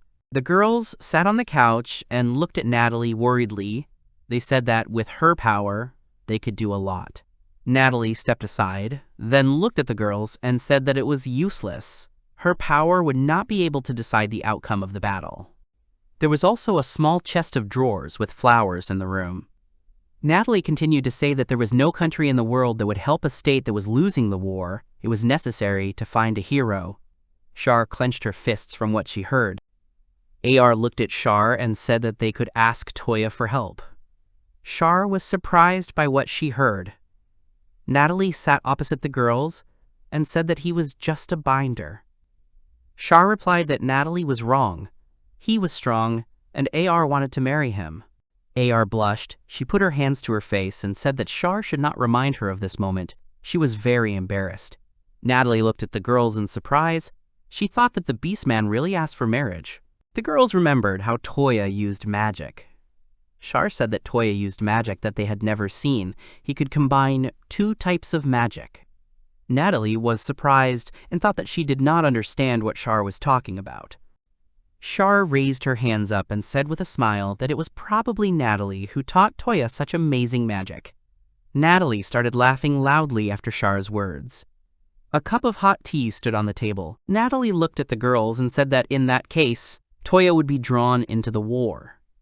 The girls began to worry after hearing Natalie's words. The girls heard the bell ringing. They had to move out. Natalie thought about the girls' words, that Toya really did have first-class magic. Mountains were visible beyond the city. Char and AR looked ahead in surprise. The boys were standing in front of Toya's house. The girls were delighted with the mansion. Toya walked up the steps. Natalie ran after him. Char said she knew Toya was from a noble family. He turned around and said Char was wrong. Toya turned away, then went to the door and said that Char should not say such absurd things. He will introduce everyone now. Natalie ran after and said that this was her mansion, which Toya took. Char asked where the spirit of the house is now. Toya called Ferris, and she suddenly appeared in the room. Char and AR looked at Ferris with admiration. They did not believe that this could be true. Toya looked at his hand anxiously and clenched it into a fist. Then he scratched his head and said with a smile on his face that he apologized to Ferris for being late. She was standing in front of Toya. Ferris pressed her hand to her chest and asked worriedly if Toya was okay. He looked at Ferris in surprise. Then he knelt down on one knee and said with a smile that he was grateful for her concern and that he was okay. Char and AR stood behind Toya. Char and AR were very surprised and shouted that the house could really talk. Char stretched her hand in front of her. Toya began to smile shyly. Natalie folded her arms on her chest and said that this world is full of secrets. AR looked at her in surprise. The girls greeted Ferris. Char said shyly that Toya was very kind to them. Ferris didn't take her eyes off the girls. Toya looked at Ferris and asked how she was feeling. Ferris didn't answer and stood motionless. Ferris started to cry and said that Toya was stupid. Toya held his hand out in front of him and said Ferris's name nervously. Char and AR looked at each other and were surprised that Ferris was angry. Natalie replied that Ferris was the real exception. She was jealous of Toya. Toya turned around. He didn't understand what Natalie was talking about. A large staircase led to the second floor. Natalie began to explain to the girls their next steps. The girls said that they should respect the spirit of the house. Natalie raised her hand and said that the spirit of the house should watch over the cleanliness and the people inside the house. Ferris hovered in the air in front of the house. Natalie stood in front of Toya and said that the mansion could be confiscated. Toya looked at Natalie nervously. Then he turned and walked away from the girls. They looked at him in surprise. Toya walked and thought that Ferris had always been special to him. Toya walked down the hallway and called Ferris. Meanwhile, in the extension of the house, the horse Toya was sitting on the ground. Ferris was sitting next to him. She broke the silence and said that she said something bad to Toya and she didn't understand why she did it. The horse turned to Ferris. Ferris recalled being surrounded by people and said she had never thought about it before, that her job was not just to clean the house. Ferris thought back to the adults and the children. She thought she was content to just watch, but she had her doubts. Ferris remembered meeting Toya. At that moment, she really wanted to talk to him. She stood in the middle of the room and was afraid to talk, but then Toya praised her for the first time. Ferris started to smile and said that she was happy just being around Toya. She needed to apologize to him. The horse sat next to her and listened. Toya found himself on the street and saw a horse. He went towards it. The horse stood in the street. Then he fell to the ground and started rolling around. Behind him was Ferris. Ferris stood with her head down. Then she apologized to Toya. Toya apologized back. The horse rolled on the ground. Ferris was confused when she saw the girls behind Toya. Toya explained why he agreed to shelter the girls in their house. The girls looked at Ferris, smiling, and she looked back at them. They said it was their fault. They asked Toya to take them in. It was daytime outside. Char walked up to Ferris and said that they wanted to be friends. Char and Ferris looked at each other. Ferris agreed. The boys began to rejoice. Natalie approached the guys from behind. She cheerfully said that apparently everything had worked out for the guys and they would have a wedding in the mansion. Toya got angry at Natalie. The guys started discussing their future plans. Natalie was talking to Ferris. Toya considered that the girls would be safer with Natalie. Cole rolled on the ground. Natalie smiled and suggested celebrating the housewarming. Char and AR stood and smiled. They interrupted Natalie's conversation, which confused Toya a little. Toya was talking to Natalie. Clouds were floating across the sky. A horse approached Toya from behind. Toya smiled. The boys had mingled together. They were glad to meet. The mansion was filled with the noise of girls discussing each other. At that time, the guildmaster Sinens was in the city, holding the knight's helmet, and discussing the problems that had arisen with Ebrand. Sinens did not give the floor to Ebrand. Sinens headed for the exit. Ebrand sat silently on the chair and listened to Sinen's screams. Ebrand reached for his helmet and put it on. He thought about what to do next. Night came. The girls were in the room and discussing how they would proceed next. Char stood at the window and was determined to save the Empire with all her might. A few days later, the sun was shining on the guild house. The boys decided to head there and register the girls as adventurers. Milia was standing behind the counter and greeting Char and AR, who smiled and greeted Milia back. Milia began to smile shyly. Then she picked up a pen and began filling out the papers. Toya stood next to her. Then Dal stood up from the table and walked towards Toya with a menacing face. Dal stopped next to Toya and looked at him, thus frightening Toya. Then Dal turned his gaze to the girls. He scared them too. Then he turned around abruptly and without saying a word began to leave. Toya asked him to stop. Toya looked after Dal and thought that he was acting strangely after that incident. The boys found themselves on the street near a beautiful house. The girls discussed their impressions of meeting the guild. Char remembered how she and AR were surrounded by other adventurers and offered to be their teammates. Toya looked at the girls with embarrassment and thought that they were really beautiful. The girls began to rejoice that they had become adventurers. Char lowered her head and said that when they heard news about the state, they would immediately return there with Natalie. Toya looked at the girls standing in front of him in surprise. Toya introduced the army of soldiers and the blonde hero. Then he said that he understood everything, but suddenly they would meet enemies on their way. The girls lowered their heads and did not know what to say. The window into the room was open. Natalie looked out of the open window. She was eating sweets and offered them to the boys. She also asked what level the girls had reached. Toya and the girls were standing outside in front of the window. The girls answered sheepishly that AR had reached 37th and Char had reached 5th. Natalie was angry with Char's answer. Char blushed and replied that she was training to be a lady. Natalie said that Char's father never listened to her words because Char has spirit magic. Ferris stood next to Natalie. Char leaned her hand on her chest and looked at Natalie with her mouth open. Toya stood next to her and looked at Char. Toya remembered the conversation with Milia about spirit magic. Milia raised her finger and said that spirit mages are very rare. Char blushed and replied that she could only use the power of weak spirits. Milia leaned on the table and encouraged Char. Toya looked at Char's back and thought that he had never heard of such work in the game before. This world is really amazing. The sun was shining high above the ground. Toya said that if Char can't use her powers in battle, they'll have to come up with something. Char was embarrassed and clenched her fist. Char put her hand to her chest and wanted to speak, but AR interrupted her. She said that Toya should train her. Char looked at AR in surprise. AR raised her hand and said that she was ready to do anything to protect Char. Char stood silently and looked at AR. Natalie began to glow with happiness after R's words that AR knew that Toya had learned everything from Natalie. Char thought about it and remembered how she left the castle and said goodbye to her parents. She blushed and started screaming that she also wanted to help everyone.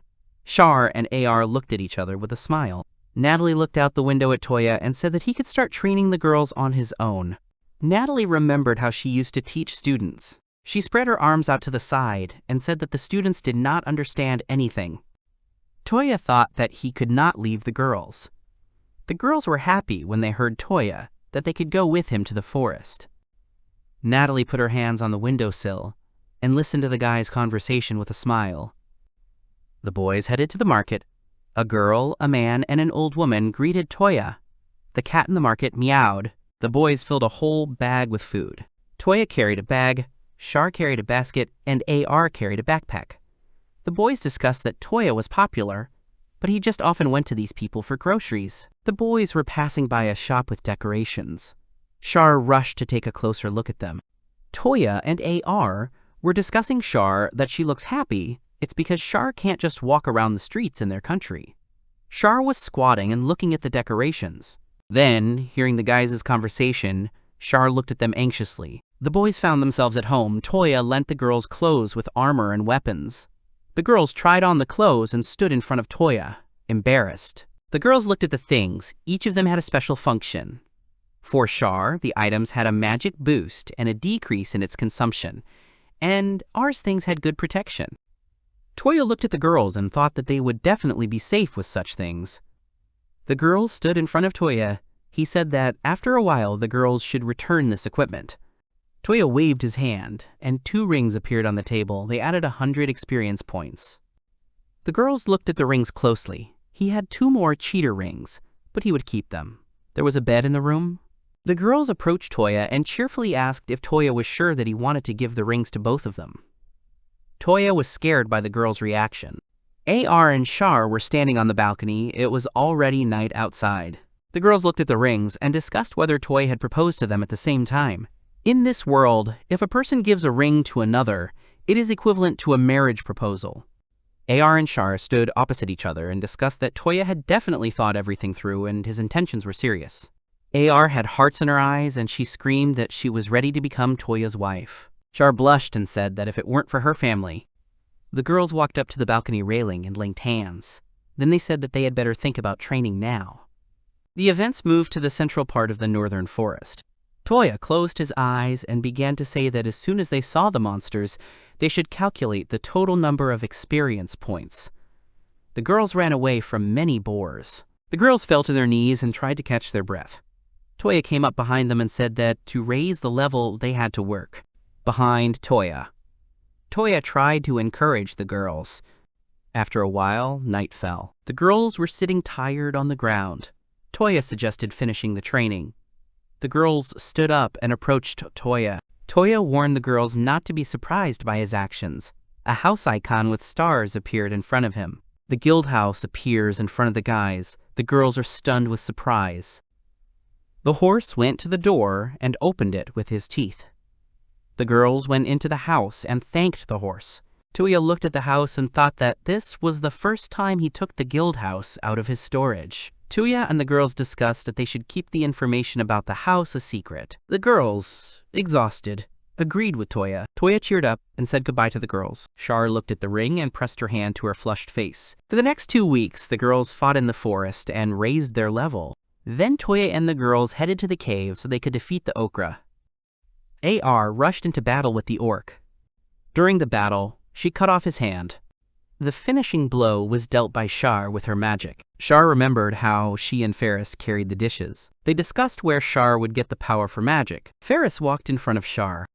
Char gathered her courage and began to cast a spell. She cast a spell and directed the magic towards the orc. The magic hit the target right on target. Char smiled and thought that one day she would be able to use the power of the Supreme Spirit. Toya stood next to Char and praised her. Char raised her hand with the ring, and sunlight began to enter the cave. Char put her hand to herself and said shyly that everything had started to work out for her thanks to Toya's love.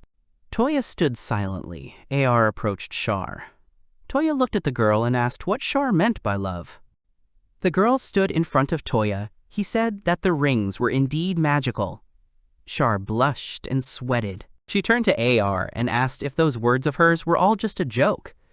AR answered positively. Toya stood and listened to the girls' conversation about collecting evidence of the monster's victory. The horse was sleeping next to the cave. A few days later, the boys found themselves in the city of Fendi. The girls were walking down the street and discussing the moment from the cave. Char was carrying a basket of food, and AR was carrying a bag. AR looked ahead and thought that she was becoming stronger because of her father's enemies. Char raised her finger and said that their strength depends on love. AR was surprised by such unexpected words of Char. Someone started making noise in one of the windows of the house. The girls, hearing this, began to laugh merrily. Milka and Dal were on the girls' way. Milka greeted the girls, and Dal came closer and looked at them intently. Dal scratched his face and with a red face said that the girls should say hello to that guy. Then he abruptly turns and starts to walk away. Milka followed Dal and said that she was glad that Toya finally found partners. Milka waved her hand, and Dal looked at her suspiciously. The girls looked after the boys with a smile. There were many 3-story houses in the city. Char thought about it. The whole street was filled with noise, and an unusual flag appeared. Meanwhile, Toya was in Ebrand's office. Ebrand was asking Toya about his new partners. Strange figurines stood on the shelf in the office. Ebrand said nervously that the royal ambassador had arrived in the city today to take the king's daughter. After hearing these words, Toya became very scared. There was a vase of flowers on the dresser. Ebrand continued to say that he wanted to resolve everything peacefully. Toya stood there and thought that this was why they were meeting the king's soldiers. Toya said that he doesn't want to sell her. What will happen to him then? Ebrand folded his arms and said that all the adventurers in the city would consider Toya an enemy. Toya looked at Ebrand in surprise. The events take place in the mansion of the lord of the city, Ferdi. The men gathered in one of the rooms of the mansion. The lord of the city, Galan, shouted that the guests had crossed the border, and why should they be held responsible for it? Ebrand and Sinans were in the room. The man in the wig wiped his face with a handkerchief and said that Galan should not feign fearlessness in front of the royal Henriette. Galan stood up and said the man was wrong. The man started clapping his hands. The men began to discuss that they were actually looking for the daughter of the Lenet Empire. After these words, Ebrand became frightened. In the room there was a table, a chest of drawers with carved vases. The man in the wig extended his hand forward and said that they needed help in finding the princess. Sinans began to whisper in Ebrand's ear. Ebrand thought about Toya. Ebrand began to say that the imperial city had already fallen. The men looked at him. The man in the wig presented a map of the lands and nervously said that the Lunet Empire consisted of 4 races, and they had already captured the emperor. The man imagined armed men of different races and thought that they were having trouble subduing the elves and beastmen. The man then imagined a large building with a bound and wounded emperor sitting in a cave. After some time, Toya appears in Ebrand's office. He began to shout that the Char cannot be given to the enemies. Ebrand folded his arms and said that Toya must understand the future consequences. Toya remembered Char's smiling face. He stood in front of Ebrand, who said that because of Char's importance, they had to be handed over, why Toya cared so much about those girls. Behind Ebrand were carved figures. The window was located near the door. Toya clenched his fist and told Ebrand seriously that he had personal reasons to protect the girls, and he was willing to do anything for that. Ebrand was surprised to hear Toya's words. Then he said that the ambassador would be in the city for 3 days, after which time they would give him the empress. Toya looked at Ebrand in surprise. He realized that Ebrand wanted to help him. Toya asked in surprise why Ebrand was trying to help him. Ebrand raised his hands and said that he was afraid of the consequences that Toya could cause. Ebrand opened the window and said that he valued Toya, and he should choose his own path. Toya looked at Ebrand seriously. Ebrand hugged his figurines and said that he had no intention of giving them to Toya. Toya was surprised. There was a lamp hanging on the ceiling of the hall. Toya was walking down the stairs and thinking about Ebrand's words. Then Toya noticed that someone was calling him. It was Lumina, she greeted Toya. Toya didn't recognize her. At first, he remembered her clothes when they first met. Lumina held the sword in her hands and said that she was wearing this dress so that she would not be considered strange. She showed the sword to Toya and said that she came to pick up the sword from repair. Toya looked at the sword, then he became embarrassed when Lumina asked him what he was looking at her during the ride. She looked at the blade of the sword and said that this sword has no name, it is passed down through her family. The boys were surrounded by a crowd of other people. Toya remembered how well Lumina wielded a sword in battle. Lumina put her hands on her waist and said that Toya should stop praising her. There was a notice board hanging next to the boys. Lumina put the sword on her shoulder and said that this was her unrequited love. Toya did not understand what Lumina was talking about. She lowered her sword at them and said that the rest of the guys would soon reach the rank. Toya lowered his head and thought about Lumina's words. The sky began to frown and clouds appeared over the city. Natalie sat at the table. She asked Char if people from the kingdom had arrived in the city. Char answered positively. Natalie introduced the ambassador on a horse and asked Char about him. Natalie was cleaning the table. Natalie started to say that she should ask Toya to accompany her to her parents. Natalie stood up and wanted to say something, but Char did not interrupt that she noticed something in time from training. Natalie and Char stood next to each other. Char said that she did not know the limit of Toya's power. They really needed his power. There was a chest of drawers with objects in the room. Char remembered her home and said that she had to try to save the whole country. Natalie was wondering how much Char was willing to pay Toya. Char lowered her head, then smilingly said that she was willing to offer Toya herself. Natalie sighed, then placed her hand on Char's shoulder and said that a child like her would never interest Toya. Then Natalie arched her back and said that she was the one who was ready to attract Toya. Char's face twisted greatly. Natalie asked what was wrong with her. There were magical attributes on the table in the room. Natalie frowned and reached into the cupboard. She pulled out a bottle saying that this drink will make a man fall in love with you. Char was surprised. She was curious about the origin of this liquid. Natalie remembered herself in a strange suit and thought that she should forget that time. Char admired Natalie after she said she could do different magic things. Natalie held the bottle and said that if Char really wanted to get Toya, she would have to forget that she was from the royal family. Char became worried. She reached for the bottle and said it would be hard for her to decide. Then she froze and pulled her hand away. Char said seriously that she would talk to Toya in an honest way. Natalie was standing in the room with books and plants. She put the bottle down and said that she needed to clean up before AR arrived, and Char should help her. Char agreed. AR headed towards the house with a bag in her hands. AR entered the room and began to light up around her. She apologized for the delay, but there was no one in the room. Then AR noticed the bottle. It was getting dark outside. Toya walked through the market without noticing his name. He walked down the street and thought that he needed to act carefully so that no one would get hurt. Toya remembered Ferris and thought that when he disappeared, she would be lonely. Toya found himself at home and was greeted by Ferris. Toya thought about his next steps. The girls came out. They wanted to talk to Toya. He also wanted to tell them something. Then Natalie suggested that the guys talk over dinner. She stood in her robe and was hungry. Toya replied that Natalie was right. The boys moved to the kitchen and started cooking. Toya cut the vegetables and thought that at this rate he would be able to prepare food closer to his world. Natalie ran next to Toya. He held out a plate of food. Everyone took their seats. Natalie was happy to see her favorite food. Natalie and Toya started arguing, and then she stuck the flag in the meat. Toya stood behind Natalie and thought that last time he put the flag in the meat for fun. The guys started with dinner. Toya started drinking from a glass and praised the taste of the drink. AR showed a bottle of the drink. She put the bottle to her face and said that she found it at Natalie's. The girls' fathers blushed deeply. Toya realized that his condition was rather strange. Then all the girls stood up and rushed towards him. Morning came. The sun illuminated the room. Toya woke up. Then he moved his hand that was lying on the ball. He got up and looked at his hand. Toya started looking around and noticed all the girls lying in his bed. This scared him a lot.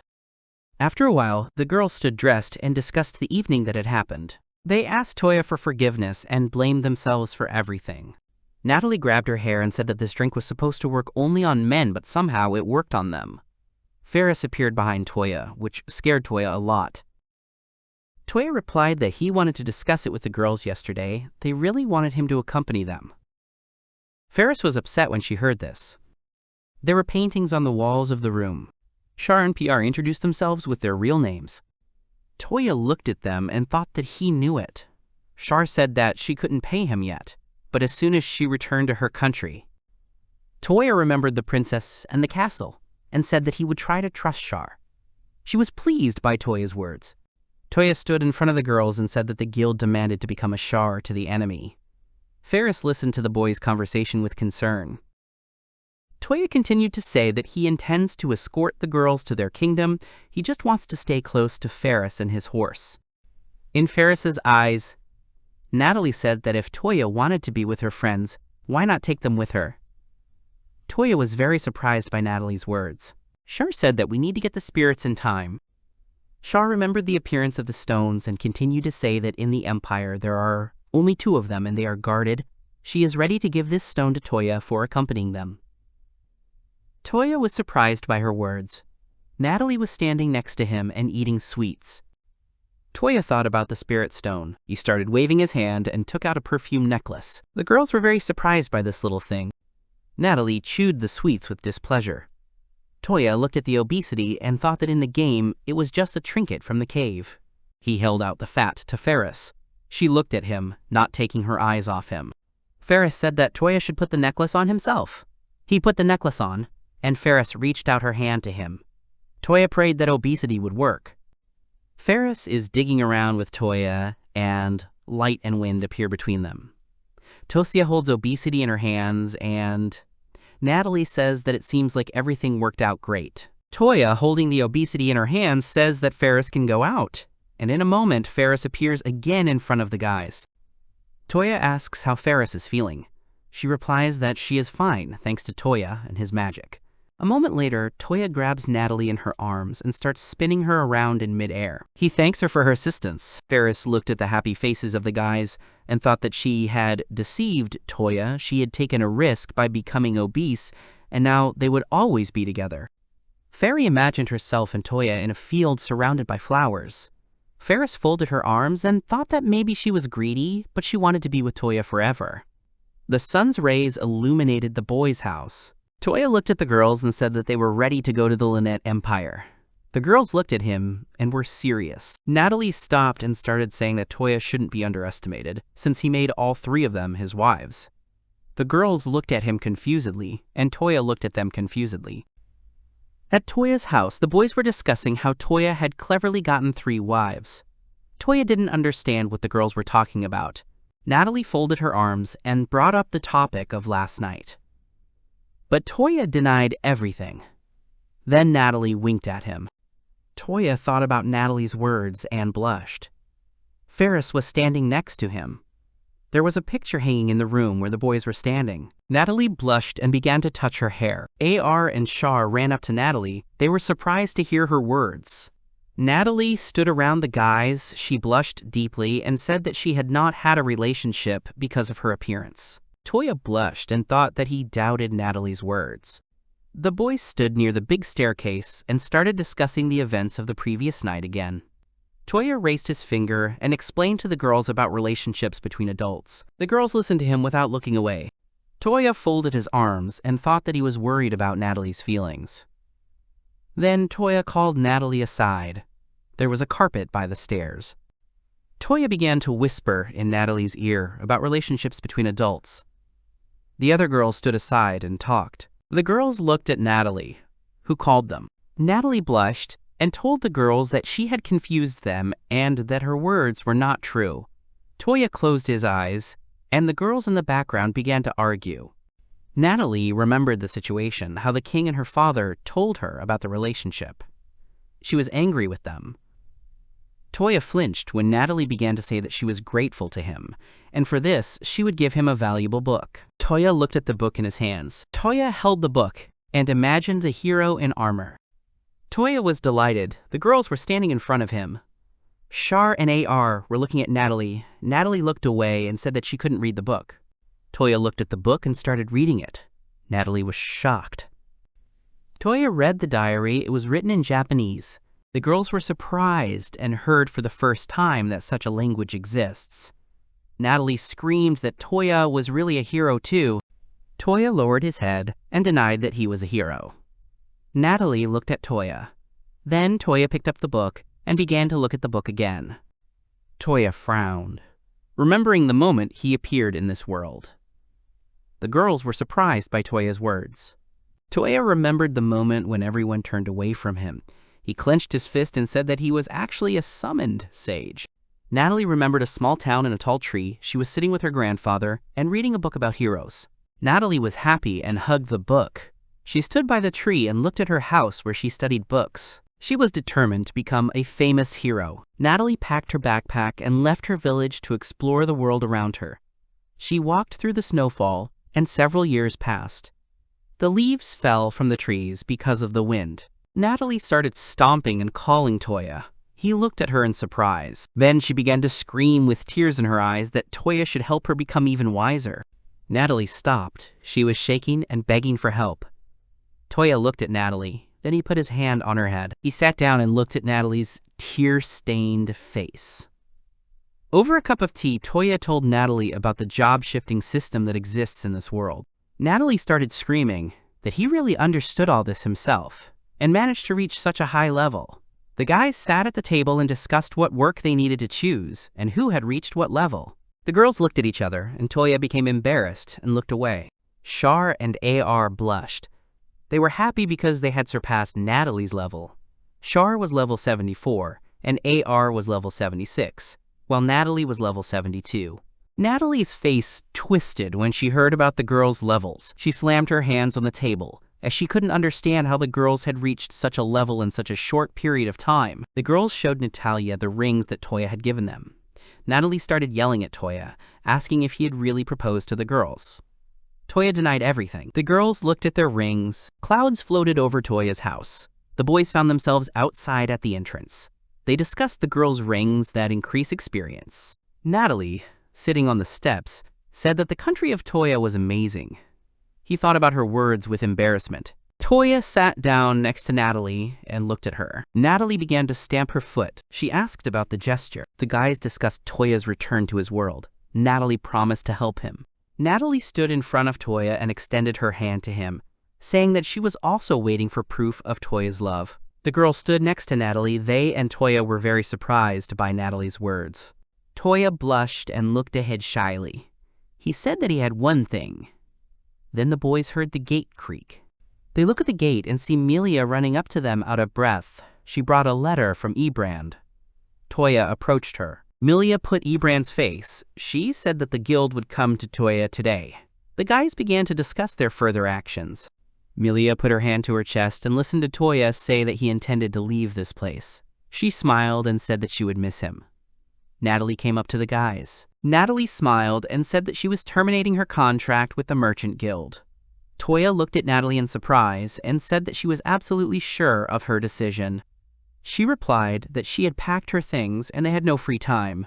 Natalie smiled and pointed at herself. Toya looked away. The guys were discussing the storage that Toya bought. Having finished the conversation, Natalie stepped aside. Melia blushed and said that she also had a request for Toya.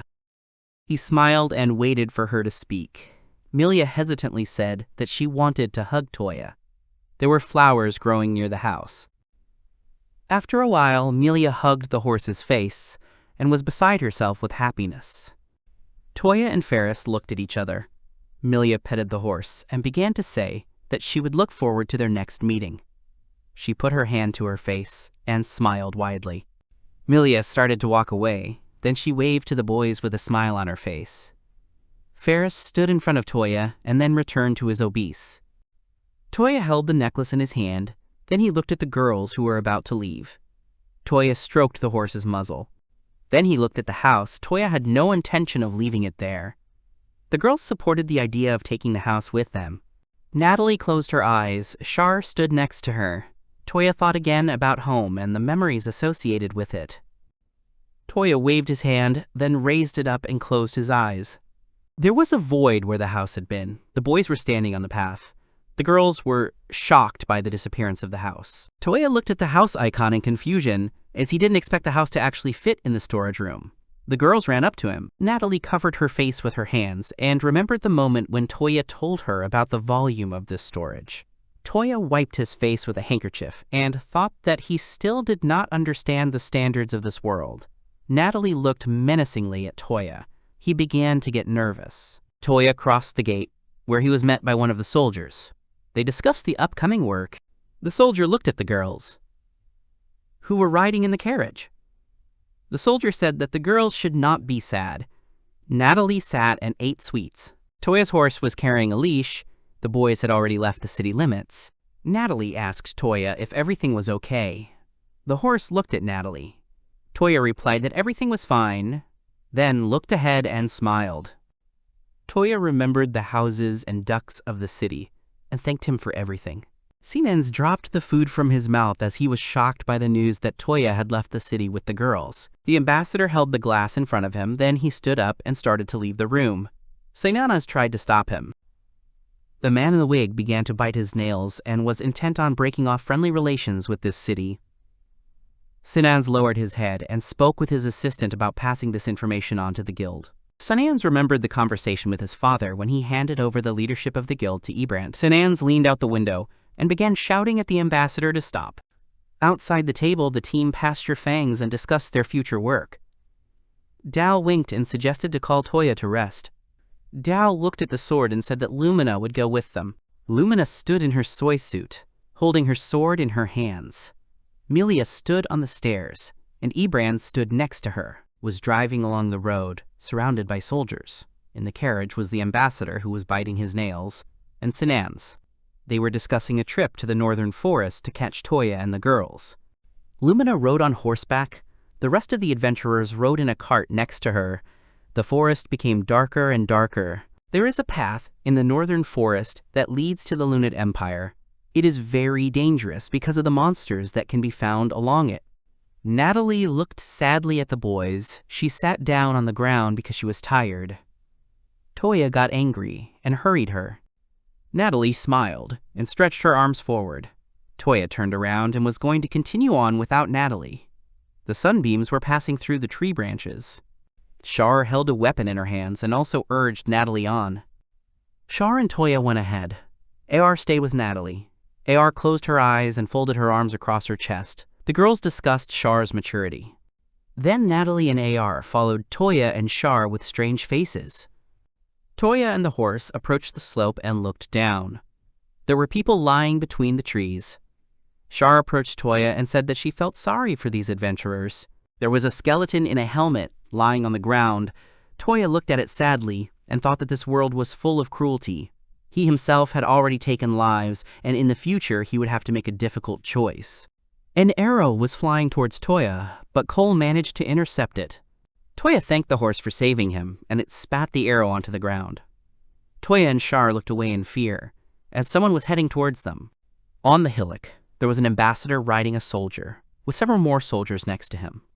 The ambassador demanded that Charlotte be handed over to him.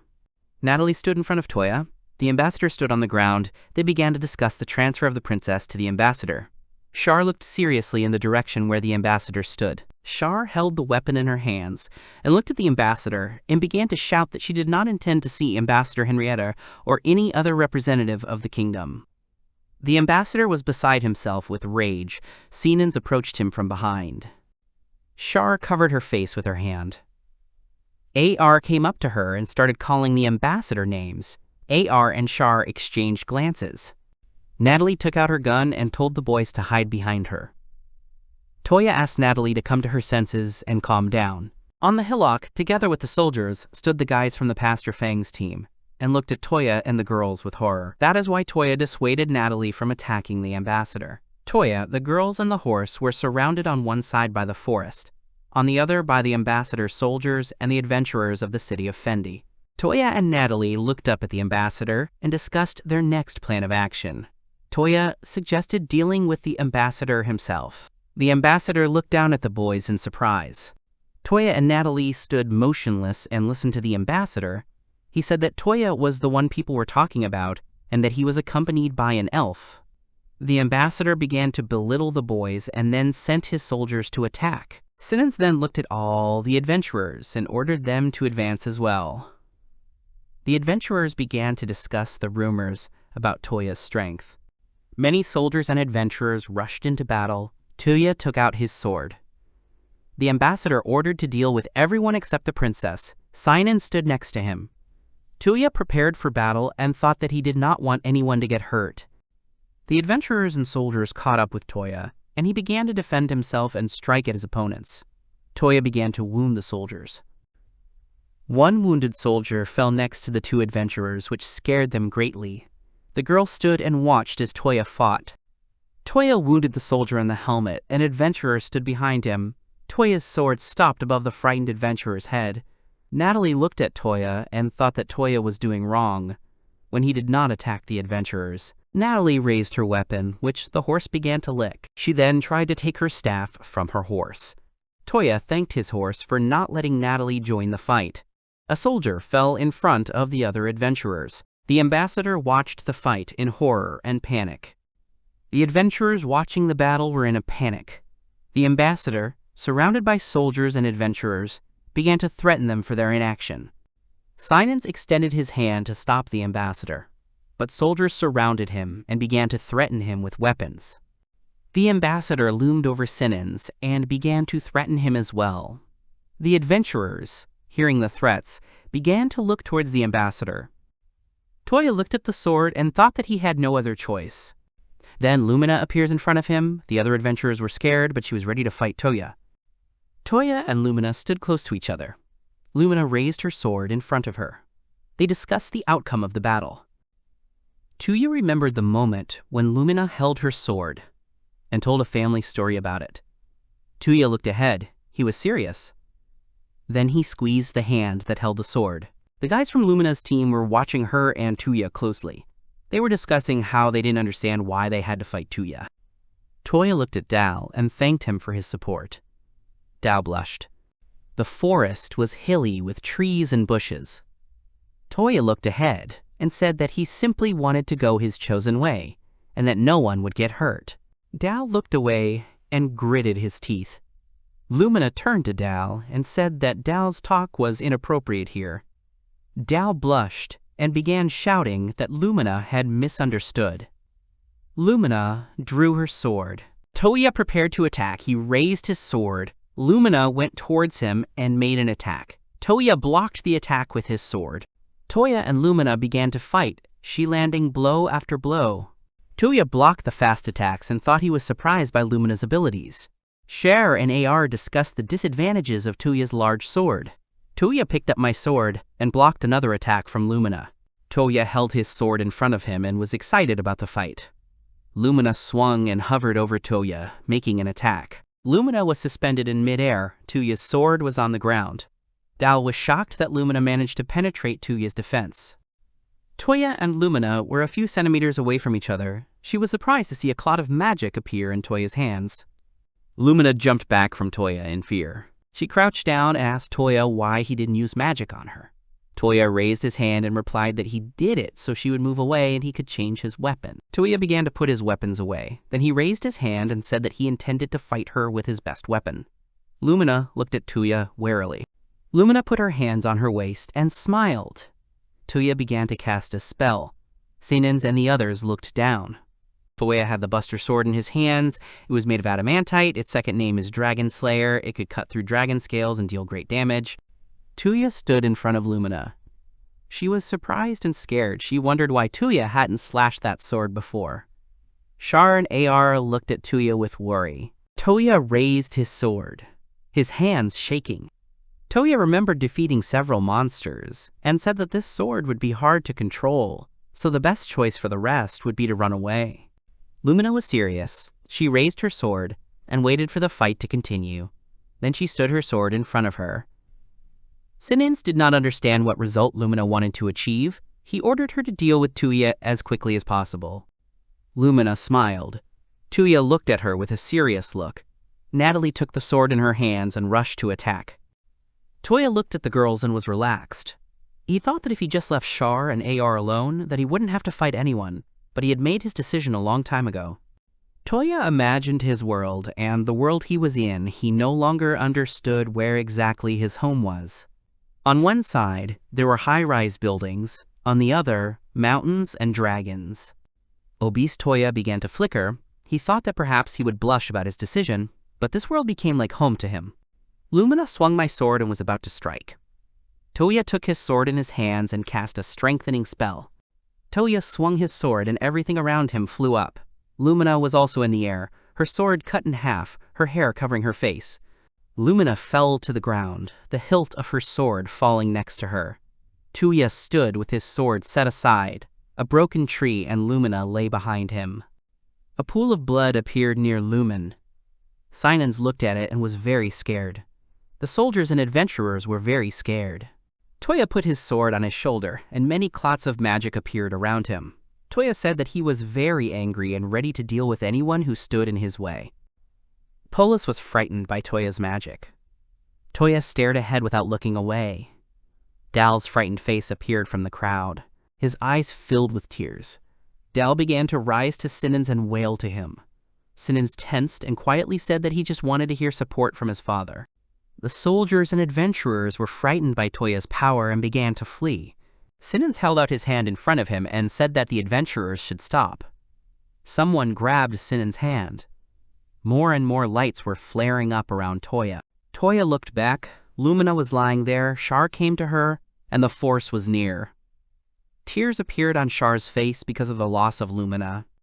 AR sat down next to Lumina and said that Lumina was still alive. Natalie saw on the staff that the horse wanted. She said that she knew that Toya would not harm Lumina. Toya looked nervously at Natalie. Dal pulled Sinans by the hand. Toya smiled and put out the fire at the mudflow in his hand. He said that he had to scare everyone so as not to harm. AR, Natalie, Toya, and Char were talking about Toya doing too much for the girls. Toya replied that he had hurt too many people in his world, so he couldn't go back there. He had decided so. Toya lifted the fat ones in his hand. He remembered Ferris's face and said that he would be the one to decide who to protect and who to fight. Natalie held the staff in her hands and closed her eyes. Then she looked at Toya and said that Toya's compassion showed his determination. Now he needs to cure Lumina. Toya sweated and sat down next to Lumina. The ambassador and the soldiers stood still. Natalie and Char looked at them and discussed their next steps. Char looked at her hand and examined the ring on her hand. Char clenched her hand into a fist and raised it. Then she began to scream that she intended to take her country back. The ambassador looked down and said he remembered Natalie. She was a witch from Lunette. The trees swayed in the wind. The ambassador began to shout that the soldiers should deal with everyone. His shout frightened the soldiers. Char and Natalie raised their weapons and were ready to repel the attacks of the soldiers. The soldiers rushed to attack Natalie and Char. Char and Natalie began casting magic spells to repel the soldiers' attack. Char had spirit magic and called on them for protection, and Natalie had fire magic. They struck at the soldiers. The ambassador was horrified to see that Char and Natalie were standing unharmed, and the bodies of the fallen soldiers lay before them. Natalie was curious about Char's condition. She answered decisively that she was fine. The ambassador shouted to the soldiers that they must not surrender.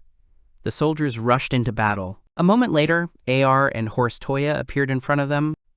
A wind rose over the forest, and light penetrated through the treetops to the ground.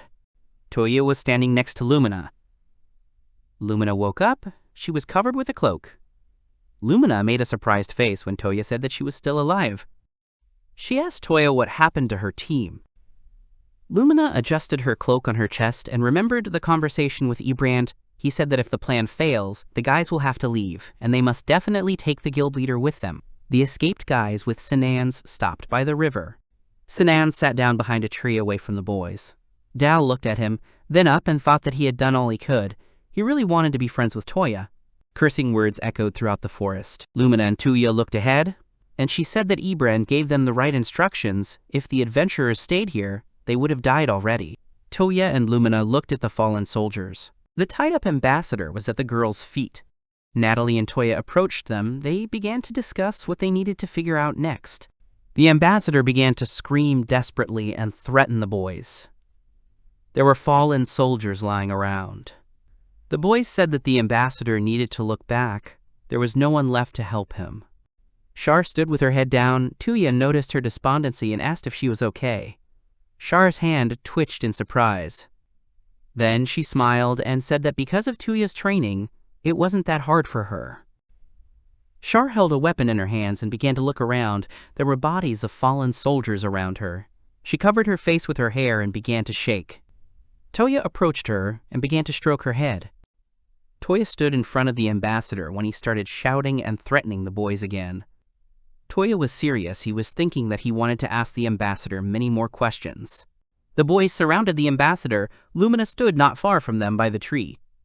Toya asked about one hero. The ambassador was surprised by the question and began to smirk. The ambassador introduced the hero of his country, a young, fair-haired man in armor with a large sword in his hands.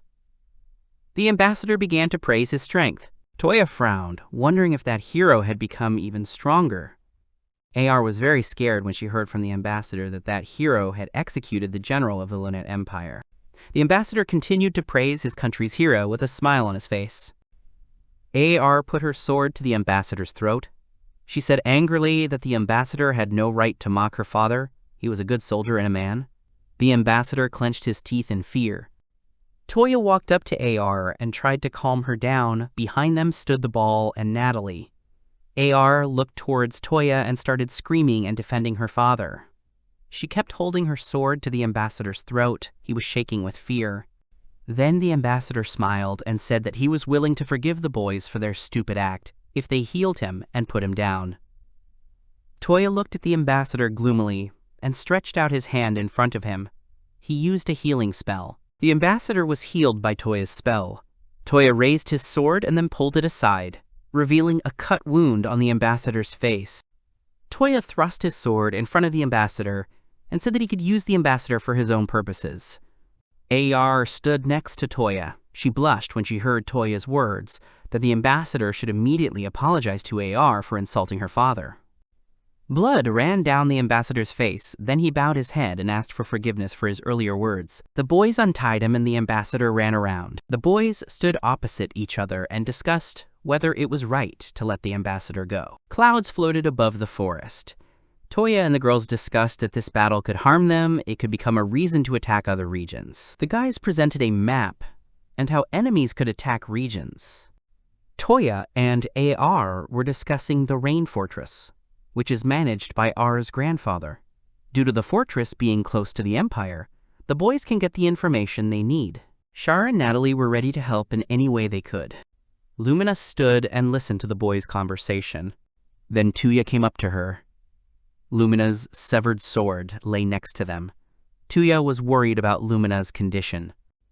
Lumina covered her face with her hand and said that Toya had damaged the sword that was her family's treasure. Toya was very scared and began to cast a spell. Lumina's hands. She looked at Toya and said that Toya was trying to solve all the problems financially, but this time she was ready to forgive him. Toya was a little happy. The girls and the horse were standing behind him. Natalie hugged Toya and said that the drink he had cooled earlier was delicious. Toya blushed with embarrassment. Lumina stood on the mountain. She held the sword in her hands. Then she drew the gift made by Ebrand. He made it socially for Toya. She had a cutout figure in her hands. Then she squeezed it in her hand and the wind began to flutter Lumina's hair. Toya and the girls were riding in a carriage. The guys were discussing Lumina and how Toya really liked her. Toya and the girls blushed with embarrassment. The horse was breathing heavily. Several paths had passed to the Rain Fortress. At night, the boys were staying in the guild house. Natalie was surprised by the appearance of the house. Natalie was very surprised when she saw water in the tap, water in the bathtub, and water in the toilet. Toya and the girls were setting the table. Toya thought the house was in great condition. Some things like water and electricity were out of nowhere. Toya just accepted the house as it was. Natalie sat in a chair with a towel on her head and a glass in her hands. Toya looked at her in surprise. Then he took the fat ones in his hands and said that Ferris could come out to them. Ferris appeared in front of the guys. Ferris can only leave the necklace indoors. She put her hand on her chest and said that she felt most comfortable in the Toya necklace stone. AR was holding the dishes and was a little tense. Toya looked at her and asked if she was okay. She stood in front of him and said that she was worried about Rain and the appearance of that hero. It was dark outside, the stars were shining in the sky. Toya looked out the window and thought about R's words about the hero. The starry sky shone above the house. Then a sword with drops of blood appeared. Toya was all dirty. He held the sword in his hands and thought that he didn't want to hurt anyone, but if he met that hero, would he be able to defeat him? Toya was surrounded by monsters. He thought that he needed to become stronger anyway.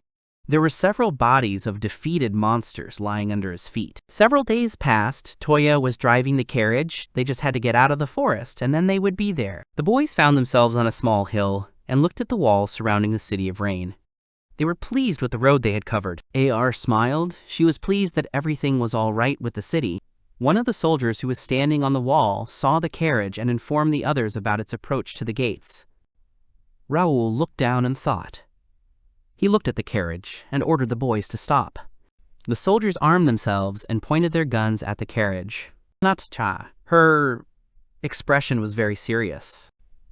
Char stood next to the carriage. She started shouting that she was the first princess of the Lunan Empire. She came here with Natalia to help her people. Many arrows were aimed at Char. She put her hand on her chest and asked to open the gate for her. A moment later, one of the arrows flew past her face. This scared her a lot. Raoul shouted that don't believe her. He was standing on the wall. It was he who shot the arrow into the ball. AR came up to her from behind and started shouting that everything Char said was true. Raoul was surprised when he recognized AR. Then the rest of the soldiers recognized Natalie and, forming up, threw their weapons down. The soldiers began to rejoice and hug each other with joy. Char blushed and looked ahead smiling. Toya looked at her thoughtfully. The boys found themselves in the city. Char walked ahead. Behind her were Raoul and Toya. Raoul called the boys to go to his grandfather. He was already waiting for them. The man was sitting on a chair with a bandaged hand and body. He was smiling and greeting the guests. The boys stood in front of the man.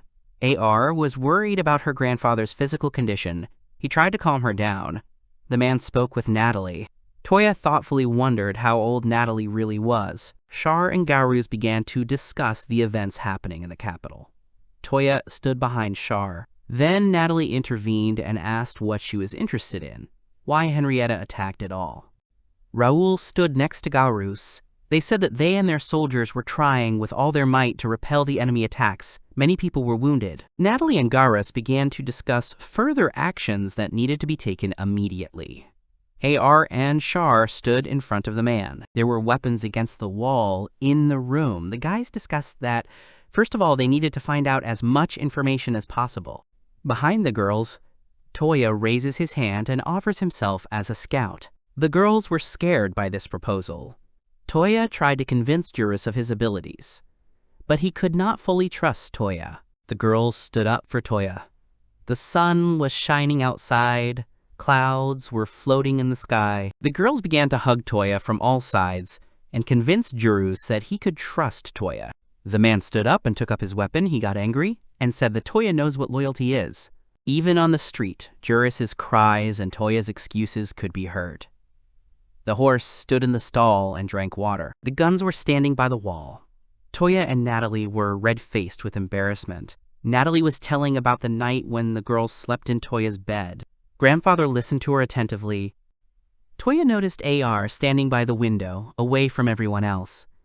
He approached her. They started talking about AR's childhood. The boys were in a sonata under a large passage. Toya looked at AR, who had been holding back her tears for a week. R's grandfather clenched his fist. Raoul stood next to him. They were trying to hold back their anger. The rest of the city was visible from the room's window. Toya stood in front of Gaurus, with Raoul standing behind him.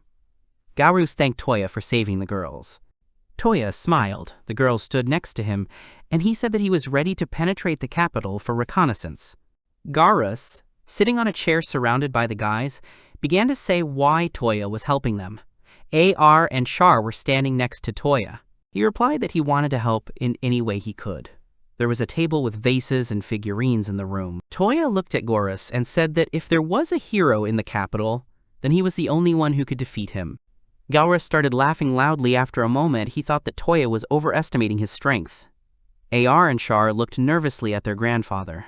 Natalie went to the fruit bowl and started to convince Gaurus. She started eating an apple, and Toya appeared next to her.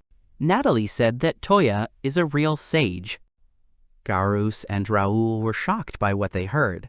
They did not believe Natalie. Toya tried to stop Natalie. She threw an apple and said that Gaurus should believe her. Natalie held the bitten apple in her hands. Natalie continued eating the apple. Gaurus said that the Berserker would go to the strongest warrior, and Toya looked too young. Toya was surprised that Gorus knew about the Berserker. Natalie stood at the table. The others looked at Gaurus. He was telling where the Berserker might come from. Toya raised his hand and thought with a smile that he could ask the Emperor for information about the Berserker. Natalie ate fruit. Gorus picked up a weapon and said that Natalie had not convinced him. The only way to trust Toya is to fight him. Gaurus stood up from his chair and held a weapon in his hands. AR began to get nervous. She took out her sword and said that if Grandpa did not stop making fun of Toya, she would never forgive him. Gaurus looked at AR, she looked at him, her face turned red. AR did not lower her sword. Gaurus said that he was surprised that AR was so desperate to protect Toya. R's sword was shaking. The window in the room was open. AR began to say that her attitude towards Toya would never change. R's face was red with embarrassment. Toya blushed and looked at AR. She blushed and smiled. Grandfather looked menacingly at AR and slammed his weapon on the floor. AR was serious. Grandfather's hand reached out to her. Tears started to flow from R's eyes as her grandfather started to stroke her head and encourage AR. Char and Raoul were standing nearby, looking at AR and smiling. Grandpa continued to stroke AR's head. Then he apologized to Toya for his behavior. Toya stood in front of Gaurus. He was embarrassed and confused. Natalie was standing next to him and eating fruit. Then Gaurus stepped aside and opened the closet. Toya watched as Gaurus took out a box from the closet. Gaurus said that he would give this dagger to Toya. The dagger was previously given to them by the ancestor of the royal family. The dagger lay on the cloth, and there were carved designs on it and its case. Toya took the dagger in his hands. Gaurus said that if Toya showed the blade to the Emperor, then he should listen to his words. Toya did not quite understand what Gaurus wanted from him.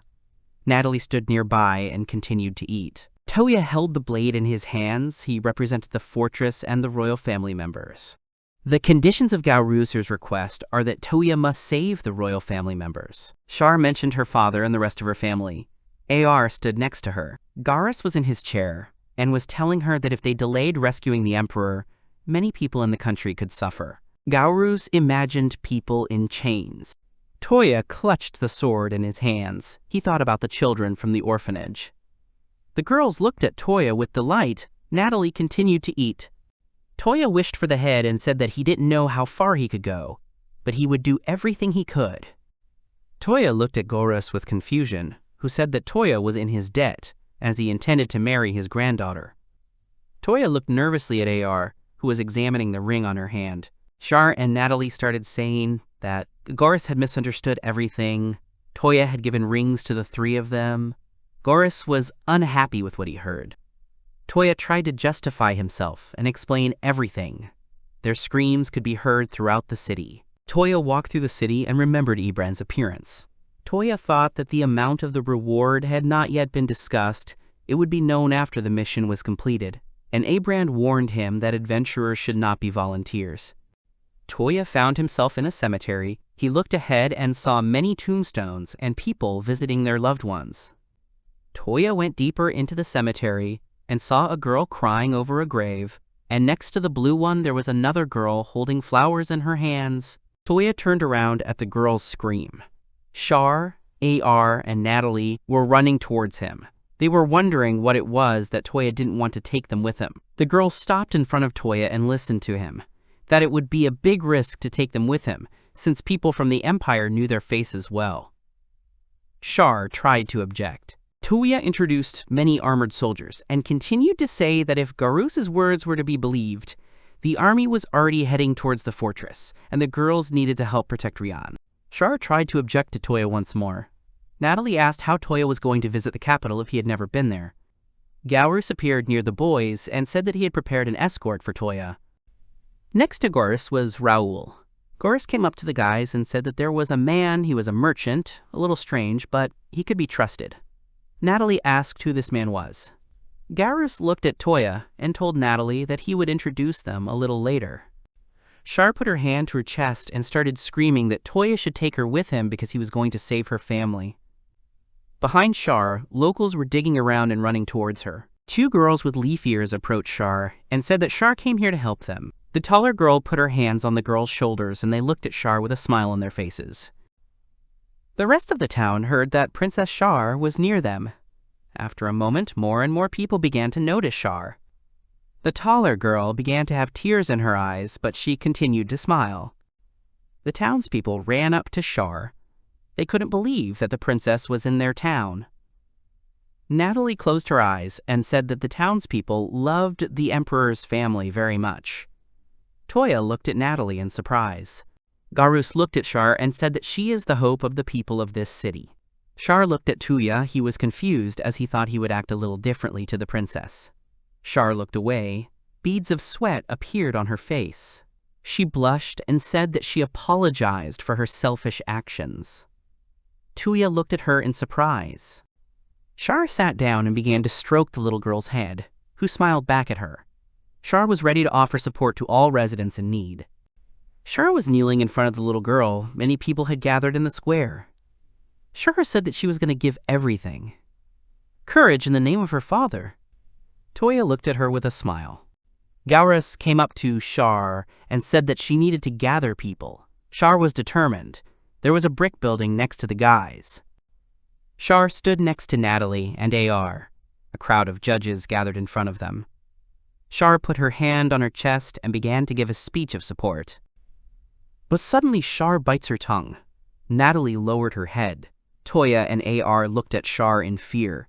The assembled villagers looked at Char in fear and silence. Char looked at Toya in fear. Then she raised a shaking finger and wanted to repeat her speech a second time. Char turned to the people with a smile on her face when she heard their words of support. Char saw jubilant residents in front of her.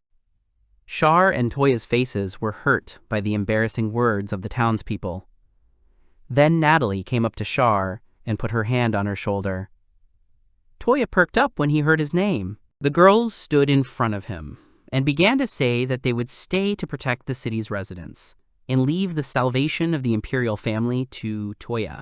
Toya agreed with the girls' words. Someone from the crowd was watching Toya not far away.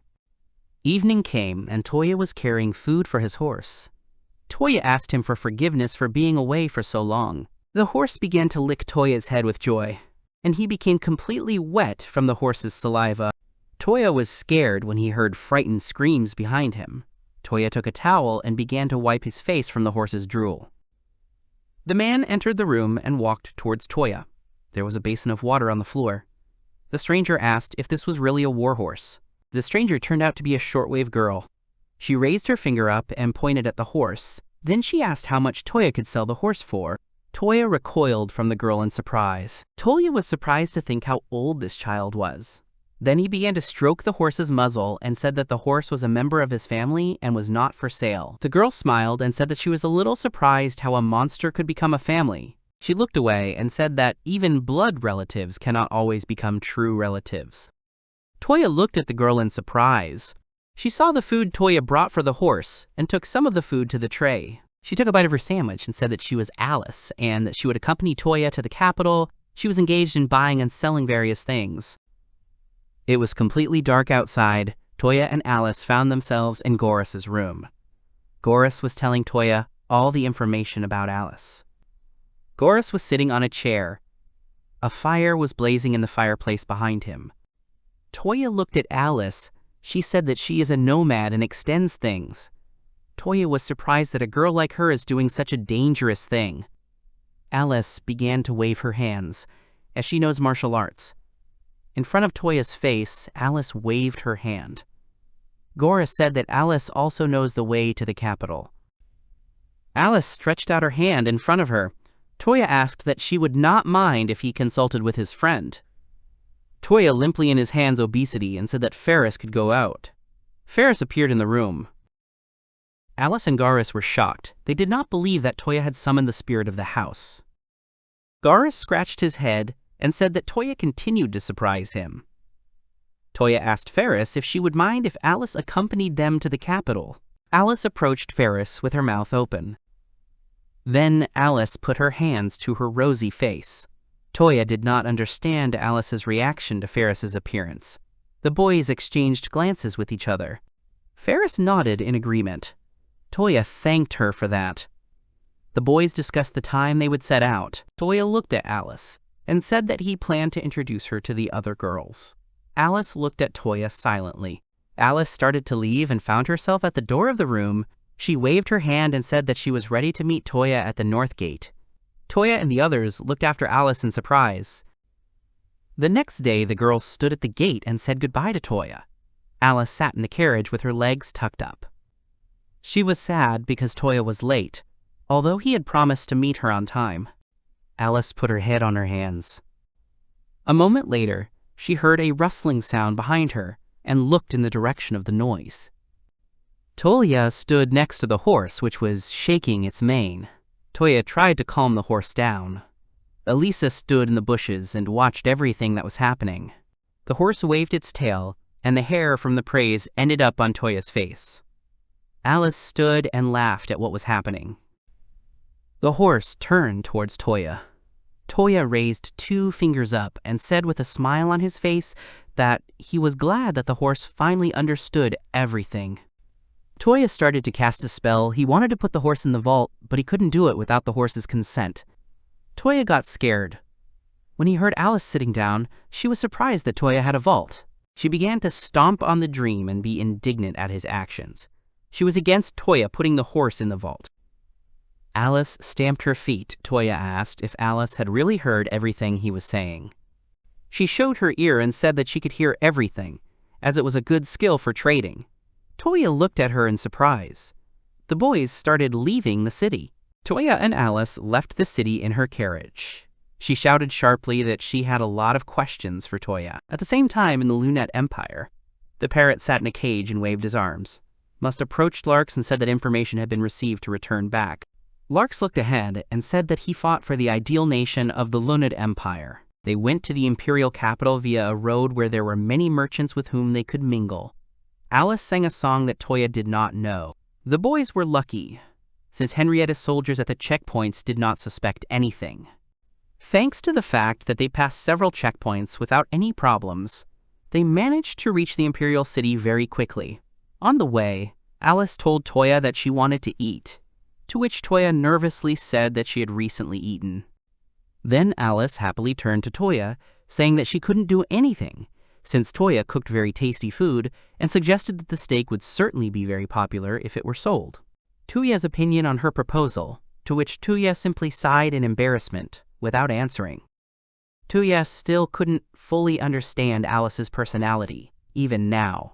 Suddenly Toya looked ahead and saw a city, questioningly asking if this was him. In front of them was a large imperial city and the road to it. Toya rejoiced, saying that they would finally be able to see them from here. Approaching the city gates, Alice introduced it by saying that this was the gate of the Lunette Empire Castle, their pride and joy, the gate of happiness. In front of the large gates, many merchants were standing in line with their carts. After examining the gates completely, Toya admiringly told Alice that they were amazing gates. To which Alice happily said that the gates were so famous that even tourists from other countries came here just to look at them. The gate was made as a symbol of equality between different races. The kingdom of Henrietta did not dare to destroy it because of its artistic value. Alice was happy. Suddenly, one of Henrietta's soldiers turned to them, asking where they were from. Then Alice gave him the registration form of the trade guild, and calmly said that they had brought some provisions from Sarandi. The soldier, looking at the document, complained that all merchants were so cunning, to which Alice smiled and remained silent. The soldier continued by saying that they were gathering from different places in anticipation of a food shortage. He then thanked them for having enough free hands to check everyone without exception. Even if the capital is occupied by Henrietta's soldiers, the supply of goods and trade must continue. Alice was a real trader. She resolutely urged the soldiers to hurry, because the speed of their business depended on people's lives. Gowris's office in the past days, Toya looked at Alice in surprise and loudly asked Gowris that she was a spy. After that, Alice quickly walked to the door, listening and looking at the presence of people outside. Then Alice approached Toya, began waving her hands with displeasure, and told him what he would do if someone heard it. Toya looked at her and thought that her every movement irritated him. At this time, Garus told Toya that there were several people all over the country who were hiding in the shadows and working for the Empire, and he couldn't tell them the details, but Alice grew up in a place where there were no such people. Then Toya was surprised, saying that she was a spy, just like in the movies. To which Alice turned to him asking if he was surprised. Then she added with a smile, saying that she is the one who hides and lives in the shadows. Alice was embarrassed and admiring, asking Toya that it was pretty cool. Toya thought that from the public's point of view, at first glance it might seem like there were no spies, and he would never guess that Alice was a spy. At the moment, Alice was angry and complaining about why they had to wait 2 hours before they were allowed to enter the city, and the entrance tax was 10 times higher than usual. She was unhappy that they were being taken advantage of. While inside the city, Toya approached Alice, saying that he had heard something about what happens when one country takes over another, but the city was unexpectedly quiet. Then Alice answered him by telling him her thoughts, that it was because when General Garrett, who was entrusted with the city, was defeated and they surrendered before a full-fledged war began. Looking at the lively street, Alice said that even if it looked normal from Toya's point of view, for her it was no longer the city she knew before. Suddenly shouts were heard from the side, ordering them to move on and hurry. Toya and Alice turned to the voice and saw a lot of tied-up half-humans, who were walking one after another in a crumpled state. The soldiers who surrounded them were watching their order and their steps. Toya was surprised by what he saw. Then Alice, looking at the half-humans, said that for the kingdom of Henrietta, all the half-humans in the occupied city became slaves. At this point, one of the tied-up half-humans lowered himself onto one leg, causing the soldier behind him to shout about what he was doing. The half-human then called out to everyone and loudly asked if they agreed with what the kingdom of Henrietta was saying. The half-human continued, asking if they agreed that only ordinary humans were allowed to live in peace, and if they weren't the citizens of the Lynette Empire who swore an oath of equality between the other races. The ordinary people looked at this half-human nervously and surprised, and then looked at each other with a hopeless face, simply not paying attention and moving on, after which one of the soldiers hit the half-human and scolded him. Toya was very angry and furious watching the half-human being beaten.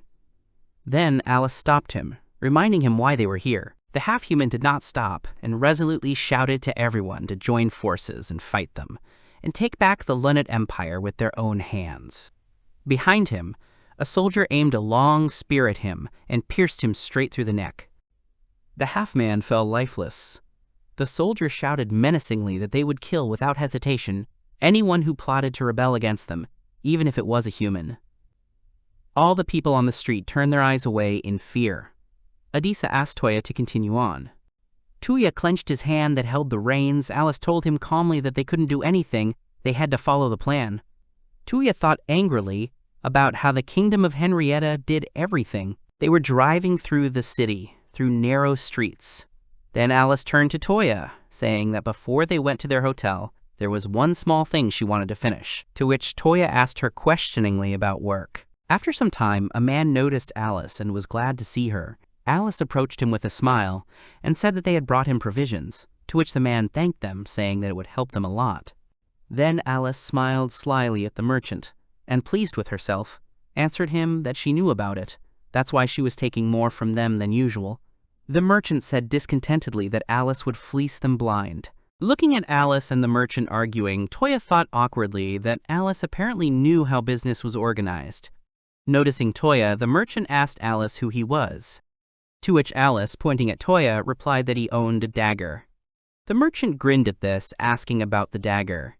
Toya with him. Then Toya was surprised by this action, to which Alice answered him that everything was fine and this man could be trusted. While following the merchant, Alice explained to Toya that there were several underground passages beneath the capital that were generally not known to the public, and that the merchant's family had been guarding one of them for several years, to which Toya was very surprised. Stopping in one place and stamping his foot, the merchant said that he never expected to use it in his generation.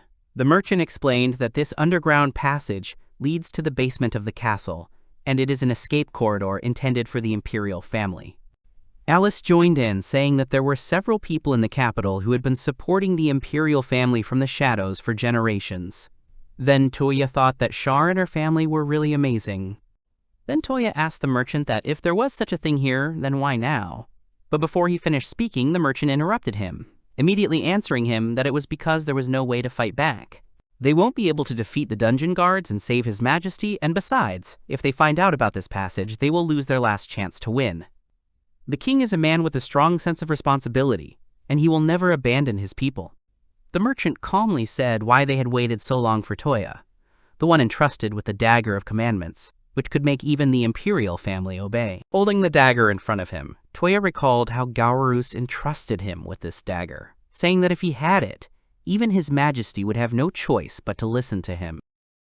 The merchant said that this dagger was a sign of a guide who would show the right path to the imperial family. Then he asked Toya who he was, if Gaurus entrusted him with such a matter. Alice answered him that Toya could be trusted, because Princess Charlotte and Natalia were in his hands. The merchant was very surprised, saying admiringly that Toya was incredible. Toya called Alice out loudly and embarrassedly, causing Alice to laugh. Having calmed down, Alice asked the merchant how much time it would take to prepare, to which the merchant asked to wait, because other supporters were busy preparing, and he asked to give them 10 days. Alice was surprised, and said to the merchant with displeasure that if they waited so long, but the merchant interrupted her, saying that if they impatiently made their way into the castle now, they would most likely fail. Toya asked the merchant why this was so. The merchant replied that Lasset, who is the third prince of the kingdom of Henrietta, is in charge of the castle, so security has been tightened. The merchant continued by saying that their biggest problem was that the hero was here. Toya was very surprised. Meanwhile, at the imperial castle, the third Prince Lasset thanked the hero Larks for coming all the way here. The hero stood before Prince Lasset, who sat languidly on his throne. Prince Lasset told the hero that he had one more request from his sister, to send the hero back. The third prince of the kingdom of Henrietta was named Lasset von Henrietta. Lasset ordered the hero to return and show himself to his sister Sharon, to which the hero replied that the enemy still had forces left, and they could launch a counterattack any day. Lasset climbed down from his throne.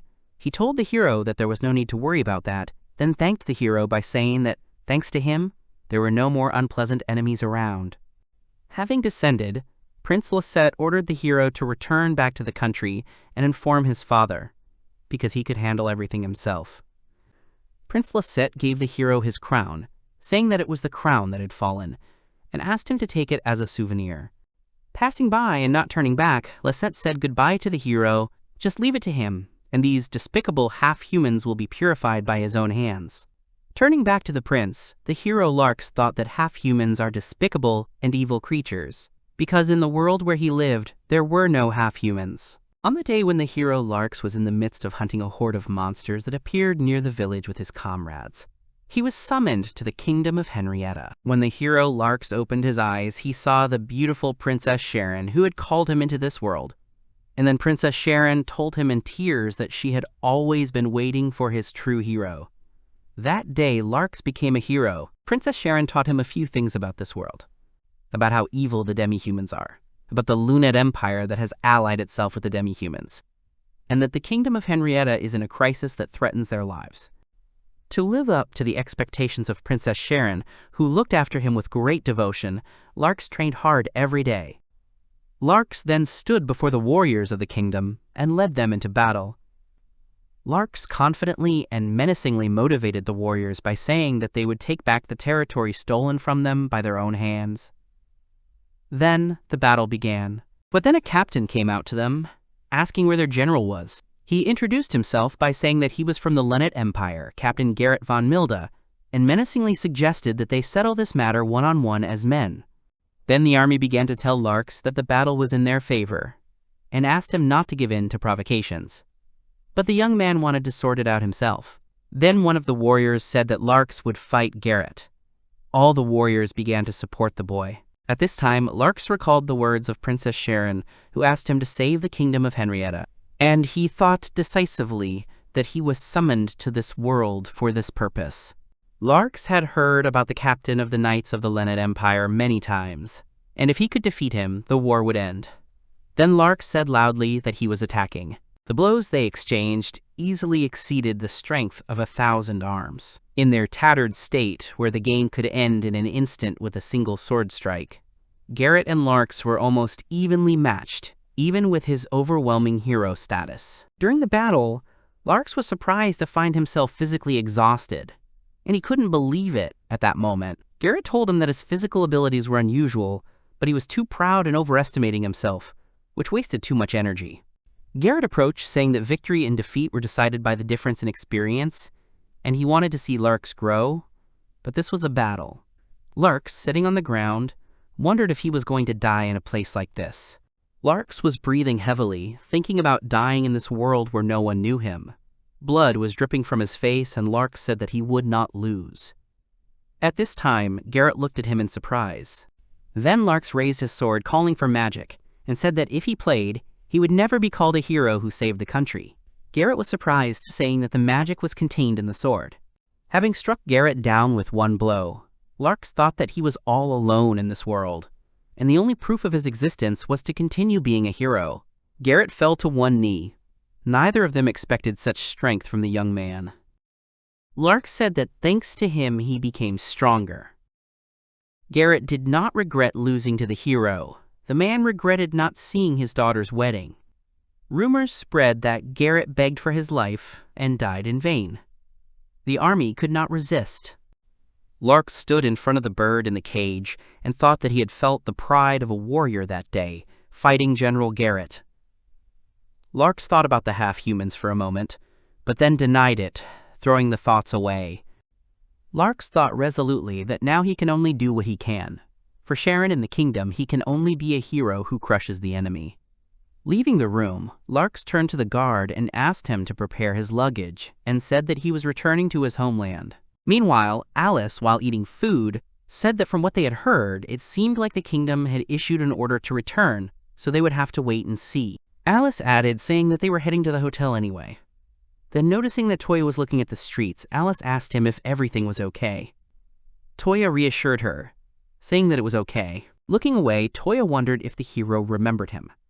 Sometime later, they arrived at the hotel, and Alice reported this. Noticing a man from the upper window, Toya wanted to ask Alice about him.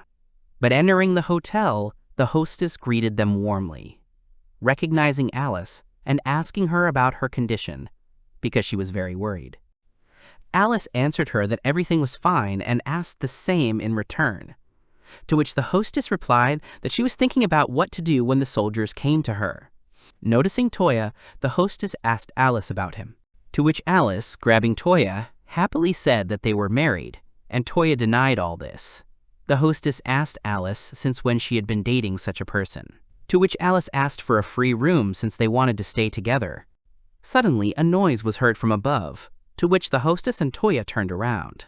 Then the hostess said that there had been a lot of noise lately, but she would give Alice a spare room, to which Alice rejoiced, saying that she was counting on her.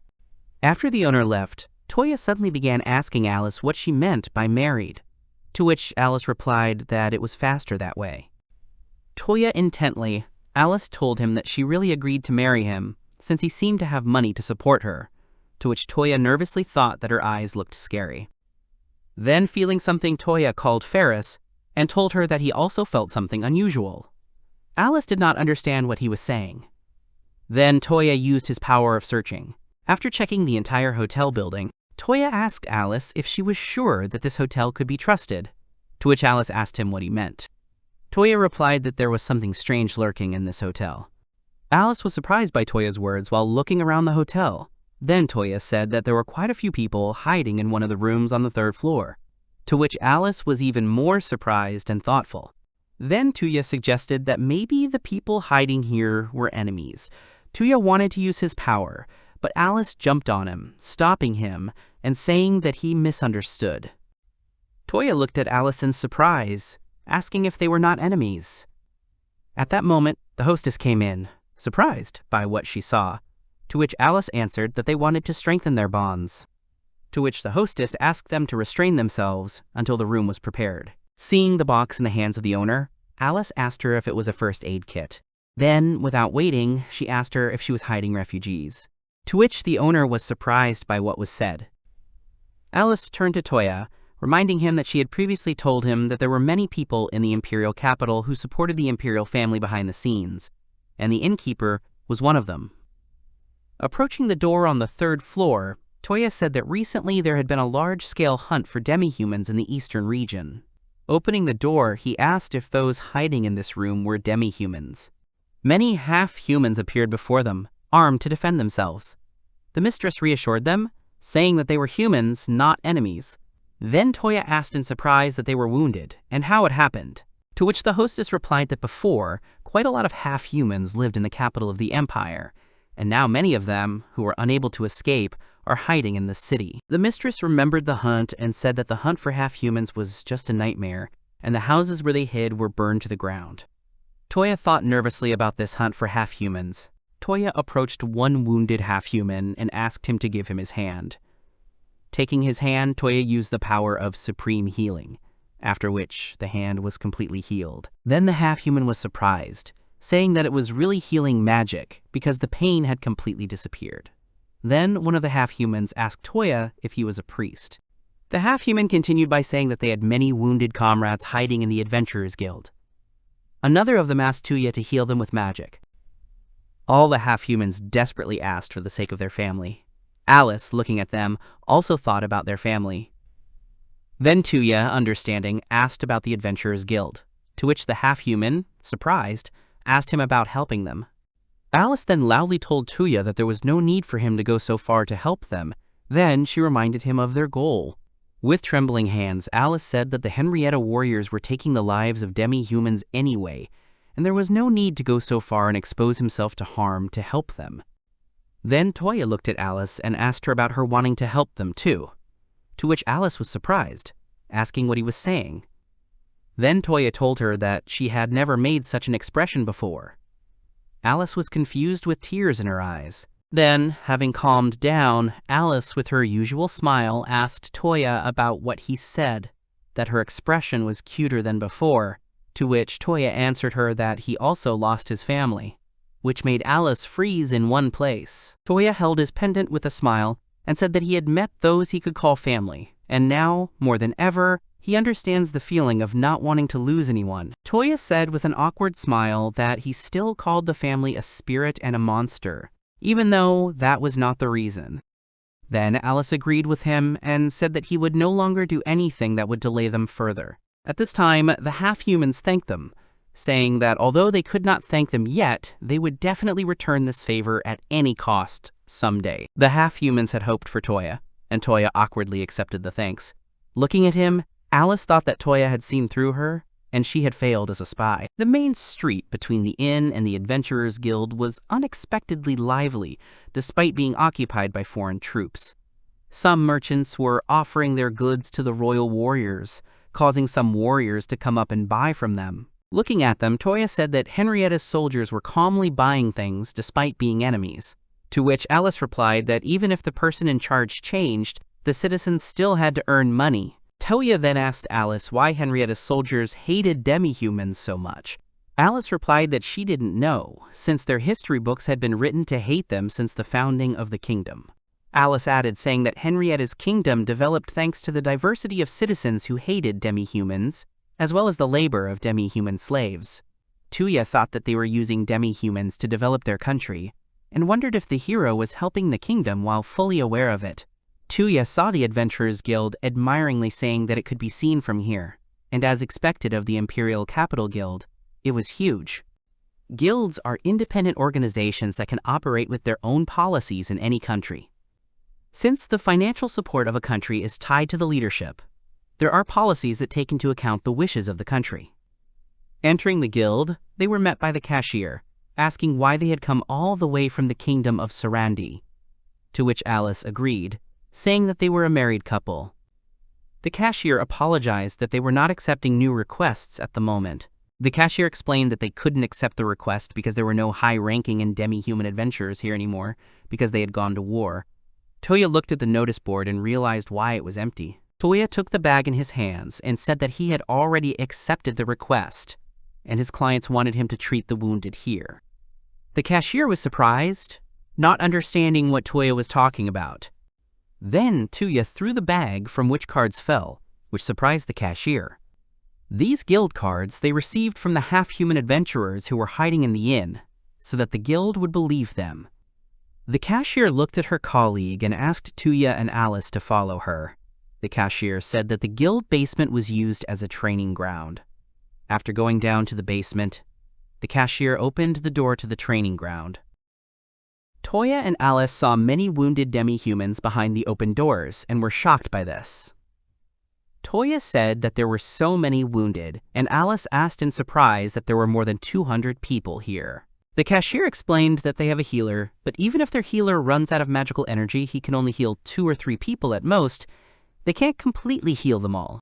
Alice nervously asked Toya what they could do with so many people, to which Toya resolutely replied that that was why he simply could not leave them alone.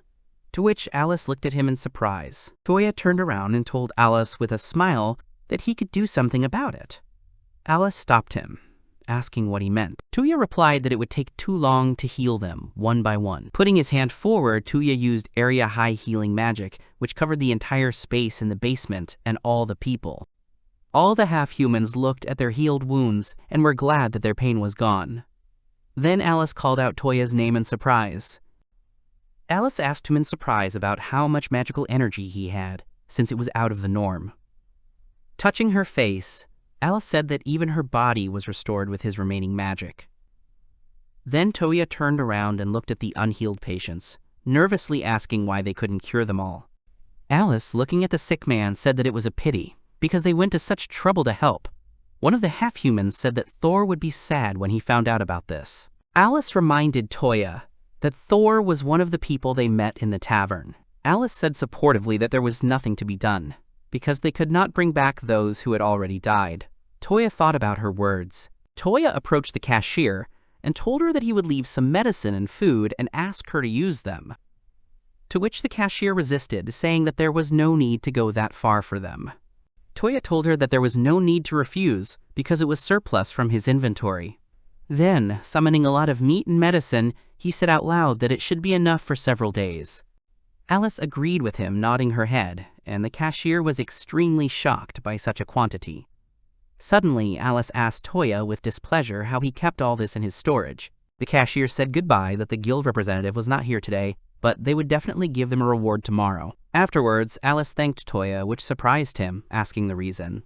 Alice told him that it was just like that. Walking down the street, Toya awkwardly asked Alice why she was holding his hand, to which Alice replied that it was normal because they were husband and wife. Toya wanted to object, but Alice interrupted, saying that she could seriously become his wife. Alice listed them, saying that Toya earns well, his magic is amazing, and he also keeps a lot of things in the storage. Alice looked at him with a frightening look and said that when they get married, she will have legal rights to these things.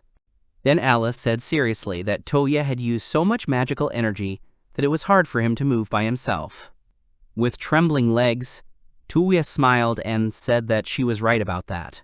Alice told him that Toya was truly amazing because he was born with such talent. She thoughtfully said that if she had even 1% of this talent, her family would not have abandoned her. Toya asked her in surprise what she meant. Alice replied that she belonged to a family that had mastered magic for many years. She had no talent, so she was left in the care of others. Alice explained, saying that it wasn't that she was upset with her family, and all the people who raised her were kind people, but she was lonely. Alice envied Toya for having a family, even if they were a monster and a spirit. Alice smiled and told Toya that he should take good care of them. She then asked him to wait for her here while she bought a souvenir for the innkeeper. Toya thought she was a girl he simply didn't know anything about, but Alice somehow reminded him of a small child. At that time, Alice was arguing with the seller about the inflated price. Toya thought that he was so pathetic that he couldn't even walk properly just by using magic. It wasn't like he could stay awake until the magical energy ran out, but Toya had become overconfident after becoming a sage. Toya thought about what would happen if he fought the hero in his current state. At that time, the hero Larks walked past him in a long cloak. Noticing him, Toya looked at him. In front of Larks, where the soldier apologized for the wait, to which Larks said that they arrived on time. Larks then noticed Toya looking at him, and with his hood removed, they looked at each other. At this time, a soldier distracted Larks by asking what happened, to which Larks replied that nothing happened. At this moment, it began to rain, and Larks looked at the flying bird and said in surprise how birds can fly freely even at such a time. The soldier waited for Larks, not knowing what to say. Then Larks turned around, got on the carriage, and asked to go. Toya watched the carriage go. That evening, the innkeeper thanked Alice for the gift and said that she had told the people upstairs what they had done, and as for Thor, the people still thanked them. Realizing this, Alice asked the owner where Toya was. The owner replied that Toya had asked her permission to use the barn in the backyard of the inn for further plans. In the barn, Toya sat near the hay next to Ferris and Kokue. He told them that the hero did not remember him, although they had crossed paths with him once. Toya then excitedly said that if he fought him in his current state, things might end badly. But Ferris interrupted him, saying that everything would be fine. Ferris continued with a smile, saying that Toya is strong and there is no chance that he will lose to anyone, Kokuya, and she knows it. At this time, Kokue began to lick Taya's head, who smiled at Ferris's words. Toya thanked them both, saying that they shouldn't worry about him so much because he was going to become much stronger than he was now. Alice ran to the barn after Toya and stopped when she saw Toya with his family. Alice hid behind a tree, saying that it was not the best place. Then, looking at her ring, Alice took it off, saying that if she had a talent for magic, taking off the ring, her ears became pointed like those of elves. Holding the ring in front of her, she said out loud that she wondered what would have happened if Aunt Natalia had not abandoned her. The plan to rescue the Emperor began immediately after the hero left the imperial capital. Sitting at the table, Alice said that the day they would implement their plan would be the night of 5 days from now. Eating bread, Alice said that until then, they had better not make any rash moves. They had quite a few supporters in the operation, and if their cover was blown halfway, everyone would be in a difficult situation. Toya then nervously asked that if they screwed up, everyone would be executed. At that moment, the innkeeper came in and told Toya that someone from the guild had come to talk to him. The guest who came thanked Toya, saying that they told them that they would pay the next day. While pouring wine, the guest said that he heard about what Toya did and really did not know how to thank him for it. Already drunk, the guest asked for forgiveness and introduced himself, saying that he was Georgie, the deputy head of the guild, and he was happy to act as the head of the guild. Toya thought that he was already drunk. Georgie offered to drink wine as a thank you, but Toya declined. Georgie was upset by Toya's refusal, while Toya awkwardly wondered if all the Vice Guild leaders were really that weird. Toya answered Georgie that he did not need to pay for the work, to which Georgie, interrupting him, said that first he wanted to ask him something. Georgie asked him if he was the one who dealt with the specialists of the army of the Kingdom of Henrietta, the one called Toyu Kisaragi, to which Toya was surprised at how he knew about this. Georgie asked Toya about him, to which Toya was surprised to think that information about him had spread so far. Then Georgie, smiling, offered him a drink if he was not mistaken, to which Toya refused, saying that he does not drink. Then George told him to relax, because he was the only one who knew about him. When George heard about Toya from the administrator, something popped into his head about the exceptional priest from Sarandi. George, looking at the statue, said that he then remembered the story of the author of this sculpture, to which Toya irritably said that it was Ebrand again. Georgie said that he and Ebrand had had a problematic relationship in their youth, but even now they kept in touch through letters. That's how he found out. Then Toya asked why Ebrand would take such a risk just to warn him. Then Georgie said that it was pride, recalling Ebrand's words of admiration about the newcomer. Georgie said that from the last letters, it was clear that Ebrand was very worried about Toya. Toya became embarrassed. Georgie said that Toya is now wanted and can no longer return to Sarandi. He also heard that Toya fled to Lunette with the Imperial Princess, but he did not expect to meet Toya here in the capital. Looking out the window, Georgie said that he would not ask what Toya was doing in the Imperial capital because he had an opinion about it. Toya thought that Georgie, as always, did not want to stand out and solve any problems. At this time, George asked Toya if Her Highness Charlotte was here. Toya asked in surprise how he knew. George replied that he knew everything from the report of the ambassador, whom he had missed, Princess Charlotte along with the daughter of the Knight Captain, Garrett. And he said that if the Princess of the Empire managed to escape, then she is most likely in Rian, the region of the Beastmen. A few days ago, soldiers led by the third prince, who was in the capital, were sent to Rian. Most likely, after the report, they were sent as reinforcements to attack Rian. Toya thought irritably that because of him, Char and the others were in danger, and he knew that he should have killed him. Toya asked Georgie why he took such a risk by informing him, to which Georgie replied that it was gratitude. Georgie heard from the Beastmen that the kingdom could come and destroy the guild without any problem. Georgie said that in such a situation, they had no choice but to leave the critically wounded to their fate, and with the current state of the guild, they were unable to repay Toya for everything he had done. At that time, the secretary came to them asking for forgiveness and said that the guild card that Toyu entrusted to them at the entrance. Georgie was surprised about this. The cashier scolded Georgie for drinking. Georgie replied that wine was the most appropriate drink when you need to celebrate. Georgie, drinking from a glass, asked Toya to accept the card. The secretary opened the box with the map in front of Toya. Toya saw the map and was surprised that it was gold, and was the map of the A-Rank Adventurers Guild. All the information about him was written on the map. Toya awkwardly said that he had been promoted, even though he hadn't fulfilled a single request. To which Georgie replied that it was a request from the guild, which he had fulfilled, since he was now the head of the guild. While drinking wine with a grin, Georgie said that until the next leader is appointed, he can do whatever he wants. Toya looked at the map in surprise and thought that he never expected to reach a rank like this. Georgie looked at Toya. After a while, Alice asked in surprise that the reinforcement troops were heading to attack Rian.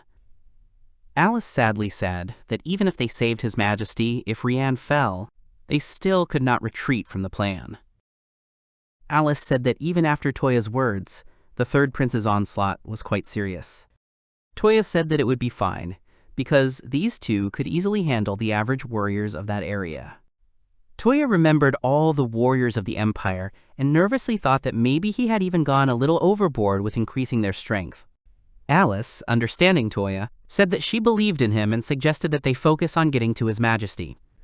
Toya, looking out the window, thought that he was counting on them.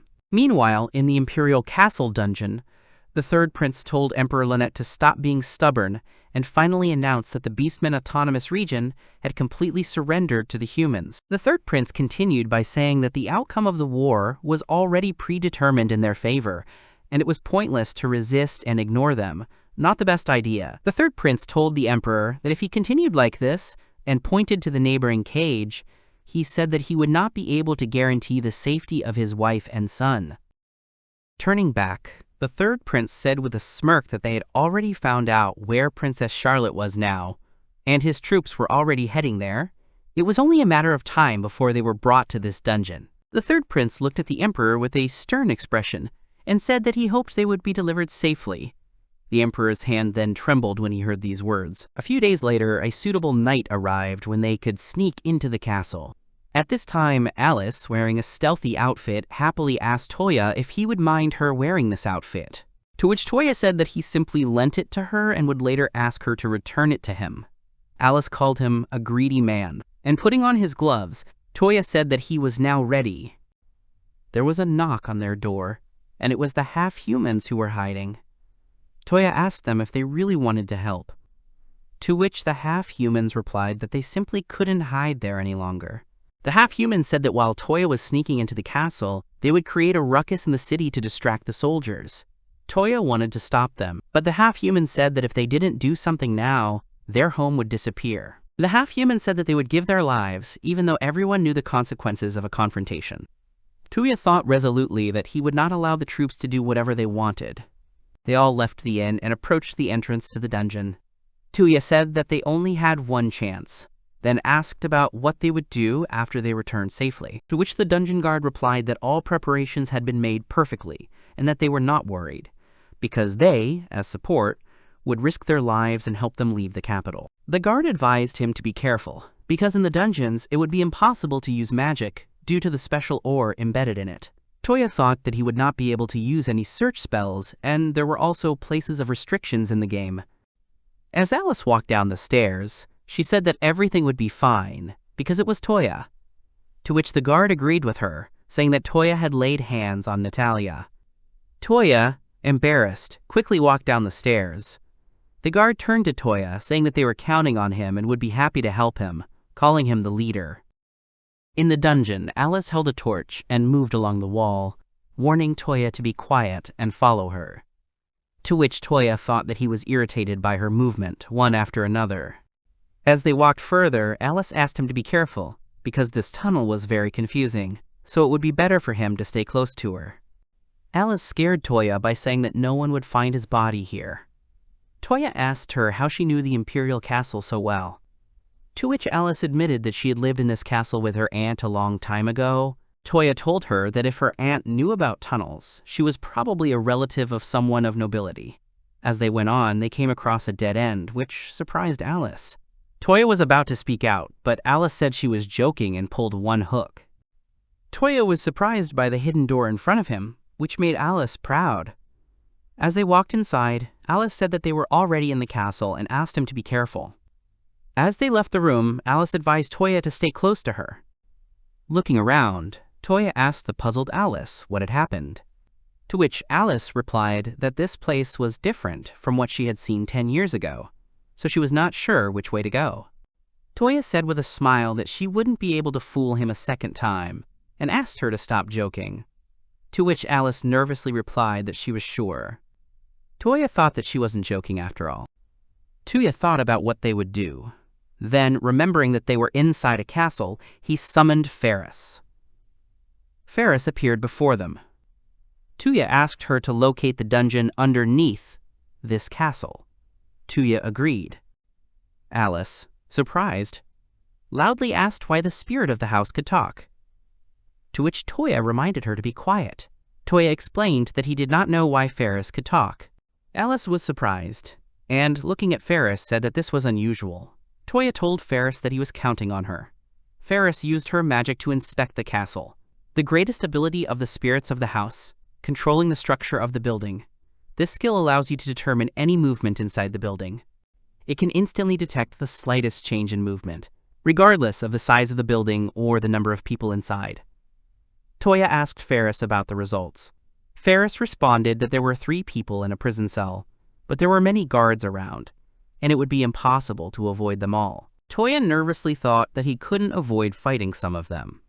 Then Toya asked Ferris to take him to the prisoners, to which Ferris agreed.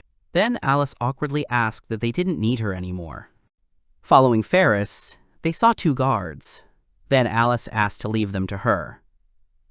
Toya stopped him, saying that if they failed, they could call for reinforcements. Alice asked what they would do. Then Toya pointed to the golden paralyzing bee needles and told Alice to use them. Alice asked what they were, not understanding, to which Toya said that she was quite capable and could handle it. Toya took the incense of sleep, saying that it was for him. Alice asked Toya about their cost and asked him to give them to her later, to which Toya asked to leave these conversations. After Toya used the incense of sleep on the guards, Alice shot a golden arrow at them. Thus, 2 of the guards fainted. Alice admired the arrows. Alice, using the previous method, shot all the guards with golden arrows, taking them out. Toya praised her, saying that he used them professionally, as expected of a spy. Suddenly, Toya noticed the keys on the sleeping guard and took them. Ferris told Toya that there were prisoners ahead.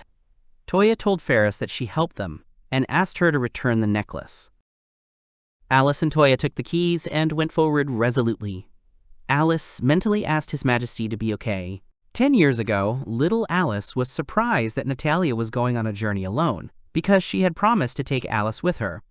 Alice sadly told the Emperor that it was because she was unable to use magic, to which the Emperor denied it. The Emperor said that Natalia had gone on a difficult journey to find the path to becoming a sage, and she did not want to put Alice in danger. Alice said that if her aunt was no longer there, she was no longer needed in the castle and would go pack her things. To which the Emperor stopped her, stroking her head, and said that he had raised her as his own daughter and could stay here as long as his heart desired.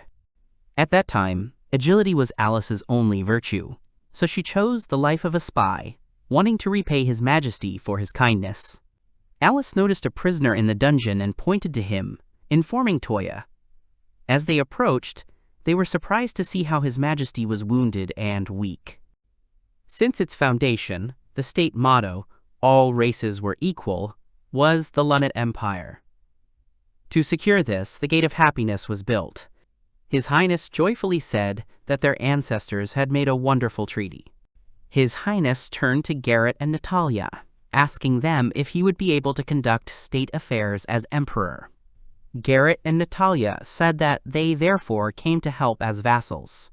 Natalia, smiling, told the emperor that he, now having received the throne, had become a coward, to which the emperor became angry, threatening her with prison, to which Natalia told him that he could do what he wanted, if it made Lunate an ideal state. The emperor laughed at her words, saying that it was easier said than done.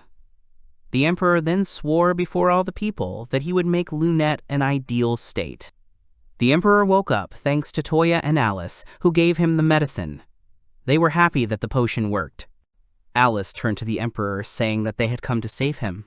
But the emperor grabbed her by the collar and lifted her head up, loudly saying that she had come from the other world to mock him, and calling her Natalie. Alice kicked, denying it, and said that she was Alice. The emperor woke up, recognizing Alice, and patted her head. The emperor asked her about her condition, to which Alice, in tears and smiling, said that everything was fine. Toya thought that Alice really looked like Natalia. The emperor approached him asking about him, after which Toya introduced himself to him, saying that he is Toya, an adventurer from Sarand, Galrus. Rian and Princess Shar hired him to save him. Alice told the emperor that Toya had saved the ball from its pursuers. The emperor was surprised, and Toya replied that he had simply been in the right place at the right time. Toya reported that at the moment, Shar, along with Ar and Natalia, were hiding in Rian, to which the emperor thanked him, to which Toya awkwardly thought that the emperor had bowed his head before him. The emperor suddenly sighed in pain, to which Toya asked him not to overdo it. The potion had healed his wounds to their current state, but he was still seriously injured. Toya asked the emperor if he had been tortured. Toya replied that the third prince had tried to force him to surrender. Alice cursed, cursing the third prince and everyone from Henrietta. Then the emperor called Alice and said that he was really grateful for saving him. Pointing to the other cells, the emperor said that his wife and son were kept in those cells, and asked her to leave him and take them with her. The emperor said that as an emperor he could not just abandon his people and run away, to which Alice cried out against. But the emperor said his promise to make this country happy. Toya thought that the emperor was the kind of person who would not give in. Even after the most terrible tortures, he was a proud man with a great willpower. Toya said that this was foolish pride, and that in this way the emperor would cause his people suffering, to which the emperor and Alice were surprised by his words. Then Toya said that he saw with his own eyes everything that the beastmen went through after losing the war. Toya continued by saying that Goruz and his men would be unable to do anything against the kingdom if the emperor remained hostage. If the emperor did not go with them, Toya would be forced to kill the emperor and take his corpse with him. The emperor looked at the blade Toya was holding, and said that it was a western blade, and Garrus entrusted the blade to Toya to prove his command. The emperor thought about it and said that his stubbornness would make people suffer, and could not believe that he had not thought of such a thing. Apparently he was already too old. The emperor then told Toya that he would do what he, the bearer of the blade, asked.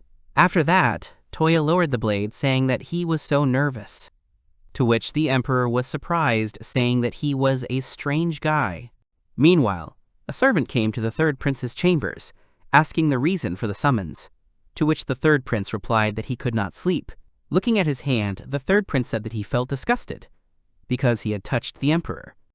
The prince then asked, discontentedly, how long he would have to wait until they brought the princess, to which the servant replied that it would not take that long. The servant then asked the prince why he had not asked the hero Larks for help in attacking Rian, to which the prince replied with displeasure that if the hero went there, he would take all the glory for himself. The prince said that his father had entrusted the imperial capital to him, and no matter how, he was obliged to present the empire to him with his own hands.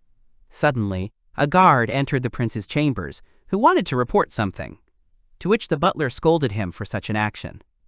Then the guard apologized and asked to look out the window. Beastmen had rebelled throughout the city. The dungeon guards were born in one house and discussed that everything was going as planned.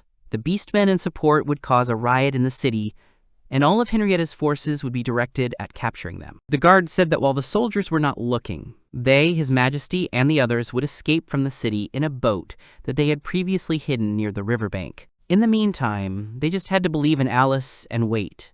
One of them hesitantly asked what would happen if they failed, to which the chief said that in any case, life under Henrietta's control was worthless, and therefore he did not regret giving his life. To which all those present agreed with him, and resolutely shouted in support that they would go through all the difficulties together until the very end. Meanwhile, the emperor, his family, and Alice with Toya escaped from the prison and went underground. Toya addressed the emperor's handcuffs and said that he could use his magic here, and removed the shackles from the emperor.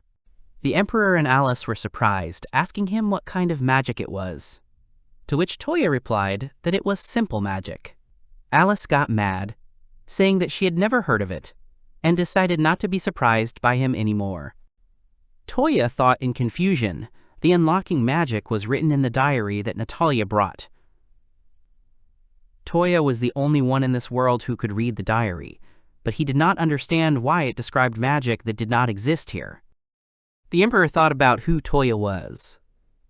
Then Empress Lunit thanked Toya along with her son for saving them. The empress turned to Alice with a smile, saying that she had grown so much, to which Alice became embarrassed, saying that 10 years had passed.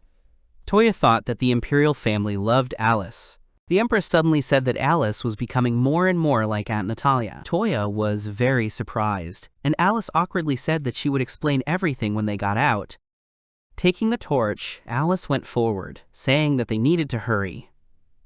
Then the emperor turned to Toya, asking him to wait until Alice told him everything herself.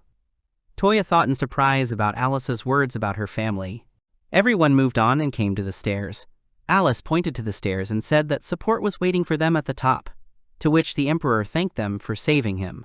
Toya was the first to go up the stairs to inform the others. Upon opening the hatch, Toya was met by one of the supporters asking him if His Majesty was safe.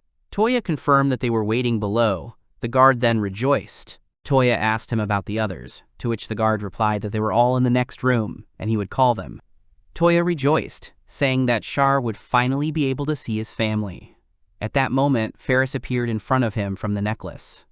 Toya asked in surprise why she had come, to which Ferris said she was glad it had worked out, and asked him to listen to her. Then, pointing to the next room, she said that this house stank too much of blood. Toya heard this and got angry, and asked Ferris to go back to the necklace. At this time, the guard came through the door with another gang of people who destroyed all of the support. Then Toya, with one swing of his sword, destroyed all the traitors, leaving only the guard. Threatening with his sword, Toya asked him that he hired everyone, to which the guard fearfully asked him to stop. Toya angrily asked the reason for his betrayal while threatening him with his sword, to which the guard replied that if they caught the imperial family, their position in this country would greatly increase. At this time, Alice looked in from the dungeon, inspecting the room, and saw Toya with a long sword. The guard spoke contemptuously about how stupid it was to allow beastmen to do business under the guise of equality. Toya put away his sword and told the guard that he would give His Majesty the right to choose his punishment, and he just needed to find out how much information had leaked out from here. Then the guard, seeing a crossbow nearby, took it and aimed at the back of Toya, who had turned around to shoot. But Elisa threw his dagger at him, thereby wounding him on the head. Toya turned around, looking at Alice. Then Alice, lowering her head, quietly asked why, despite how far they had gone. Alice, unable to bear it, burst into tears and furiously asked why. Sometime later, the emperor and his family came up from the dungeon to see Toya covering the dead bodies with a white sheet. The emperor said with regret that he was sorry, and he did not think that anyone who supported them would betray them. The emperor blamed himself for the fact that if he had not been kidnapped, none of this would have happened. Dropping to one leg, the emperor said that he was sorry that he was disappointing everyone. Covering them with a sheet, Toya said that under these circumstances, they would not be able to trust anyone to support them. Then Alice asked how they would get out of the capital, since they would now know that the emperor had escaped. Then Toya approached the emperor, saying that he had an idea, and asked him to trust him. The emperor was not against trusting. Then Toya asked him not to be angry, even if something happens. At this time, in the Adventurers Guild, the secretary informed Georgie about Henrietta's request to send adventurers to help stop the rioters in the city. Georgie did not understand why there was such a request, to which the secretary suggested, saying that Henrietta's soldiers were apparently gathered elsewhere to stop the riot. Georgie approached the window, asking out loud what their next year would be like, and whatever it was, he was sure he would make a wise decision. Meanwhile, in the imperial capital, Henrietta's troops were gathering in the city to prevent the imperial family from escaping and completely blocking the entrances and exits. But suddenly, hearing a strange noise, they noticed a galloping warhorse with a carriage. Standing on Kokuya, Toya told Alice to just keep going to the gate, to which Alice fearfully said that there were many soldiers there, and fearfully realized that Toya's plan was to break through the gate directly. Toya approached the soldiers. He thought that if they fought here, many would die. Toya raised his hand, summoning a huge ball of light. The soldiers did not understand what it was. Then Toya said that they would break through with his strongest magic. Toya summoned his most powerful magic ball and warned everyone to back away, because it was his most powerful destructive spell. After which Toya sent the magic ball straight to the gate, completely destroying it. All the soldiers started running, escaping from the debris of the destroyed gate. Taking advantage of this, Toya and the others rode through the debris of the gate. Then Toya shouted for Kokuya to go ahead, causing the horse to run quickly and fly up along with the carriage. Alice was very surprised, and the soldiers, seeing this, were shocked. After flying high and passing through the gate, they landed on the ground. Toya shouted at Kokuya to keep up the pace until they reached Rian. The Emperor was surprised by Toya's destructive magic. After riding away from the capital, Toya informed the others that they would definitely not be pursued for a while. Then, turning to the Emperor, Toya asked for forgiveness for destroying the Gate of Happiness. Alice hesitantly wanted to answer Toya, but the Emperor interrupted, saying that everything was fine and the Gate of Happiness was only a small part of the imperial capital's defense, and sooner or later, it had to collapse. Toya thanked him for his forgiveness and said that their journey was not over, and asked him to remember this and take care of himself. Toya thought about how many soldiers had died when the gate was destroyed, and he would have to do it again to save the imperial family. At this time, Alice reported that they were almost at the checkpoint, to which Toya told her to hold the reins tighter. The soldiers at the checkpoint heard the sounds of approaching soldiers and were on guard. Toya approached, he used his air blade magic and aimed it at the soldiers, causing some to fall down with injuries. Toya then warned them to back off if they didn't want to be injured. At this time, in the imperial capital, the third prince was dumbfounded that the emperor had fled. He was puzzled and did not know how to tell his father, to which his servant thought that he knew that this would be too much for the prince. The king of the kingdom of Henrietta entrusted the third prince Lasset, the most beloved of all the royal children, to govern the imperial capital. If he succeeded in forcing the Lunate Empire to surrender, it would give him considerable benefits. When the imperial capital fell and the war effort turned in his favor, Lasset could already imagine how easy it would be to complete the task. The third prince ordered someone to be sent for the people who had fled, and they simply had to seize the emperor. But his servant told the prince that he wanted to report other news, to which the prince irritably asked what it was. Meanwhile, Toya and the others passed the checkpoint. Alice reported that they were quickly approaching the Beastman Autonomous Region. Then, calling out to Toja, Alice suggested that he take a short rest, and so did Kokue, to which Toya refused, saying that if the pursuers caught up with them now, he would not be able to protect his majesty, and he was also worried about Rian. Toya then said that they could arrange for Kokue to rest, to which Kokue slapped his ponytail in the face and kicked in displeasure. Then Alice said that even if Toya couldn't do it, she would be able to deliver his majesty and his family to Rian. Toya smiled and said that he was counting on her. Then Toya remembered and asked Alice about her being related to Natalia, to which Alice awkwardly replied that he was an elf and looked like a human thanks to the ring, and it was convenient for her to look like a human since she was a secret agent. Then Toya asked with interest that if Alice took off the ring, she would look just like Natalia, to which Alice irritably said that it was rude and took off the ring. In the form of an elf, Alice said that only her ears would change shape. Toya was a little disappointed, expecting a different effect. Toya asked her why she didn't meet Natalia when they returned to Rian, to which Alice replied that her family left her in Natalia's hands, and that was when she was still very young. Alice said that if Natalia saw how she had grown, she would definitely be shocked, and in fact, she simply didn't know what to do when she met her. Aunt Natalia taught Alice how to survive on her own. Natalia took her to the forest and made her hunt monsters. Despite the fact that Alice was an elf, she had a good command of magic. Thanks to this, she became very agile. Natalia was strict, but Alice had fun living with her. One day, Natalia just decided to quit her job and go on a trip. Alice couldn't believe that Natalia just disappeared like that, without telling her. Alice said that it wasn't that she was mad at her, it was just that if she were to meet her, the idea of someone she considered family would really scare her. Then she jokingly said that Natalia was already old and she might start to forget things. Then Toya smiled, putting his hand forward, and told her to leave it to him, because he would make her remember her aunt. Then Alice nervously said that if he did that, then she would definitely take revenge on him later. Alice said that she would count on Toya when the time came, to which Toya asked her not to worry about it. In the carriage, the Emperor's son asked his father who Toya was, because he could use unknown magic, and could he be the hero from the legend.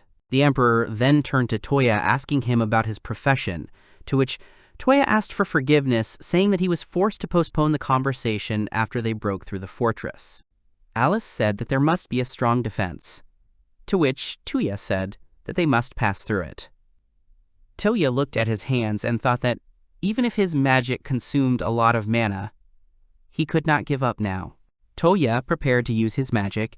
He suddenly saw a flag in the fortress. The soldiers in the fortress were on guard because of the approaching carriage, but they were stopped by Raoul, who saw the monster's horse near the carriage. Toya and the others' carriage stopped at the fortress. At that time, Char and Ar ran to Toya, hugging him joyfully. Char joyfully said that she believed until the very end that he would return safely. The Emperor then called Char, asking her if she missed Toya more than them. Char then ran to them, hugging them and crying with happiness, saying that she was so happy to see them. Toya was happy for Char. Toya then asked why Rian's entire army was here, to which Garrus replied that Natalia would answer the questions. Natalia turned to Toya and said that a few days ago, the kingdom's army attacked Rian, but all the royal troops were stunned by the power of gurus, Char, and the others. All four almost completely defeated all the warriors of the kingdom, after which the troops began to retreat to the imperial capital. Everyone was happy about the retreat, saying that it was a clear victory for them. Garrus told Char that if they captured the fleeing soldiers and took them hostage, they could significantly reduce the strength of the imperial capital. Garrus continued by saying that if Toya succeeded in rescuing His Majesty, they could take advantage of this moment to retake the imperial capital. But Natalia said that Toya had supposedly failed, with some hesitation, to which Char and Ar interrupted her, saying that Toya would definitely bring the imperial family. Then Natalia asked Char what they would do, to which Char replied that they would take back the empire with their own hands. At this time, Toya asked in a clarifying tone about the fact that they had liberated the territory up to here, to which Char, Ar, and Natalia responded with agreement. Char said that the royal soldiers who had fled to this fort had no strength left to fight, to which Toya thought for a moment that Char had asked him about the reason for the idea. Toya replied that nothing had happened and said that he had now fulfilled the request, to which Char and Ar confirmed this by saying that he was the only one who could fulfill such requests. Natalia offered everyone in honor of the celebration, after which Toya remembered Alice. At this time, Garrus came to them, thanking Toya for saving His Majesty. Toya interrupted him, saying seriously that his work to save His Majesty and the imperial family was complete, and he no longer had any intention of continuing his participation in this war, since it was not his war. Then Natalia asked Toya about his next steps, to which Toya replied that he was probably in Sarandi and would simply look for a place where he could safely live with Ferris and Kokue. Toya said that when the war was over, he would simply come for the reward. Garrus wanted to convince him otherwise, but the Emperor grabbed him by the shoulders, stopping him. Then the Emperor asked Toya to accept another request from him. Toya was surprised when the Emperor bowed down on one knee. The Emperor begged Toya to become the sage of this country. The Emperor asked Toya if he would become the sage of their country. Gaurus wanted to stop the Emperor, but the Emperor interrupted him, saying that everything was fine. Natalia also stopped Toya, who wanted to ask him to stop. Natalia told the Emperor that she had seen Toya's power, and it was beyond comprehension, and she was also sure that Toya would have become a sage without her help. The Emperor addressed Toya, saying that their country had a legend that a sage had attained the pinnacle of knowledge, a berserker, the pinnacle of martial arts, and a hero, the pinnacle of courage. The Emperor said that they needed his power. Toya asked what he was forcing him to do. Then the Emperor said that they were in his debt. Gaurus added that they would defeat Prince Reset and retake their capital. The Emperor said he wanted them to think things over before their troops regrouped and marched on the capital. After that, Toya sat outside, thinking. Natalia came up to him with a bowl of food and sat down next to him. Natalia said that a direct request from the Emperor to an adventurer is rare, and as a reward you can get a city to rule. To which Toya nervously said that it is not necessary. Toya said that even though he was a hero, it was their common merit, to which Natalia agreed with him, eating her food. Meanwhile, in the stable, Elisa sang a song and happily washed Kokue. She asked him with interest how much he was worth, then said that perhaps Toya's family would not sell the horse. At that time, Natalia and Toya came to their barn. Natalia asked Elisa what she was chatting about with Kokue. To which Elisa, hearing her voice, became nervous, slowly turning around and calling her grandma. Natalia discontentedly told Alice to call her younger sister, to which Alice replied that Natalia was her grandmother's younger sister, so she had the right to call her that. Toya was surprised by this. Natalia told Alice that she had grown up in such a short period of time, to which Alice replied that it had been 10 years already. Natalia was surprised by this, saying that she had planned to visit her homeland earlier. Alice, showing her figure, asked Toya about her figure. Natalia also joined her, to which Toya awkwardly thought that the noise had doubled. Natalia said with a smile that Alice had not changed at all, then she apologized for just leaving silently.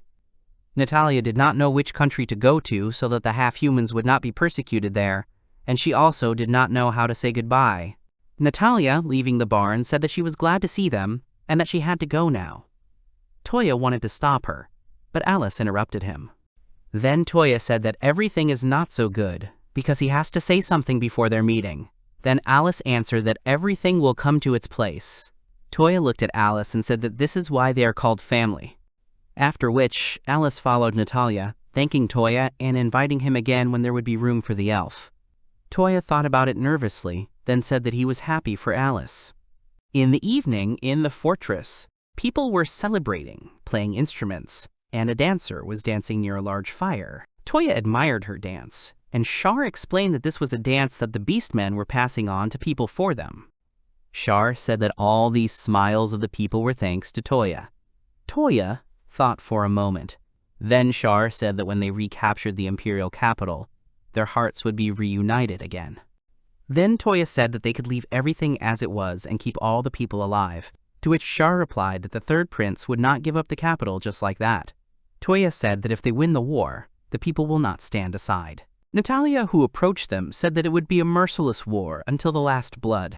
Then Char resolutely said that they must take back the capital for the sake of universal peace, and that is why Toya must help them. Then Toya said that he also didn't want to see people suffer, but he was not a hero, and he was not going to be a weapon of war. The next day, the guards informed the Emperor that Toya had disappeared from the camp without a trace. Gaurus was displeased with this action, but the Emperor said that Toya was not a soldier in their army, and they could no longer borrow his strength. Ar and Char stood near the Emperor's tent and were sad about this news. Meanwhile, Toya was catching a big fish from the lake, thus pumping up his fishing skill. Toya and Kokue looked at the big fish, wondering if it was edible. In the evening at the guild house, Toya was met by Ferris, who said that the bath was ready. Toya thanked her and said that he had encountered 2 new monsters there. Ferris listened to all his stories with a normal face. In the bath, Toya lay in the water and completely relaxed. It seemed to him that he spent an eternity next to Natalie, because of Alice's request. Toya also thought about what he wanted to ask the Emperor about the Berserker. After the bath, Toya and Ferris stood outside the open window, and Toya asked her if the goddess Tartaria knew about their world, to which Ferris replied that she probably only knew the name. Toya said out loud that he wanted to know what his power was for. If it was to kill, then that was sad. Ferris wanted to touch him, but her hand fell apart, which made her sadder. Toya awkwardly asked Ferris about having a statue of him all over the country. Ferris thought for a moment and said that it would be cool. Outside the window, Kokue was laughing while lying on the ground, to which Toya said that if he found it funny, it was a good idea. Meanwhile, in the imperial capital, the prince was informed that Lunette's army had broken through the border and would arrive in 2 days. The servant advised the prince to wait another 5 days, to which the prince shouted angrily at the servant. The prince nervously said that he had to send his army to Lien, and if the rebels broke through, he would die, and how would he then look into his father's face? The servant next to him thought that the prince was growing. A guard came and told the prince that the Adventurers Guild had come to visit him, to which the prince was surprised. When the prince went out into the street, he saw George, who informed him that he had captured the accomplices who had helped the king escape. George then greeted the prince and said that he had captured about 50 rebels. Seeing so many rebels behind, Georgie, the prince, irritated, ordered them all to be executed. Then Georgie suggested that he find a better use for them, explaining that they were using the rebels so that the emperor could not attack them easily. One of the rebels told Georgie that he was betraying the emperor. Georgie hit him hard and cursed. Then the prince asked Georgie the price for his idea, to which George, grinning, said that he wanted the prince to recommend him for the position of guildmaster in the imperial city. Then the prince's servant happily said to use this offer, after which he agreed with him. Upon the return of the emperor who had destroyed the gate, the army's morale was lifted. And so, in front of the gate, the two armies stood face to face. The emperor shouted to his army that they would take back the capital. Then they looked at the gate and saw the prince there. The third prince, standing on top of the gate, drew everyone's attention by joyfully saying that he would kill the rebels one by one. Then George suggested that the prince show that he was serious and throw one down with his own hands. The prince hesitated at first, then he agreed with George. Looking at them, the emperor and the others cursed, calling them cowards. Char thought about Toya and his words that he would find a way to prevent violence. At this time, the prince was about to push the rebel away, when suddenly the airwaves freed the rebel and pushed the prince towards the cliff, which left his servant in shock. But the prince was grabbed by Toya, who appeared out of nowhere and said that if the prince died, he would have a problem. Everyone was surprised by his appearance. Toya said that for the first time he saw the end of such a terrible kingdom. After grabbing the prince, Toya loudly told Henrietta's soldiers to lay down their weapons, otherwise an accident would happen. The prince's servant threateningly told Toya that the hostages would answer for this. Suddenly all the ropes of the rebels began to break, freeing them, and the rebels, united, attacked the guards, telling Toya not to worry about them, to which Toya thanked them. Georgie pretended that he was sure that he had tightened all the ropes securely, to which Toya looked at him and mentally thanked him. A few days ago, Georgie and the adventurers were collecting the fragments of the destroyed gates. After that, a small stone flew at his head, causing him to look around and search for who it was. Some time later, George was carrying a large sack with him on a cart. Stopping at a cemetery, Toya came out of the sack and thanked George for helping him enter the imperial city. George stopped his gratitude by telling Toya to quickly heal his wound, which was on his forehead and was all bloody, to which Toya began to heal his wound in a hurry. Later, in the Adventurers Guild, Georgie poured himself some wine, complaining about his wound. Sitting languidly, Georgie recalled Ebrand's letters, which contained information about Toya, to which he awkwardly thought how much information he had. Georgie, drinking wine, asked Toya what he wanted to know from him. Toya said that he wanted to put an end to this war and asked Georgie to help in this matter. After drinking all the wine, Georgie stood up saying that he wanted to sleep, but Toya wanted to stop him. Then Georgie replied that he represented the guild, and if he sided with one country, the life of the guild of the other country would be at stake. Moreover, George did not know where to start and said that he could betray him. Then Toya replied that if he were to hide the half-humans, he would hardly be Henrietta's ally. Toya then pointed to the statue that Ebrand had made, after which Georgie looked at him in bewilderment. Toya abruptly closed the statue with the door and said that he heard this from Mira, recalling her words about Ebrand only giving the figures to those he trusts. Toya said that he doesn't have many people he trusts, and Ebrand was one of them, and if Georgie is the person Ebrand trusts, then how can he not trust him? After which Georgie smiled and said that he didn't think that anyone would be so attached to Ebrand. After which Georgie said that the prince had a lot of guards, and asked Toya if he had any plan. After explaining the plan, Georgie said that he was the only one who could carry it out, and if the plan really worked, then everything would be over. Georgie said that the demi-humans would gladly give their lives for the success of this battle. Then Georgie asked Toya why he, a foreigner, would get involved in all this, and maybe he was looking for fame or fortune. Toya replied that in the place where he grew up, they had never heard of war and he had never seen it or even thought about it. Now Toya has received power from someone or something, and he has realized that there are people who will die right before his eyes. Even if this power is given to him to stop it, he cannot act as if he has nothing to do with the situation. After which Georgie seriously said that he was naive, which surprised Toya. Then Georgie explained that this wine from the store was real crap. Pouring the wine completely into the glass, Georgie said that they would risk a lot and lose a lot for this plan, and he would ask a lot for it. Toya agreed, saying that he would give them his best weapon. At this time, the prince's servant was worried about the situation. Then George said threateningly that if anything happened to the king's beloved son, then everyone would be responsible for it. The third prince kicked in Toya's arms, asking irritably who he was, to which Toya replied that he was a simple adventurer. The prince then angrily shouted at Toya that some adventurer should not touch him or harm him. Suddenly Toya let go of his hands, allowing the prince to fall down. The prince began to scream in fear, and so did his servant, worried about him. Toya's hand grabbed the prince, who was falling from the fortress wall, by the collar. At the last moment, Toya cursed good-naturedly at Prince Rasset, but at the same time he assures him that he is fine. The prince, although scared, argues with Toya even in a hanging state. He is unhappy that Toya called him names. The soldiers of the prince's army froze in shock from what they saw. Toya calls Prince Rasset a degenerate and asks him to order his men to surrender. Otherwise, he threatens the prince that he will throw him off the wall like useless trash. Prince Rasset continues to be stubborn and shouts that no one will follow the orders of such a thug. He shouts for Toya to let him go and finish him off, because the prince cannot return to his homeland in disgrace. Toya began to speak to him quietly. Toya admitted to the prince that he alone was to blame for the destruction of the city gates, but he also said that he could use all his magic on the rear of the prince's army. In that case, the escape route for Henrietta's army would be completely blocked. Toya continues to say that if the prince's troops are damaged, they will definitely be destroyed, and there will be a massacre. Toya chose the fortress wall to capture the prince precisely so that the prince himself would help him. The prince is shocked. He finally realized that the fate of all the soldiers that his father left in his care depends on his decisions.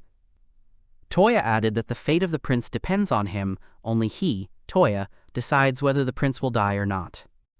Toya shook the prince, still holding him in the air. Prince Rasset cried out and then turned to his men. He orders them to put down their weapons as they surrender. A priest from the prince's retinue shouts to the soldiers that Prince Rasset's life is in Toya's hands, and that His Highness's life is more precious than the lives of everyone present. The priest hopes that everyone understands what he is talking about. The soldiers of Prince Rasset's army are shocked by the priest's words. Is the prince's life really more precious than all their lives? They all begin to throw their weapons and pennants on the ground in displeasure. The Beastmen troops, led by the emperor and the army commander, standing a little further away, see that the enemy has thrown down their weapons. The emperor is very pleased with Sir Toya's magnificent move. Raising his hand, the emperor turns to his men and says that their enemy has given up the fight and laid down his arms. The emperor and all his supporters are loudly rejoicing, because it was with these very hands that they all regained the imperial capital. They can be understood. Standing on the wall, Toya finally let go of the prince and sighed as he sat down on the edge of the wall. Some warrior in a large helmet screamed in surprise. It turns out it's Alice, wearing a huge number of mismatched pieces of armor. She's surprised that it's all finished. Char, A.R., and Natalia are standing nearby, happy with the outcome. Char looks at the remains of the city gates and mentally thanks Toya. She remembers the moment of their first fateful meeting and is sure that if they had not met then, they would have definitely died. Prince Reset is in tears, asking why things turned out this way. Toya is resting and hears Ferris calling from the necklace. He is sprawled on the floor and is glad that all the demands are finally over. The news of Emperor Lunette's return to the imperial capital quickly spread throughout the city and beyond, and the people of the country were very happy about this news. Those citizens who were evacuated began to gradually return to the capital, and its restoration accelerated significantly. As for Prince Rasset and his army, they were ordered to completely withdraw from Lunette lands and free all beastmen slaves, a decision Henriette had difficulty accepting at Rasset's request. Meanwhile, in the capital of the Kingdom of Henrietta, there are dissatisfied people. Someone is shouting about a temporary truce. It is Sir Larks, the hero. He is angry and thinks that all his efforts are in vain. He does not know what the king was thinking. The tearful princess informs him that the return of the prisoners and the withdrawal of the troops have resulted in huge losses on their side. Under the current circumstances, the country can no longer allocate large amounts of money for military needs. The princess says that they are all humiliated and that the Lunette Empire and these beastmen must have used some dirty tricks. She added that Prince Rasset was unable to fight, so the capital was taken away from him. She believes that this disgrace has dragged on. The princess also added that her father was more upset that their family's honor had been tarnished by those cowards from Lunette than by the fact that Henrietta had been robbed of the imperial capital. The hero Larks is furious. He believes that Emperor Lunette and his disgusting beastmen are to blame for everything. He is not going to forgive them and hits the column with his hand. A few days later, at the Adventurers Guild in the Lunette Empire, Toya meets Georgie. Toya is late and apologizes, and Georgie asks him to sit down and wait until he is free. Georgie then said that the guild's adventurers had been hired to rebuild the capital of the empire, and that he was very busy. Georgie had no time to even have fun, let alone make money, but he wanted to discuss the matter. Toya mentions that if it weren't for Georgie's help during that difficult time, things would have been tough. But Georgie pointedly says that he is actually a representative of the Adventurers Guild, and shouldn't have anything to do with that story. However, he asks if Toya has forgotten his promise. Toya certainly hasn't forgotten, and takes out several beautiful bottles of the red and white rose fertility wine from his storage. The wine increases the speed of dodging and reduces the hit. Toya asks Georgie to evaluate his gift. It is the best wine he has, and he guarantees that the wine tastes great. Georgie seems pleased. He thinks that judging by the appearance of the bottles, the wine will be excellent. But Georgie is sure that these are not all the gifts. He clarifies this with Toya. He agrees.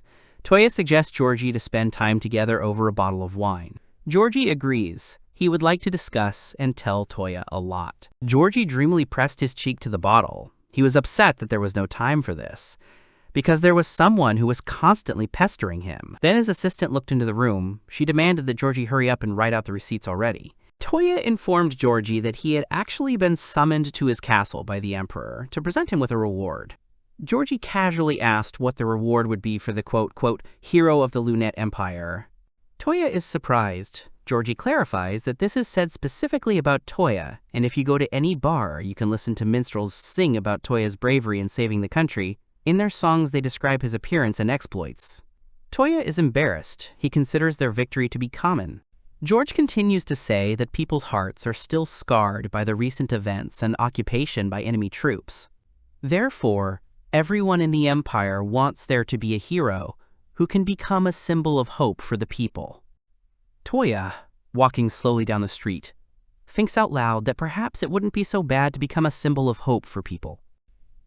Suddenly, a voice is heard, and Toya sees an argument between beastmen and humans on the streets of the city. The beastmen loudly accuse a certain human of selling them to the Henrietta Kingdom. Two people are sitting on the ground.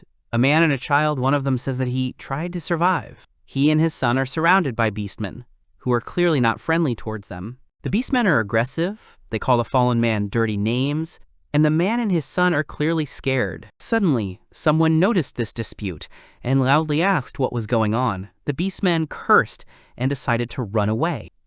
Toya, who saw this situation, became sad. He thought about the symbol of hope again. Toya has arrived at the palace to meet the Emperor, who is already waiting for him in the reception room. Toya is excited and dressed beautifully for the occasion.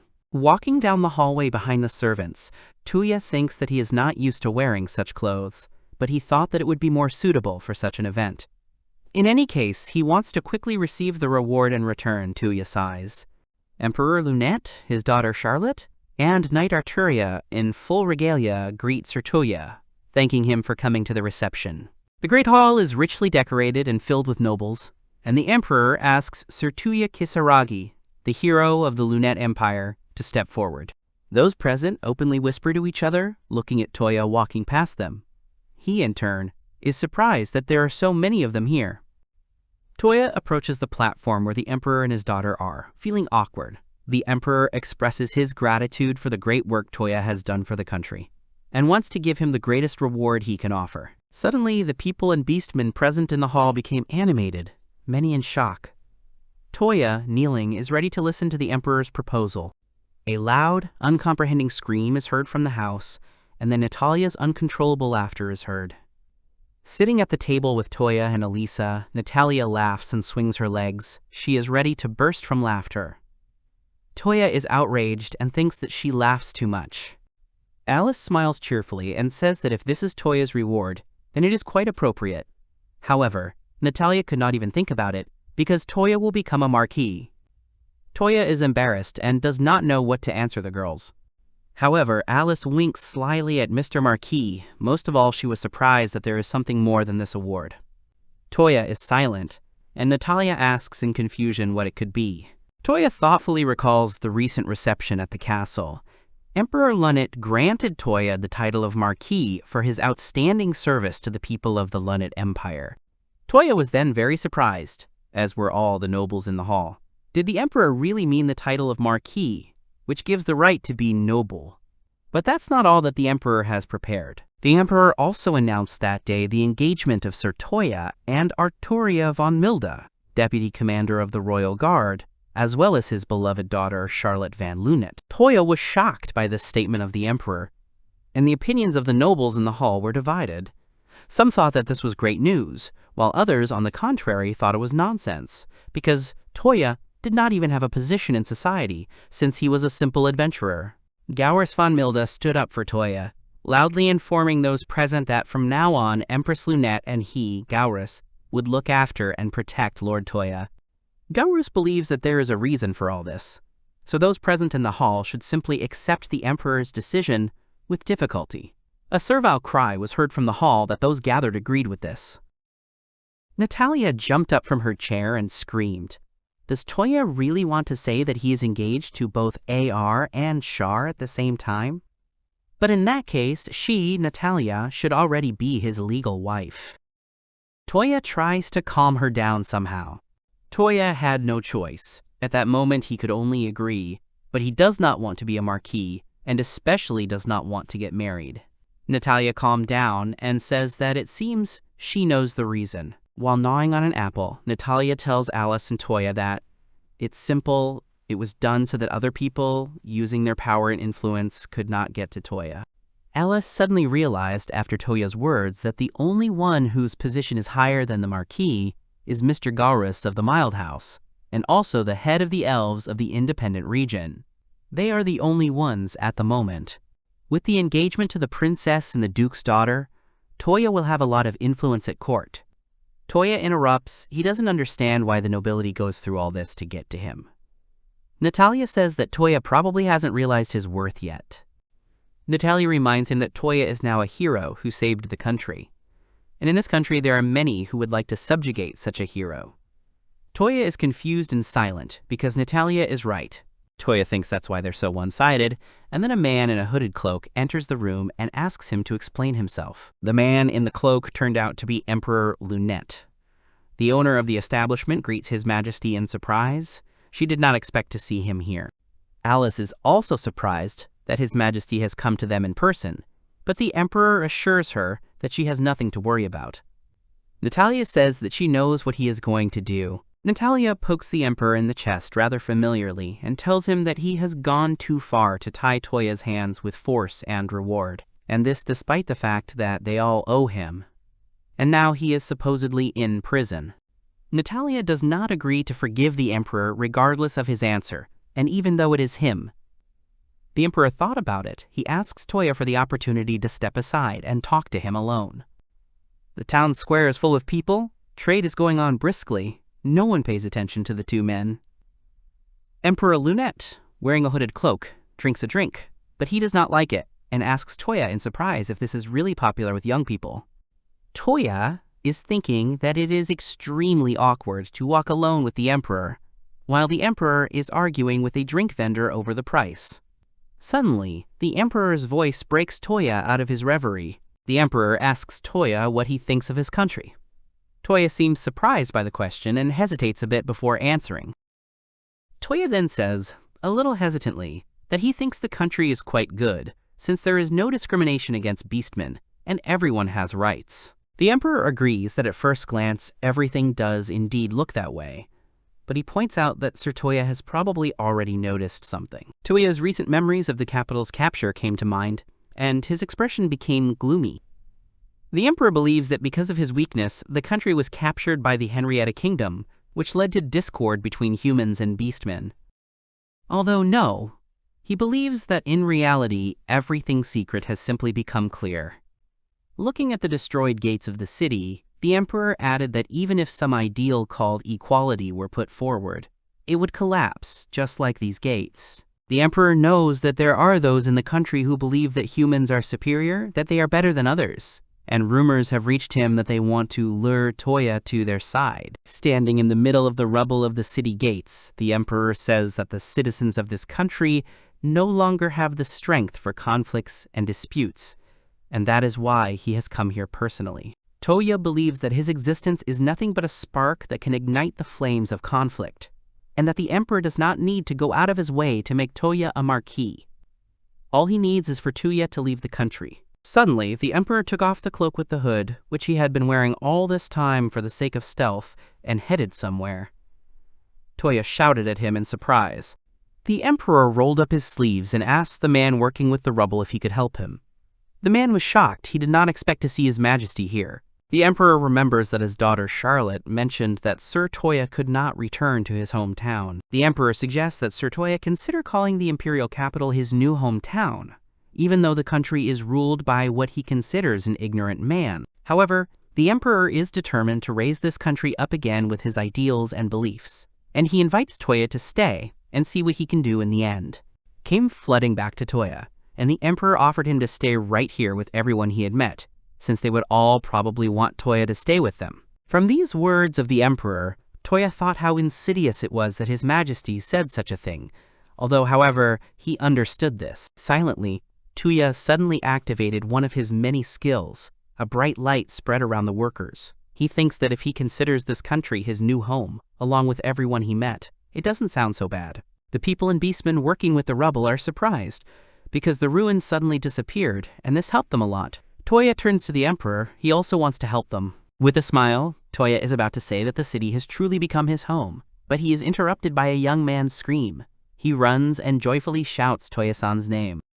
Toya is surprised by the appearance of the young man, and he is already enthusiastically asking to provide everything to him, and even if he needs to practice fencing, but when it comes to this, he is a master. Toya is confused and does not understand what is being discussed, and the young man says that he needs to make a sketch first. And then the young man enthusiastically announces that, of course, we are talking about a symbol of the country's rise, namely, the erection of a statue of Toya as a hero of the Lunette Empire. The young man continues and says that since this is going to be a new attraction, his father told him to help with the installation. While twittering something about the installation of a bronze statue being a rare occurrence, the young man suddenly stopped. Toya furiously shouts that they must all be joking. Toya's cry goes up over the city that if they build a statue in his honor, he will leave the country without a second thought. The young man shouts back at Sir Toya to control himself. Thus began Toya's days as a marquis. In addition to the title, Toya received a large, luxurious estate surrounded by greenery, and about 12 servants, all of whom lost their masters and were sent to his estate. But Ferris could have handled the entire estate on her own. As an exception, Toya did not have to manage the estate and perform the duties of a nobleman, but he was constantly being bothered by someone. Some brought him gifts as a sign of close relations and offered to teach him how to be a proper nobleman. Others persistently offered Toya to have dinner together, and, as a token of gratitude, the most beautiful girl would serve him during dinner and during the evening. Toya is tired and irritably shouts that he has had enough. He does not want to be a nobleman anymore because someone comes to him every day. Sitting at the table, Toya asks the maid if anyone is coming today. She answers that a merchant guild officer will come in the morning and 2 more in the evening. Toya is unhappy that there will be so many of them again. Alice, who is looking at the riches in the room, tells Toya that there are many people here who want to appease the hero of the empire. Toya wearily replies that it seems to him that he is simply being assessed, and that it is such a hassle. He asks Alice if she wants to return to the kingdom of Sarandi today. Alice replies that it is safer to travel by road, so she should start working as a merchant again. Smiling slyly, Alice reminds Toya that there is a shortage of materials in the country, and that she definitely cannot miss this opportunity to earn some money. Toya asked if she would help him settle what they had discussed earlier. Alice sat down opposite Toya. She clarified whether he was talking about the Berserker now. Alice agreed. If she found out anything, she would definitely let him know as soon as possible. Toya didn't find out anything in the imperial capital that would allow him to change his profession to a berserker, so he asked Alice for help, because she travels around the country and can get a lot of useful information. Alice, however, does not understand why Toya needs so much information, and he cannot tell her about his desire to change his profession and about everything else too. Alice says that before returning, she was going to stop in the city of Arland. It is a small city located in the southeast, on the other side of the kingdom of Henrietta. Due to this, the city was captured first, and there are rumors that the city needs help. Toya jumped up. Does Alice mean that despite the truce, the kingdom plans to strike? Alice denies. The army has already left the city and it has been liberated, but something is wrong. Alice tells Toya that there is a dungeon located near the border of Arland, and the kingdom of Henrietta, they say that it is full of monsters, and that they are already approaching the city. Toya remembers that in the game, the monsters from the dungeon are a high difficulty level. If you do not stop the monsters, the people in the city will be killed and you will not be able to get rare items. Alice, not noticing Toya's tension, eats sweets, when suddenly there was a terrible crash that scared her. It was Toya hitting the table with his hand.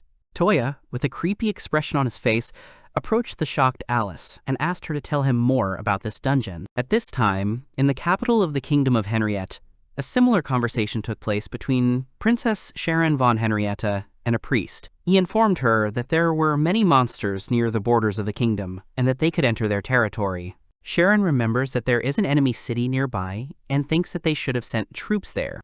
The king is aware that Lunette is preparing an expedition to conquer the dungeon. The princess thinks that they should use more workers. The priest informed her that the king had ordered their hero Sir Larx to be sent to conquer the dungeon and subjugate the dungeon's leader before the Lunette Empire could. The king is sure that there is no need to allow the hero, who only knows how to train during the truce, to continue playing at training, especially since the king wants to have some fun. The action moves to Toya's estate. He puts on his adventurer's cloak and is happy because he hasn't worn it for so long. Ferris says that if he is finished, then they can leave right now without being noticed.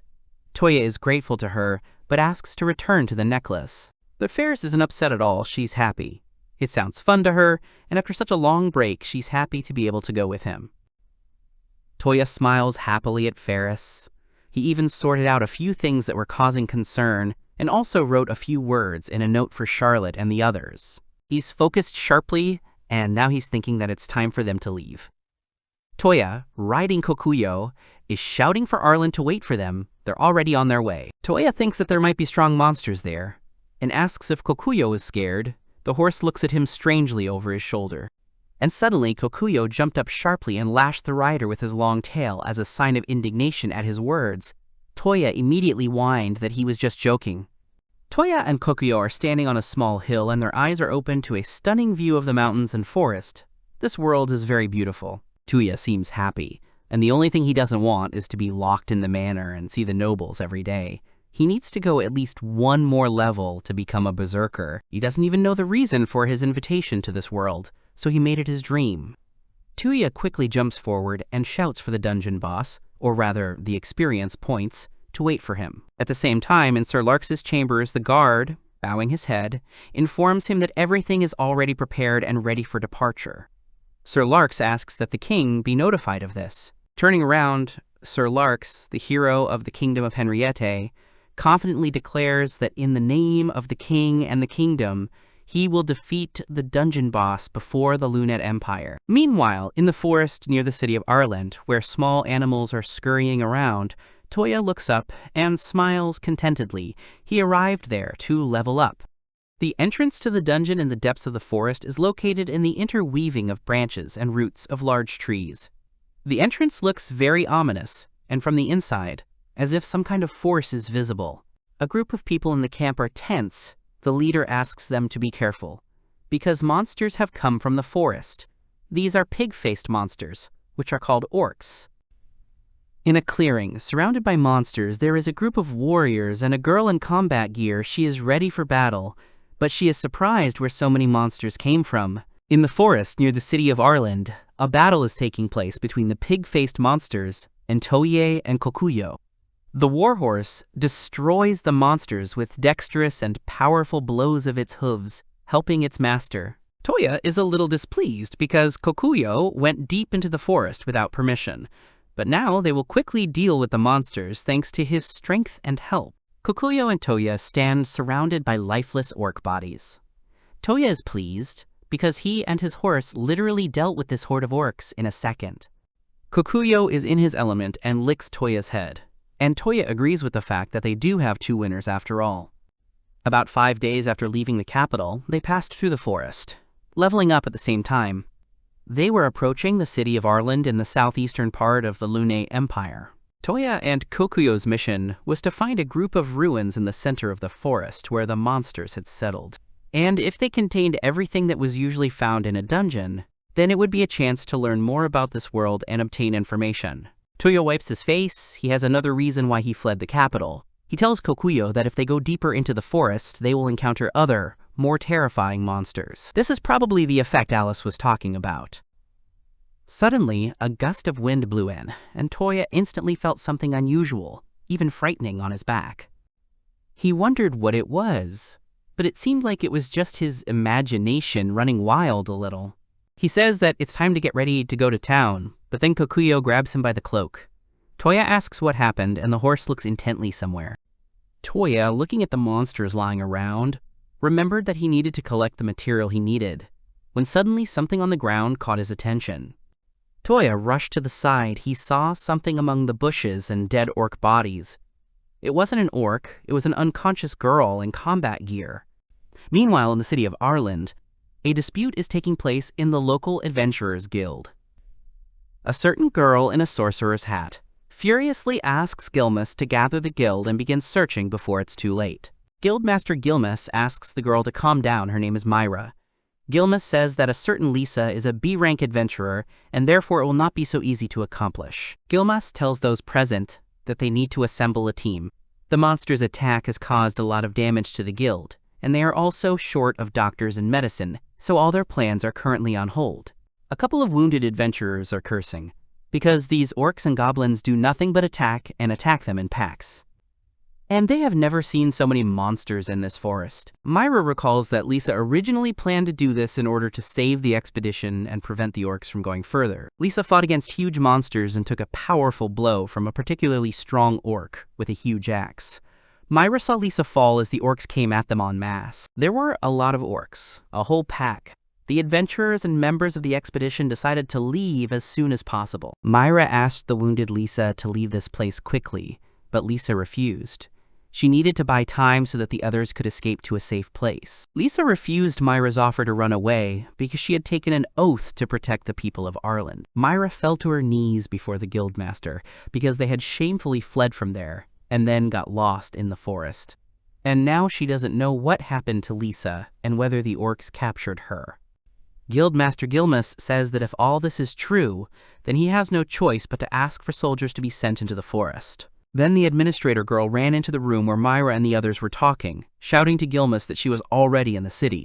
Everyone in the room rushed outside, where they saw Lisa unconscious. She was being carried by Toya, riding a huge warhorse. He said that he had to return her because she was a member of the guild. Guildmaster Gilmas bows his head and thanks Toya-san for his valor and for helping them. Toya is embarrassed, saying that Lisa was just lying in the forest where he saw her and decided to bring her. Gilmas says that she wasn't the only one Toya failed to help. Gilmas is also grateful to Toya for using his quick regeneration magic to heal all the adventurers who were being treated in the guild. Toya was embarrassed again. He couldn't do otherwise. After all, how could he leave the wounded without help? Gilmas thinks that Toya is too young for such strong magic. Toya justifies himself by saying that he is simply in good shape. Gilmas doesn't know if Toyu Kisaragi, a Salvation Army hero and A-rank adventurer, thought the question was stupid. Toya jumped up, surprised that Gilmas recognized him. Gilmas agrees. How could one not recognize the great healer riding a warhorse? Toya underestimated Gilmas. Information about Toya came to Gilmas through the Capitals Guild, but Gilmas does not know why Toya came to Arland. Toya replies that he came to the city without need, he did not want to make a fuss around himself, and planned to sneak in quietly. Gilmas understands what Toya is talking about, although he thinks that this is not the kind of heroism they are used to seeing, and therefore he is afraid that no one will believe in Toya. But despite this, Gilmas is very happy to meet him. Gilmas is worried because Lisa is irreplaceable in the city, and it is his fault that he sent her into the forest without proper preparation. Toya wonders if Lisa is an adventurer. He asks if Gilmas sent her to explore the dungeon, and he confirms. There was a rumor that the dungeon was flooded due to environmental disasters, but the guild was unable to investigate this due to the war. Gilmas continues to say that this time there is a high probability that the flood has already covered the entire area. Toya clarifies what is the reason for all this. Gilmas worriedly suggests that it is probably caused by the war, which could cause the core of the dungeon to burst out. Toya clarifies what this core is. He remembers that in games, the core usually had a special meaning. Dungeon is a ruin surrounded by underground caves. They are formed in places where the magical power flowing in this world easily gathers. The magical powers that have accumulated over time gradually form a pearl, which is called the core of the dungeon. Monsters attracted by magical power inhabit the surroundings of the dungeon, and some researchers say that monsters are created from this very core. Toya is surprised. Can the monsters really be from the core? He asks Gilmas what is the connection between the core and the flood. A core that has accumulated too much energy cannot maintain its shape and releases magical power into the environment, and monsters become ferocious due to this concentrated magical power. Gilmas continues to tell Toya that even the monsters hiding in the forest and cave come down and attack the city. This phenomenon is called the flood of dungeon monsters. The local children surround Kokuyo and play with him, while Gilmas continues to talk about how, if the core gets completely out of control, there will be a lot of damage to the city, and it has only just begun to recover. Toya, listening to Gilmas, understands that he cannot spend manpower on both the reconstruction of the city and the defense of its borders. Toya wants to know if there is any way to stop this flood. Gilmas replied that the dungeon has not been fully explored yet, so he cannot give him a definitive answer. However, Gilmas is sure that the master of the dungeon, who is called the Guardian, and who is probably protecting the core in the deepest part of the dungeon, must be destroyed, and then the core must be removed from the dungeon so that it no longer accumulates magical power. Gilmas says that was their original mission. Toya remembers that in the game, the master who protects the core was a high difficulty quest, in which high-ranked players would team up to destroy him and free the core. Toya thought about it. He was sure that if anyone could handle such a task, it would be only himself and Kokuyo. Then the girl ran into the room again, telling Gilmas that Lisa had come to her senses. Lisa comes to and sits in bed, asking for forgiveness for making them worry. Master Gilmas asks how she is feeling, but Lisa is fine. She asks if Toya-san helped her. Lisa says she had no strength left and just laid down on the grass. She doesn't know what would have happened to her if Toya hadn't found her. Myra tugs at Toya's coat and thanks him awkwardly, her voice breaking. Myra thanks Toya in tears, because if the orcs had killed Lisa, she, Myra, would never again taste meat prepared by Lisa's hands. Toya is slightly shocked. He did not expect to hear anything about meat. Lisa turned to the guild master and asked if it was true that 2 people died as a result of the orc attack. Master Gilmas frowned. He answered Lisa that the number of orcs was growing every day more and more. He simply could not calculate the forces and, as a result, lost excellent warriors and led the orcs to the city. Master Gilmas asks Lisa not to blame herself for this, as he is sure that it is entirely his fault. He wants Lisa to have a good rest, but Lisa does not agree to sit here while the people in the city recover from the orc attack. Getting out of bed, Lisa asks to be sent to the dungeon. Toya is surprised that only after coming to her senses, she is already eager to fight. Myra screamed that she didn't understand what Lisa was saying, what orcs she was talking about. Myra suggested that she go and eat meat cooked on oak chips. Master Gilmus understands Lisa's feelings, but they have very little information yet and therefore cannot take any risks. He asks Lisa to rest again. Then, Master Gilmus looks at Toya carefully, as if he is thinking about something. Gilmus offers Toya to stay at the guild in a private room if he hasn't found a suitable inn yet. Toya tries to refuse, saying that he's fine and can spend the night at the stables. The girl administrator reassures Toya by saying that her parents own the hotel and that he won't have to pay. The guild will pay for his overnight stay as a token of gratitude for saving Lisa. Master Gilmus would also like to talk to Toya for a bit, if that's okay, as he has a few more questions. Toya asks again. Surprised, he immediately remembered the other two guildmasters, and isn't sure if Gilmus would be different. Apologizing for having to walk Toya to the hotel with her due to the guide being busy, Lisa remarks that the guild people seem to be busy rebuilding the city after the attack. Lisa is delighted that Toya has a war horse. She thinks it's great because the horse is very strong and resilient. And Toya replies that Kokuyo is first and foremost his comrade. Myra enthusiastically tells Lisa that the horse is very smart because he found her among the bushes and trees. Lisa agrees. Lisa suddenly stopped and bowed to Kokuyo. She thanks him. Then Toya and the girls notice the state of the street in front of them. He notes that the city seems to have suffered greatly from the royal army and attacks. Lisa and Myra are dejected. Lisa reveals that they were both out of town during the invasion. Toya says that he received information from a merchant woman. He knew that the lord and his wife refused to hand over the beast man, for which they were executed by the kingdom's soldiers. He asks the girls if this is true. Lisa replies that people say that the Lord was indeed a good man. Myra agrees. They were good people and were respected by both the beast and human races. Ira informs Toya that after the death of the Lord and his wife, her son Jay took everything into his own hands and is now continuing their policies. Toya asks what kind of person Myra's son is. She suddenly becomes embarrassed and hesitates to answer. Myra changes the subject and asks Toya if he is an adventurer and where he came from. Toya answers that he came from the Imperial City. Lisa braked sharply and asked worriedly that since Toya was from the Imperial City, it turned out that he was the hero that everyone was talking about. Toya denied it. It seemed that he was in trouble and he urgently needed to come up with something. Lisa suddenly rushes to Toya and asks if he knows Sir Kisaragi. Toya is surprised but answers that he once saw him from afar. Lisa is delighted because Toya has seen him.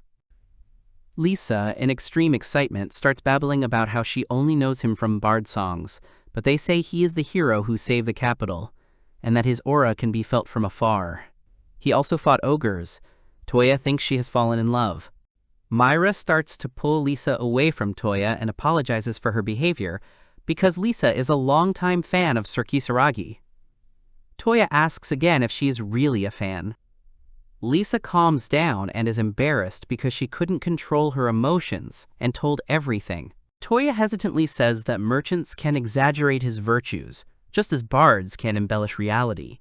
But Toya is curious about why Lisa is a fan of Kisaragi. Lisa confidently replies that it is because he is a hero who saved the empire, and that is why she admires him. Toya looks at Lisa in surprise, and she, looking at the destroyed streets of the city and the grave mounds, says that if she had even a drop of Lord Kisaragi's power, she would save the city. Lisa frowned and looked sternly, while Toya and Kokuyo stood next to her and also silently looked at her. Evening conversations at a roadside inn. Someone says that monsters live in the depths of the forest, ready to attack any traveler, and that a good reward is given for their capture. The interlocutor replies that he is going to leave the city tomorrow. The chatter in the tavern continues. One of the patrons says that there is a lot of money to be made, and another considers him a fool for being willing to risk his life for money. Toya, sitting near the chatterboxes, hears one of them say that this city is in danger of destruction anyway, and that they have nothing to lose. Someone says that adventurers have a hard time. It's the receptionist. Her name is Maya. Toya asks if she's finished working at the guild. Maya confirms, and thanks to Toya, the inn has a signature dish.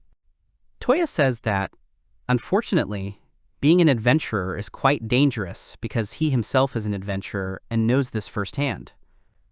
And Lisa tried to save the city, risking her life. Maya replies that Lisa is very different from other adventurers. She was born and raised on this land, but her family and relatives were mercilessly killed by soldiers who came from the kingdom under the command of Sir Larks. Maya thinks that Lisa feels responsible for the safety of the residents. Since this happened, she constantly trains and rushes to protect the city at the risk of her life, and Maya does not understand how she gets out alive and unharmed every time. Maya adds that Lisa is probably training even now. Toya is interested and asks Maya where exactly. The evening street in front of the stables, where Toya, holding the inn's signature dish, offers Kokuyo to eat together. The horse swallowed the delicacy in lightning speed. Toya looks with disgust at the drool hanging from his hand after the horse grabbed the treat from his hand, and then he notices something. This is Lisa. She trains hard with her sword, striking blow after blow against the training logs, her movements precise.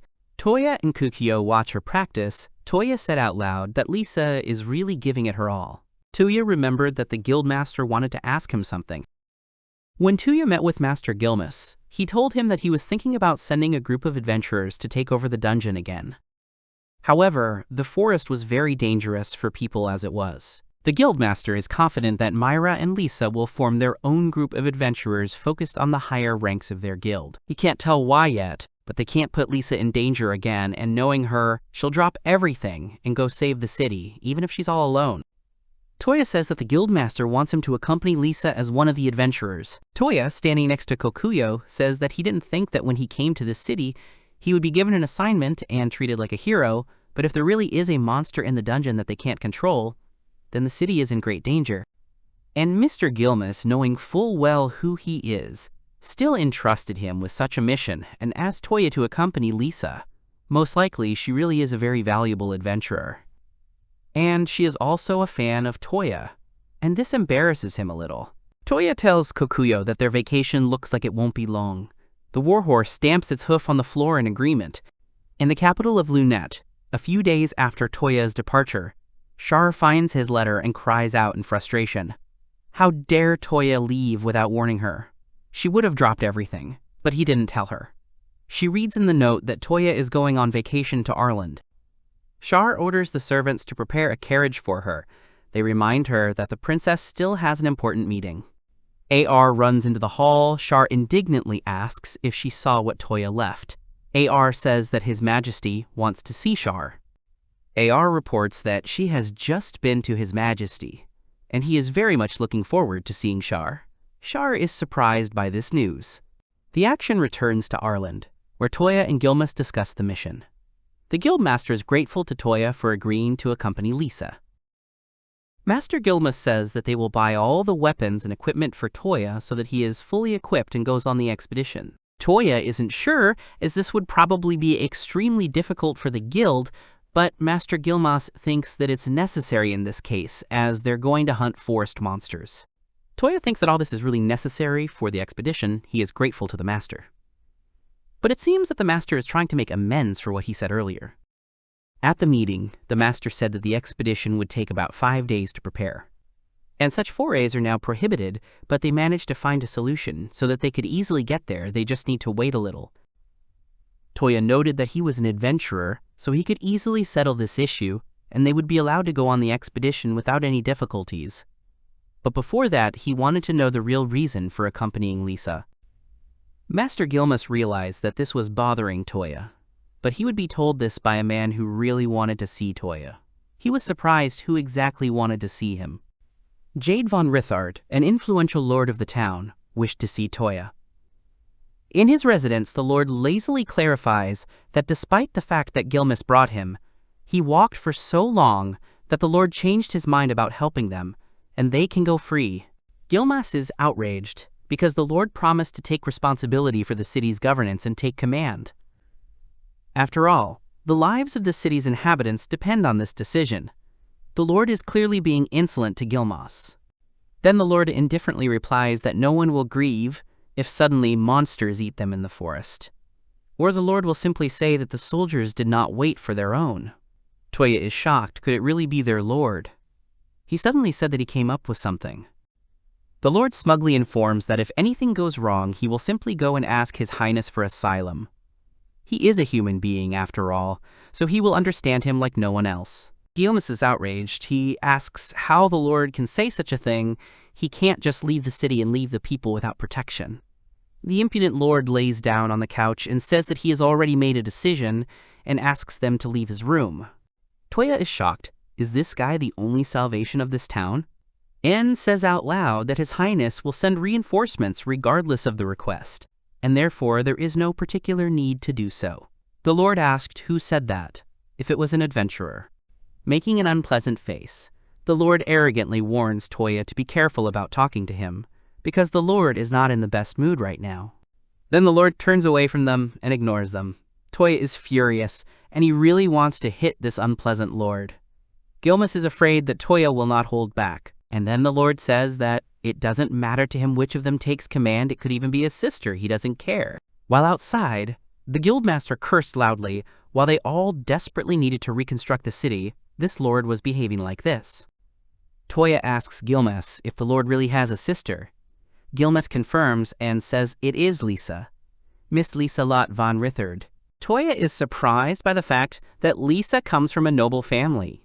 He wonders out loud to Gilmas how a noble woman could become an adventurer. Gilmas hesitates to tell Toya about this, but decides to do so. Gilmas remembers that Lisa was interested in fencing since childhood, and would often sneak into the guild and watch the adventurers. He himself often taught her swordsmanship when she was a child. Gilmas remembers with a smile that he did not like to lose, but he lost to this girl every time, because she was a master of the sword. Toya mentally noted how warmly he spoke of her. When Lisa grew up, she ran to Gilmas asking to be accepted into the guild, but on the condition that no one would know her origin.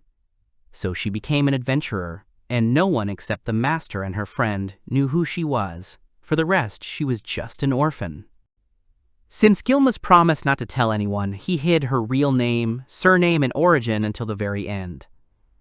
Toya understands why Gilmas did this, but when the city was attacked, her family was evacuated to another city, taking Lisa with them. She still can't forgive herself for agreeing to leave.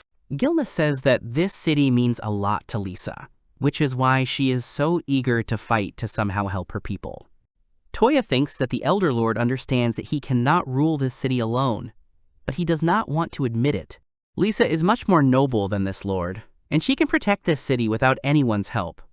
Suddenly, a loud sound of bells was heard. Gilmas recognized it and could not believe what he heard. Toya does not understand what is happening. Maya runs towards them, out of breath, and reports that the alarm has been raised because monsters have been spotted near the city. Maya fell but continued to speak. Lisa and the other adventurers went into the forest to prevent the attack. Gilmas understood. He needed to return to the Lord's residence immediately to ask for reinforcements. Maya desperately yells at Gilmas that they don't have time for this because these are not ordinary monsters. These are not simple monsters, but earth dragons. These are A-rank monsters, and there are a lot of them, and they are already devouring all the warriors they meet. Those adventurers who confront the monsters are shocked because there shouldn't be any A-rank monsters here. They are trying to protect the people because there are women and children there. They can't let the monsters break into their city. Earth dragons are huge. They let out deafening roars and force defenders to run like crazy, but not all of them succeed. Myra tries to lead the numb Lisa away from the path the dragons are taking. She screams that they need to run away because the dragons are much stronger than the orcs. Lisa sees the bodies of the fallen adventurers and continues to think that she must protect her people. But she's not sure she can defeat an A-rank monster. But if she lets them go, then they might attack Arland and destroy their newly built city. Lisa can't allow this to happen, and so she will have to fight these huge monsters. She had asked her brother before, telling him that they had to protect the city. But her brother did not listen to her.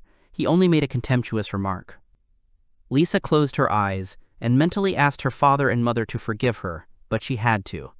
The earth dragons went on the attack, jaws wide open. Myra grabbed Lisa and tried to pull her away. Lisa mentally screamed and asked not to interfere and let her go. Suddenly, the sound of bells was heard. One of the dragons froze very close to Myra and Lisa, but did not attack them. Shocked, Myra and Lisa realized that someone was coming. It was Toya, who unexpectedly appeared on the battlefield. Toya arrived riding Kokuyo. He apologizes for the delay, and in his hand he holds an unusual object. It is a provocation bell. It works for 90 seconds and distracts the enemies from counterattacks. Lisa is shocked and asks why he is here. Toya replies that he was ordered to destroy these monsters personally, and that he is helping Lisa in this way. All the remaining adventurers immediately return to the city and protect it from the dragon's attacks. The adventurers recognize him, because he is the boy who saved their adventurer. As they run away, they shout that they will keep their fingers crossed for him, so they ask Toya to come back quickly, safe and sound. Lisa can't believe her eyes, but a B-rank warhorse is about to confront an A-rank dragon. She says that Toya is not a resident of their city, and asks the adventurers to return and protect their families. Toya suddenly smiles at her and tells Lisa not to worry, as everything will be fine and they will protect what is so dear to her. Lisa is shocked by his breakdown and looks at Toya with tears and confusion, and he, grinning unkindly, asks her to just give him 30 seconds. With the bells ringing in his hand, Toya shouted out a spell to strengthen his body, and suddenly his body began to move incredibly fast, jumping along the thick branches of trees, dodging the dragons that immediately rushed after him. Myra and Lisa watch Toya in shock. Myra is not sure if they can follow them. But Lisa thinks that they can't just leave the battlefield. Lisa wanted to run after him, but Kokuyo blocked her way. Lisa screams that she must help Toya. Kokuyo looks at her attentively, and suddenly the warhorse nodded its huge head in agreement, as if agreeing with Lisa. Myra hesitantly asks if Lisa will be able to ride such a horse. Meanwhile, the earth dragons run after Toya, who continues to move quickly through the forest. He briefly wondered if he could get out of here. There were 8 A-rank monsters here now, and it might be a waste of time, but he would try to do something to stop them. Toya activates another item, Thorn Trap, which delays the enemy for 5 to 10 seconds. Throwing the trap towards the dragons, he sees them immediately start to fall into its bonds, forming a mess of earth dragons writhing and growling. Toya knows that this is the only effective way at the moment that can gather these monsters and stop them for some time. Now Toya was ready to finish them off once and for all. He raised his hands, preparing to release a ball of magical power that had gathered around his hands of the dragons. Toya activates one of his many skills, Power of the Dragon Scrolls, and magical glowing vortexes shoot out from his hands in all directions, enveloping the trapped earth dragons. Toya continues his attack, while Myra and Lisa, riding Kokuyo a little further away, see this light and wonder what it could be. Finally, they drove closer to the source of light, and what they saw there amazed them. Lisa looked at the sight in complete shock. Toya stands in the middle of the clearing, wielding a huge sword and cutting down monsters, while the bodies of defeated dragons are piled up in disarray around him. Lisa asks if the dragons have been destroyed, although it is quite obvious. Toya cheerfully tells her that the dragons have been destroyed, although it was a bit difficult, but he was still able to deal with them. Toya hopes that the dragons did not get into the city. Myra screams in surprise that these were A-rank monsters. She doesn't understand how he was able to fight them alone. Toya shyly tells Lisa that dragons are not really that strong, despite their rank and size. Suddenly, Lisa fell to her knees and cried. She thinks it's terrible. Toya calls her name in confusion. She saw with her own eyes how monsters tore her friends apart, depriving them of limbs, and she could do nothing about it, only silently watched. And yet she promised to protect the people and the city, but why couldn't she? Toya realized that he had said something wrong and tried to justify himself by saying that he hadn't meant that when he spoke of monsters. But right in front of Lisa, he received a slap in the face with Kokuyo's tail. Then Toya thanks Lisa for her help and says that if it weren't for her help, the dragons would have been able to attack the city and destroy it. But Lisa still hates herself. For showing her helplessness, she thinks that Toya has nothing to do with it. Myra is upset, and Toya is about to say something to console her. Suddenly, Toya, Lisa, and Myra hear something and turn in the direction of the sound at the same time. Lisa asks if they can hear the roar of the monster from there. Toya is serious. He smells dragon blood from there, so they should stop. And suddenly someone says that if Toya is worried about something, he can tell them and they will definitely help him. He should know that. Toya lets out a surprised cry. This is Princess Charlotte. She says that the Empire's detachment will do everything to ensure that no monster gets to the city of Arland. Her confidants came with the princess, as well as the Empire's select warriors. Toya yells in surprise that AR and Natalia are really in front of him. To which Natalia replies that she saw a light in the distance, and immediately realized that it was Toya's Rabata. Myra and Lisa are shocked. Again, they ask Toya if this is really Princess Charlotte, and if it is true that he knows her. Charlotte smiles and says that, on her father's orders, she brought soldiers from the imperial capital to protect the city of Arland. AR added that rumors about the flooding of the dungeon had been circulating in the Empire for a long time, and that is why His Highness immediately ordered a detachment to be formed and sent to help Arland. Toya still does not understand what AR and Char are doing here, and why Natalia is with them. Natalia, as always, believes that they can cope without her, and therefore goes with them without delay. Meanwhile, Charlotte asks the stunned Toya with displeasure if this is really all that worries him now, and if he wants to tell her anything. AR supports Char and asks how Toya could leave and leave them only a letter.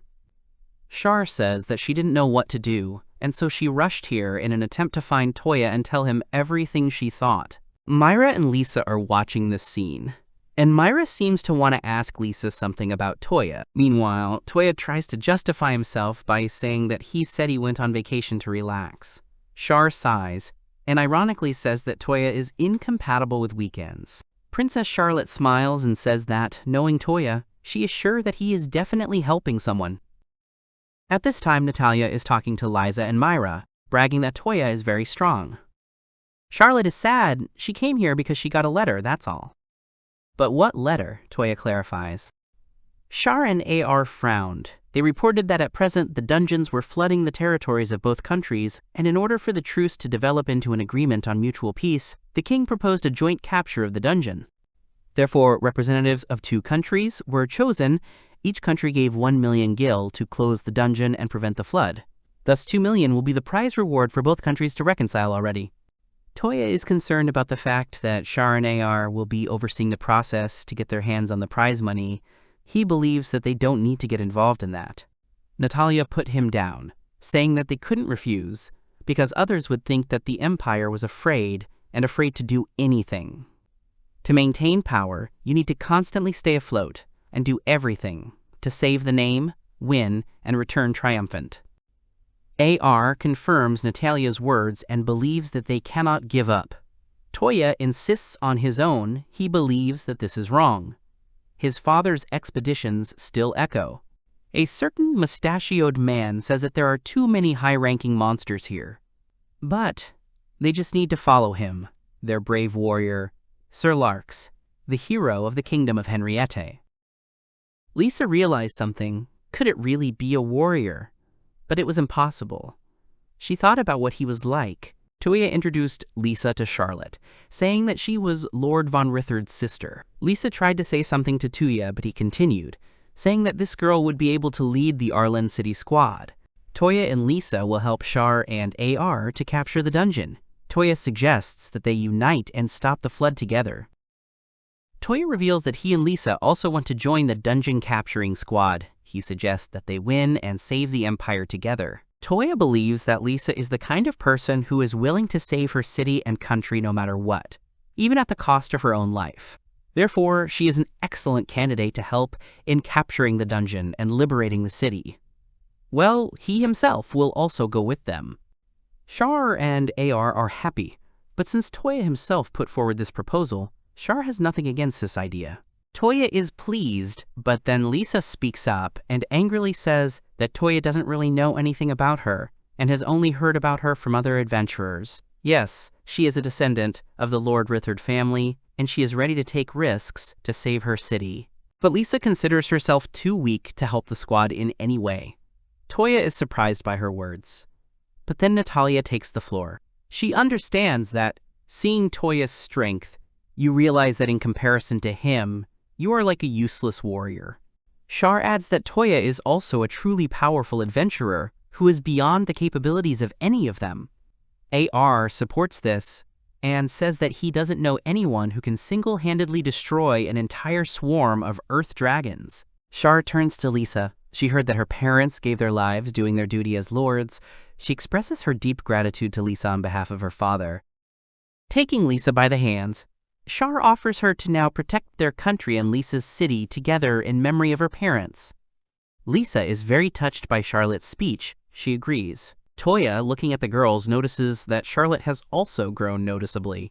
AR says that they no longer have time to return to the city, and so they are heading to the dungeon right now. They will send part of the army to Arland to strengthen and protect civilians. Toya asks Myra to report to headquarters upon returning to the city that Liza has gone to save the country with the Royal Guild. But Myra also wants to go with them. Lisa tries to object, but Myra reminds her that she served her parents for many years, and her father's dying wish was to look after Lisa and take care of her. That is why Myra will always protect Lisa and will not go anywhere. But Myra doesn't understand one thing, namely why Toya is so strong.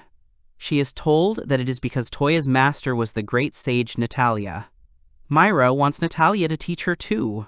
Myra screams that she doesn't want to go to the city, she's already halfway to the dungeon and will help them. She will also be a diligent student and will learn quickly. Natalia doubts whether she needs a student, especially since she doesn't know what Myra is capable of. Toya thinks that all this is problematic. In the end, Toya tells the others that Lisa and Myra will go into the dungeon under his responsibility. Lisa and Myra are pleased and thank him. AR decides that their troops will then warn the guild that Liza and Myra went with them into the dungeon. Toya asks that the troops also carry the bodies of the fallen adventurers to the city and bury them with honors. AR assures him that the troops will definitely fulfill his request, and now they definitely have to go. Everyone is getting ready and heading for the troops underground. They will definitely stop the flood. Toya and Kokuyo are also ready to go. The horse offers Toya to sit down, and they are ready to go. Toya thanks Kokuyo, and he also thinks that they are all really brave. The dungeon was in the middle of the forest, and it took about half a day to get there. When they approached the dungeon, they were attacked by monsters, using their strength and numbers. They tried to pass through them and destroyed half of them. The first army is ready for battle. They rushed forward to destroy the monsters on the way to the dungeon, and their attack was very strong. Toya is delighted. He tells AR that their army is well trained. She agrees with this, because the Emperor has changed tactics. Previously, monsters were exterminated exclusively by adventurers. Now the Imperial Army has also decided to help and send its people to help, and this is an excellent chance to increase the level. And they still remember the events of the fall of the Imperial capital. Lisa calls out to Toya and the others, asking if they should enter the dungeon. Char says that's what they were going to do. Lisa replies that it is still quite dangerous. Myra supports it, especially since the monsters have become seriously brutal because of the attacks. Toya silently hopes that the princess is not planning her tactics with the help of the cheat ring he gave her, as that would be too dangerous. Toya asks if AR and Char are still training, to which AR answers yes. Toya then asks what level they are now. Princess Charlotte's level is 87, and the warrior Arturia's level has increased to 89. Toya is pleased. He thinks they are doing well, because such levels are not so easy to get. But they almost crossed the line to level 90. Lisa says with disbelief that if they really had such levels, they would be powerful magicians. Then Charlotte shows Lisa and Myra her guild token. Both of them are shocked. Indeed, it is level 87. Myra is sure that such tokens cannot be forged. But how could they reach such heights? Charlotte replies that she actually trained like it was her last time, clearly hinting at the difficulty of the training. Lisa is amazed, so this is how training usually goes in the Imperial capital. Myra asks the tense Natalie with admiration, is it really true that her training gives such results and increases levels? It's incredible. Toya thought he was a little shocked that the girls had increased their levels thanks to Natalie, but he didn't expect it to be that much. Out loud, Toya answered Myra that the girls probably increased their skills and magic power by using them in battle. A guard runs towards them. He tells Captain AR that there are monsters of rank A waiting for them ahead. These are huge ogres. Lisa and Myra are shocked again. Is it possible that ogres have an A rank? Toya asks the girls if there are monsters of such a high rank in this forest. Lisa has only met B rank, but none that strong. Lisa wondered if the flood had really affected the monsters that much, and it also seemed to her as if the forest around had become somehow different. Toya heard Lisa's words about the forest changing. He tells AR that this ogre is the highest rank A, so their warriors will not be able to handle him. AR agrees. She suggests Toya to attack him themselves. And suddenly someone shouts that they shouldn't even think.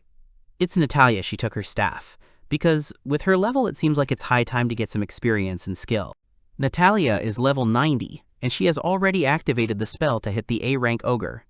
Lisa and Myra are surprised again. Is Natalia's level really 90? But Toya seems pleased.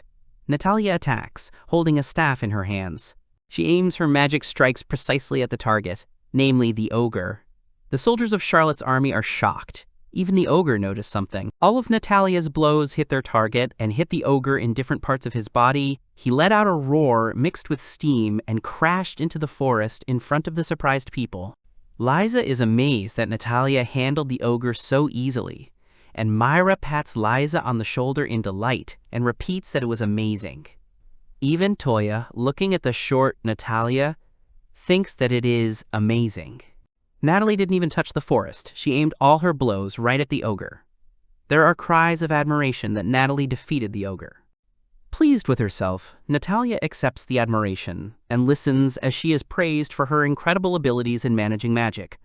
No one expected anything less from the great sage Natalia. Charlotte asks how Natalia managed to raise her level so much. Arturia supports her. She thought that Natalia only slept and ate in the castle and did nothing else useful. Natalia triumphantly says that they were wrong to think that she was fooling around all this time. After all, while they were hunting monsters, she was secretly training and leveling up. Lisa asks what level Toya has reached then. He replies that he is level 52. He shows the girls his guild token and thinks to himself that this level is quite high. Lisa admires the high level that Toya has reached, while Myra notes that it is still not very high compared to Natalie and Charlotte. But Charlotte says that Toya's abilities surpass even the strongest masters. Arturia agrees, because Toya has always been distinguished by a desire to improve his skills, and eventually he was able to surpass the best. AR seriously says that it is not enough to just have a high level. In their case, humanity plays a significant role, and not the title of a hero or a title. AR says that they all need to hurry, because the dungeon is already nearby. Toya remembers that R's father died at the hands of strong warriors, and that is why she still hates people like them. AR remembers how she, her brother, and grandfather stand at the grave of their father. He tells his grandfather that he will never forgive the murderers. Grandfather tells them that their father behaved like a true hero, and he did not beg the enemy to spare his life so as not to be ridiculed. Grandfather reminds them that their father Garrett was a noble warrior and therefore ended his life with dignity. He is proud of his son and wants Garrett's children to be proud of him too.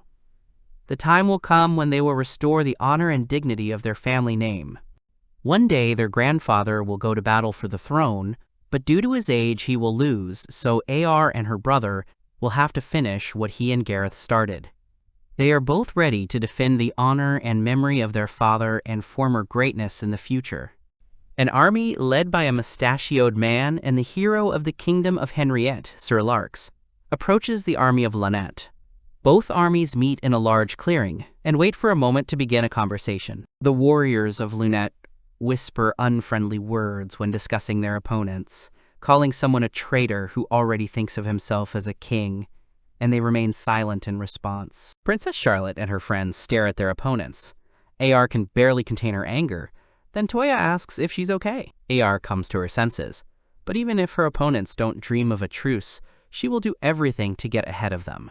Toya realized that the enemy army's appearance had thrown Arturia off balance, and that she would never give up victory to them, especially since the inhabitants of both states hated each other. One of the reasons Toya joined Char and R's party was to make sure that Henrietta had the same goals of taking over the dungeon as Lynette. Now that Toya sees them, he has no doubts about it, but how did they know that the people of the Lynette Empire would be here? Perhaps Henrietta's hero Sir Larks is a player from another world, like Toya, and although he once said that he has long belonged to the guild and fought monsters, is there any reason to trust his words, and how much does he know about this world? So Toya decided that he had to make sure that his words were true at all costs and expose Lark's hero. But he had to do it very quietly and without prying eyes, so as not to give away the secret, The deputy head of the Knights of the Kingdom of Henriette decided to break the silence. He asks if his opponents really gathered for a dangerous mission with a bunch of women and children. He had heard that they were short of troops, but he did not think it was that much. He continues and turns to Natalia, who is sitting on a warhorse. Does the little one really think that they can handle the dungeon? Toya glances at Natalia warily. Deputy Chief Henriette continues the attack and suggests that the opponents go home while the adults quickly solve this problem. And the place of children is on the playground, not in the shelter of the monster. Charlotte tensed up, preparing to answer, and then Natalia arrogantly suggested that they wipe everyone out and just move on. Toya asked to forgive her for being too emotional. The deputy chief laughs. He doesn't think that the little one has enough strength for such a crowd of grown men. But then, a man standing nearby advises the deputy chief to shut up if his life is dear. He doesn't understand what they are talking about. The deputy chief's colleague pats him on the shoulder and tells him that there are rumors that this short dwarf is none other than Natalia, a high-ranking wizard of the Lunate Empire. The deputy chief is shocked. Could this really be the same witch Natalia? Barnett von Gargan takes the floor. He apologizes for his colleague's harsh words, and he is responsible for this unit. He will later hold a conversation with the soldiers who behaved inappropriately. Barnett von Gargan is surprised to see not only Her Highness Charlotte here, but also Lord Garrett's daughter. Sir Larks, standing slightly behind, recalls Garrett. Barnett von Gargan offers Charlotte to make a temporary truce, since the forest is teeming with monsters and they alone may not survive and cope with them. And together they can capture the dungeon in no time. Charlotte loudly expressed her consent. They were ready to cooperate. Barnett von Gargan mentally surprised that she agreed so quickly. Upon seeing Toya's warhorse, Barnett von Gargan asked if Toya was planning on taking it underground. Toya noted that Kokuyu always followed him, and he saw no reason to leave it on the surface now. But Barnett von Gargan reminded that, due to the magical powers of the core in the dungeon, the warhorse could go berserk, and if this happened and the horse attacked the soldiers, then Gargan would do everything to destroy this monster, so Toya was better off not taking it. Barnett von Gargan continues to say that now they all have to try and trust each other and eliminate any signs of conflict. Toya is worried that Kokuyo simply won't be able to stay outside and will definitely follow him into the dungeon. The cunning Barnett von Gargan is sure that none of the opponents have ever made their way through the dungeon. Char wanted to ask something, but did not. Gargan says that they were helped by A-rank adventurers, who have a lot of experience in capturing dungeons. They are also sure that the monsters in the caves are only of average rank, and therefore not as dangerous as their leader, who has the highest rank of all. In other words, the leader's rank in the dungeon can be S rank, or even SS rank, depending on the age of the individual. Gargan asked them to think about whether they are ready to go to such a dangerous place, risking their lives. Someone shouts that everyone understands that this is not an excursion, but no one is going to die there either. Charlotte also noted that high-ranking monsters are too controversial, because if there was a dragon of rank SS in the dungeon, it would hardly lie in the dungeon, fold its paws, and wait. Yes, it would have destroyed everything here long ago. Liza is afraid of the rank SS, but Toya is even inspired. He dreams of meeting him face to face. Natalia clarifies whether he heard everything that Princess Char said. Toya approaches Kokuyo with an offer to rest upstairs while he quickly runs down to the dungeon for souvenirs. Princess Charlotte is tired of waiting. She tells Barnett von Gargan that he underestimates their strength and therefore he should stop chatting. Before him are the strongest warriors of the Lunate Empire. Barnett von Gargan says there's nothing he can do about it. He'll have to hope he can survive and retire peacefully. Well, then they're calling on everyone to follow them and take over the dungeon. They must become heroes. For the sake of victory, the ruler, and their lands. Larks shouts loudly that it is also for the sake of the prosperity of their majestic homeland. The army of the Lunate Empire listens sullenly to Larks' speech. But Natalia thinks that it came out too pompous, and in general, she doesn't know where they saw such heroes. She winked slyly at Toya and asked how he felt about becoming a hero too. Toya reminded her once again that he wasn't aiming for that, but still, if he really did become a hero, he would finally be able to meet her. Then Natalia suggests that he go into the dungeon first. The entrance to the dungeon is hidden among the roots and branches of trees that entwine the old ruins and hide a black as night opening from which light and sounds come. Toya is unhappy with what he saw, and Natalia asks what he wanted. And then, they need to find the monster faster than these arrogant guys. Toya is in doubt, but he is distracted by the ball. Toya is sure that this dungeon is similar to the ruins he saw in one of the games. He has definitely seen something like this before. But if the dungeon is really like the game, then this is a great chance to find out if the hero Sir Larks is the same player as Toya himself.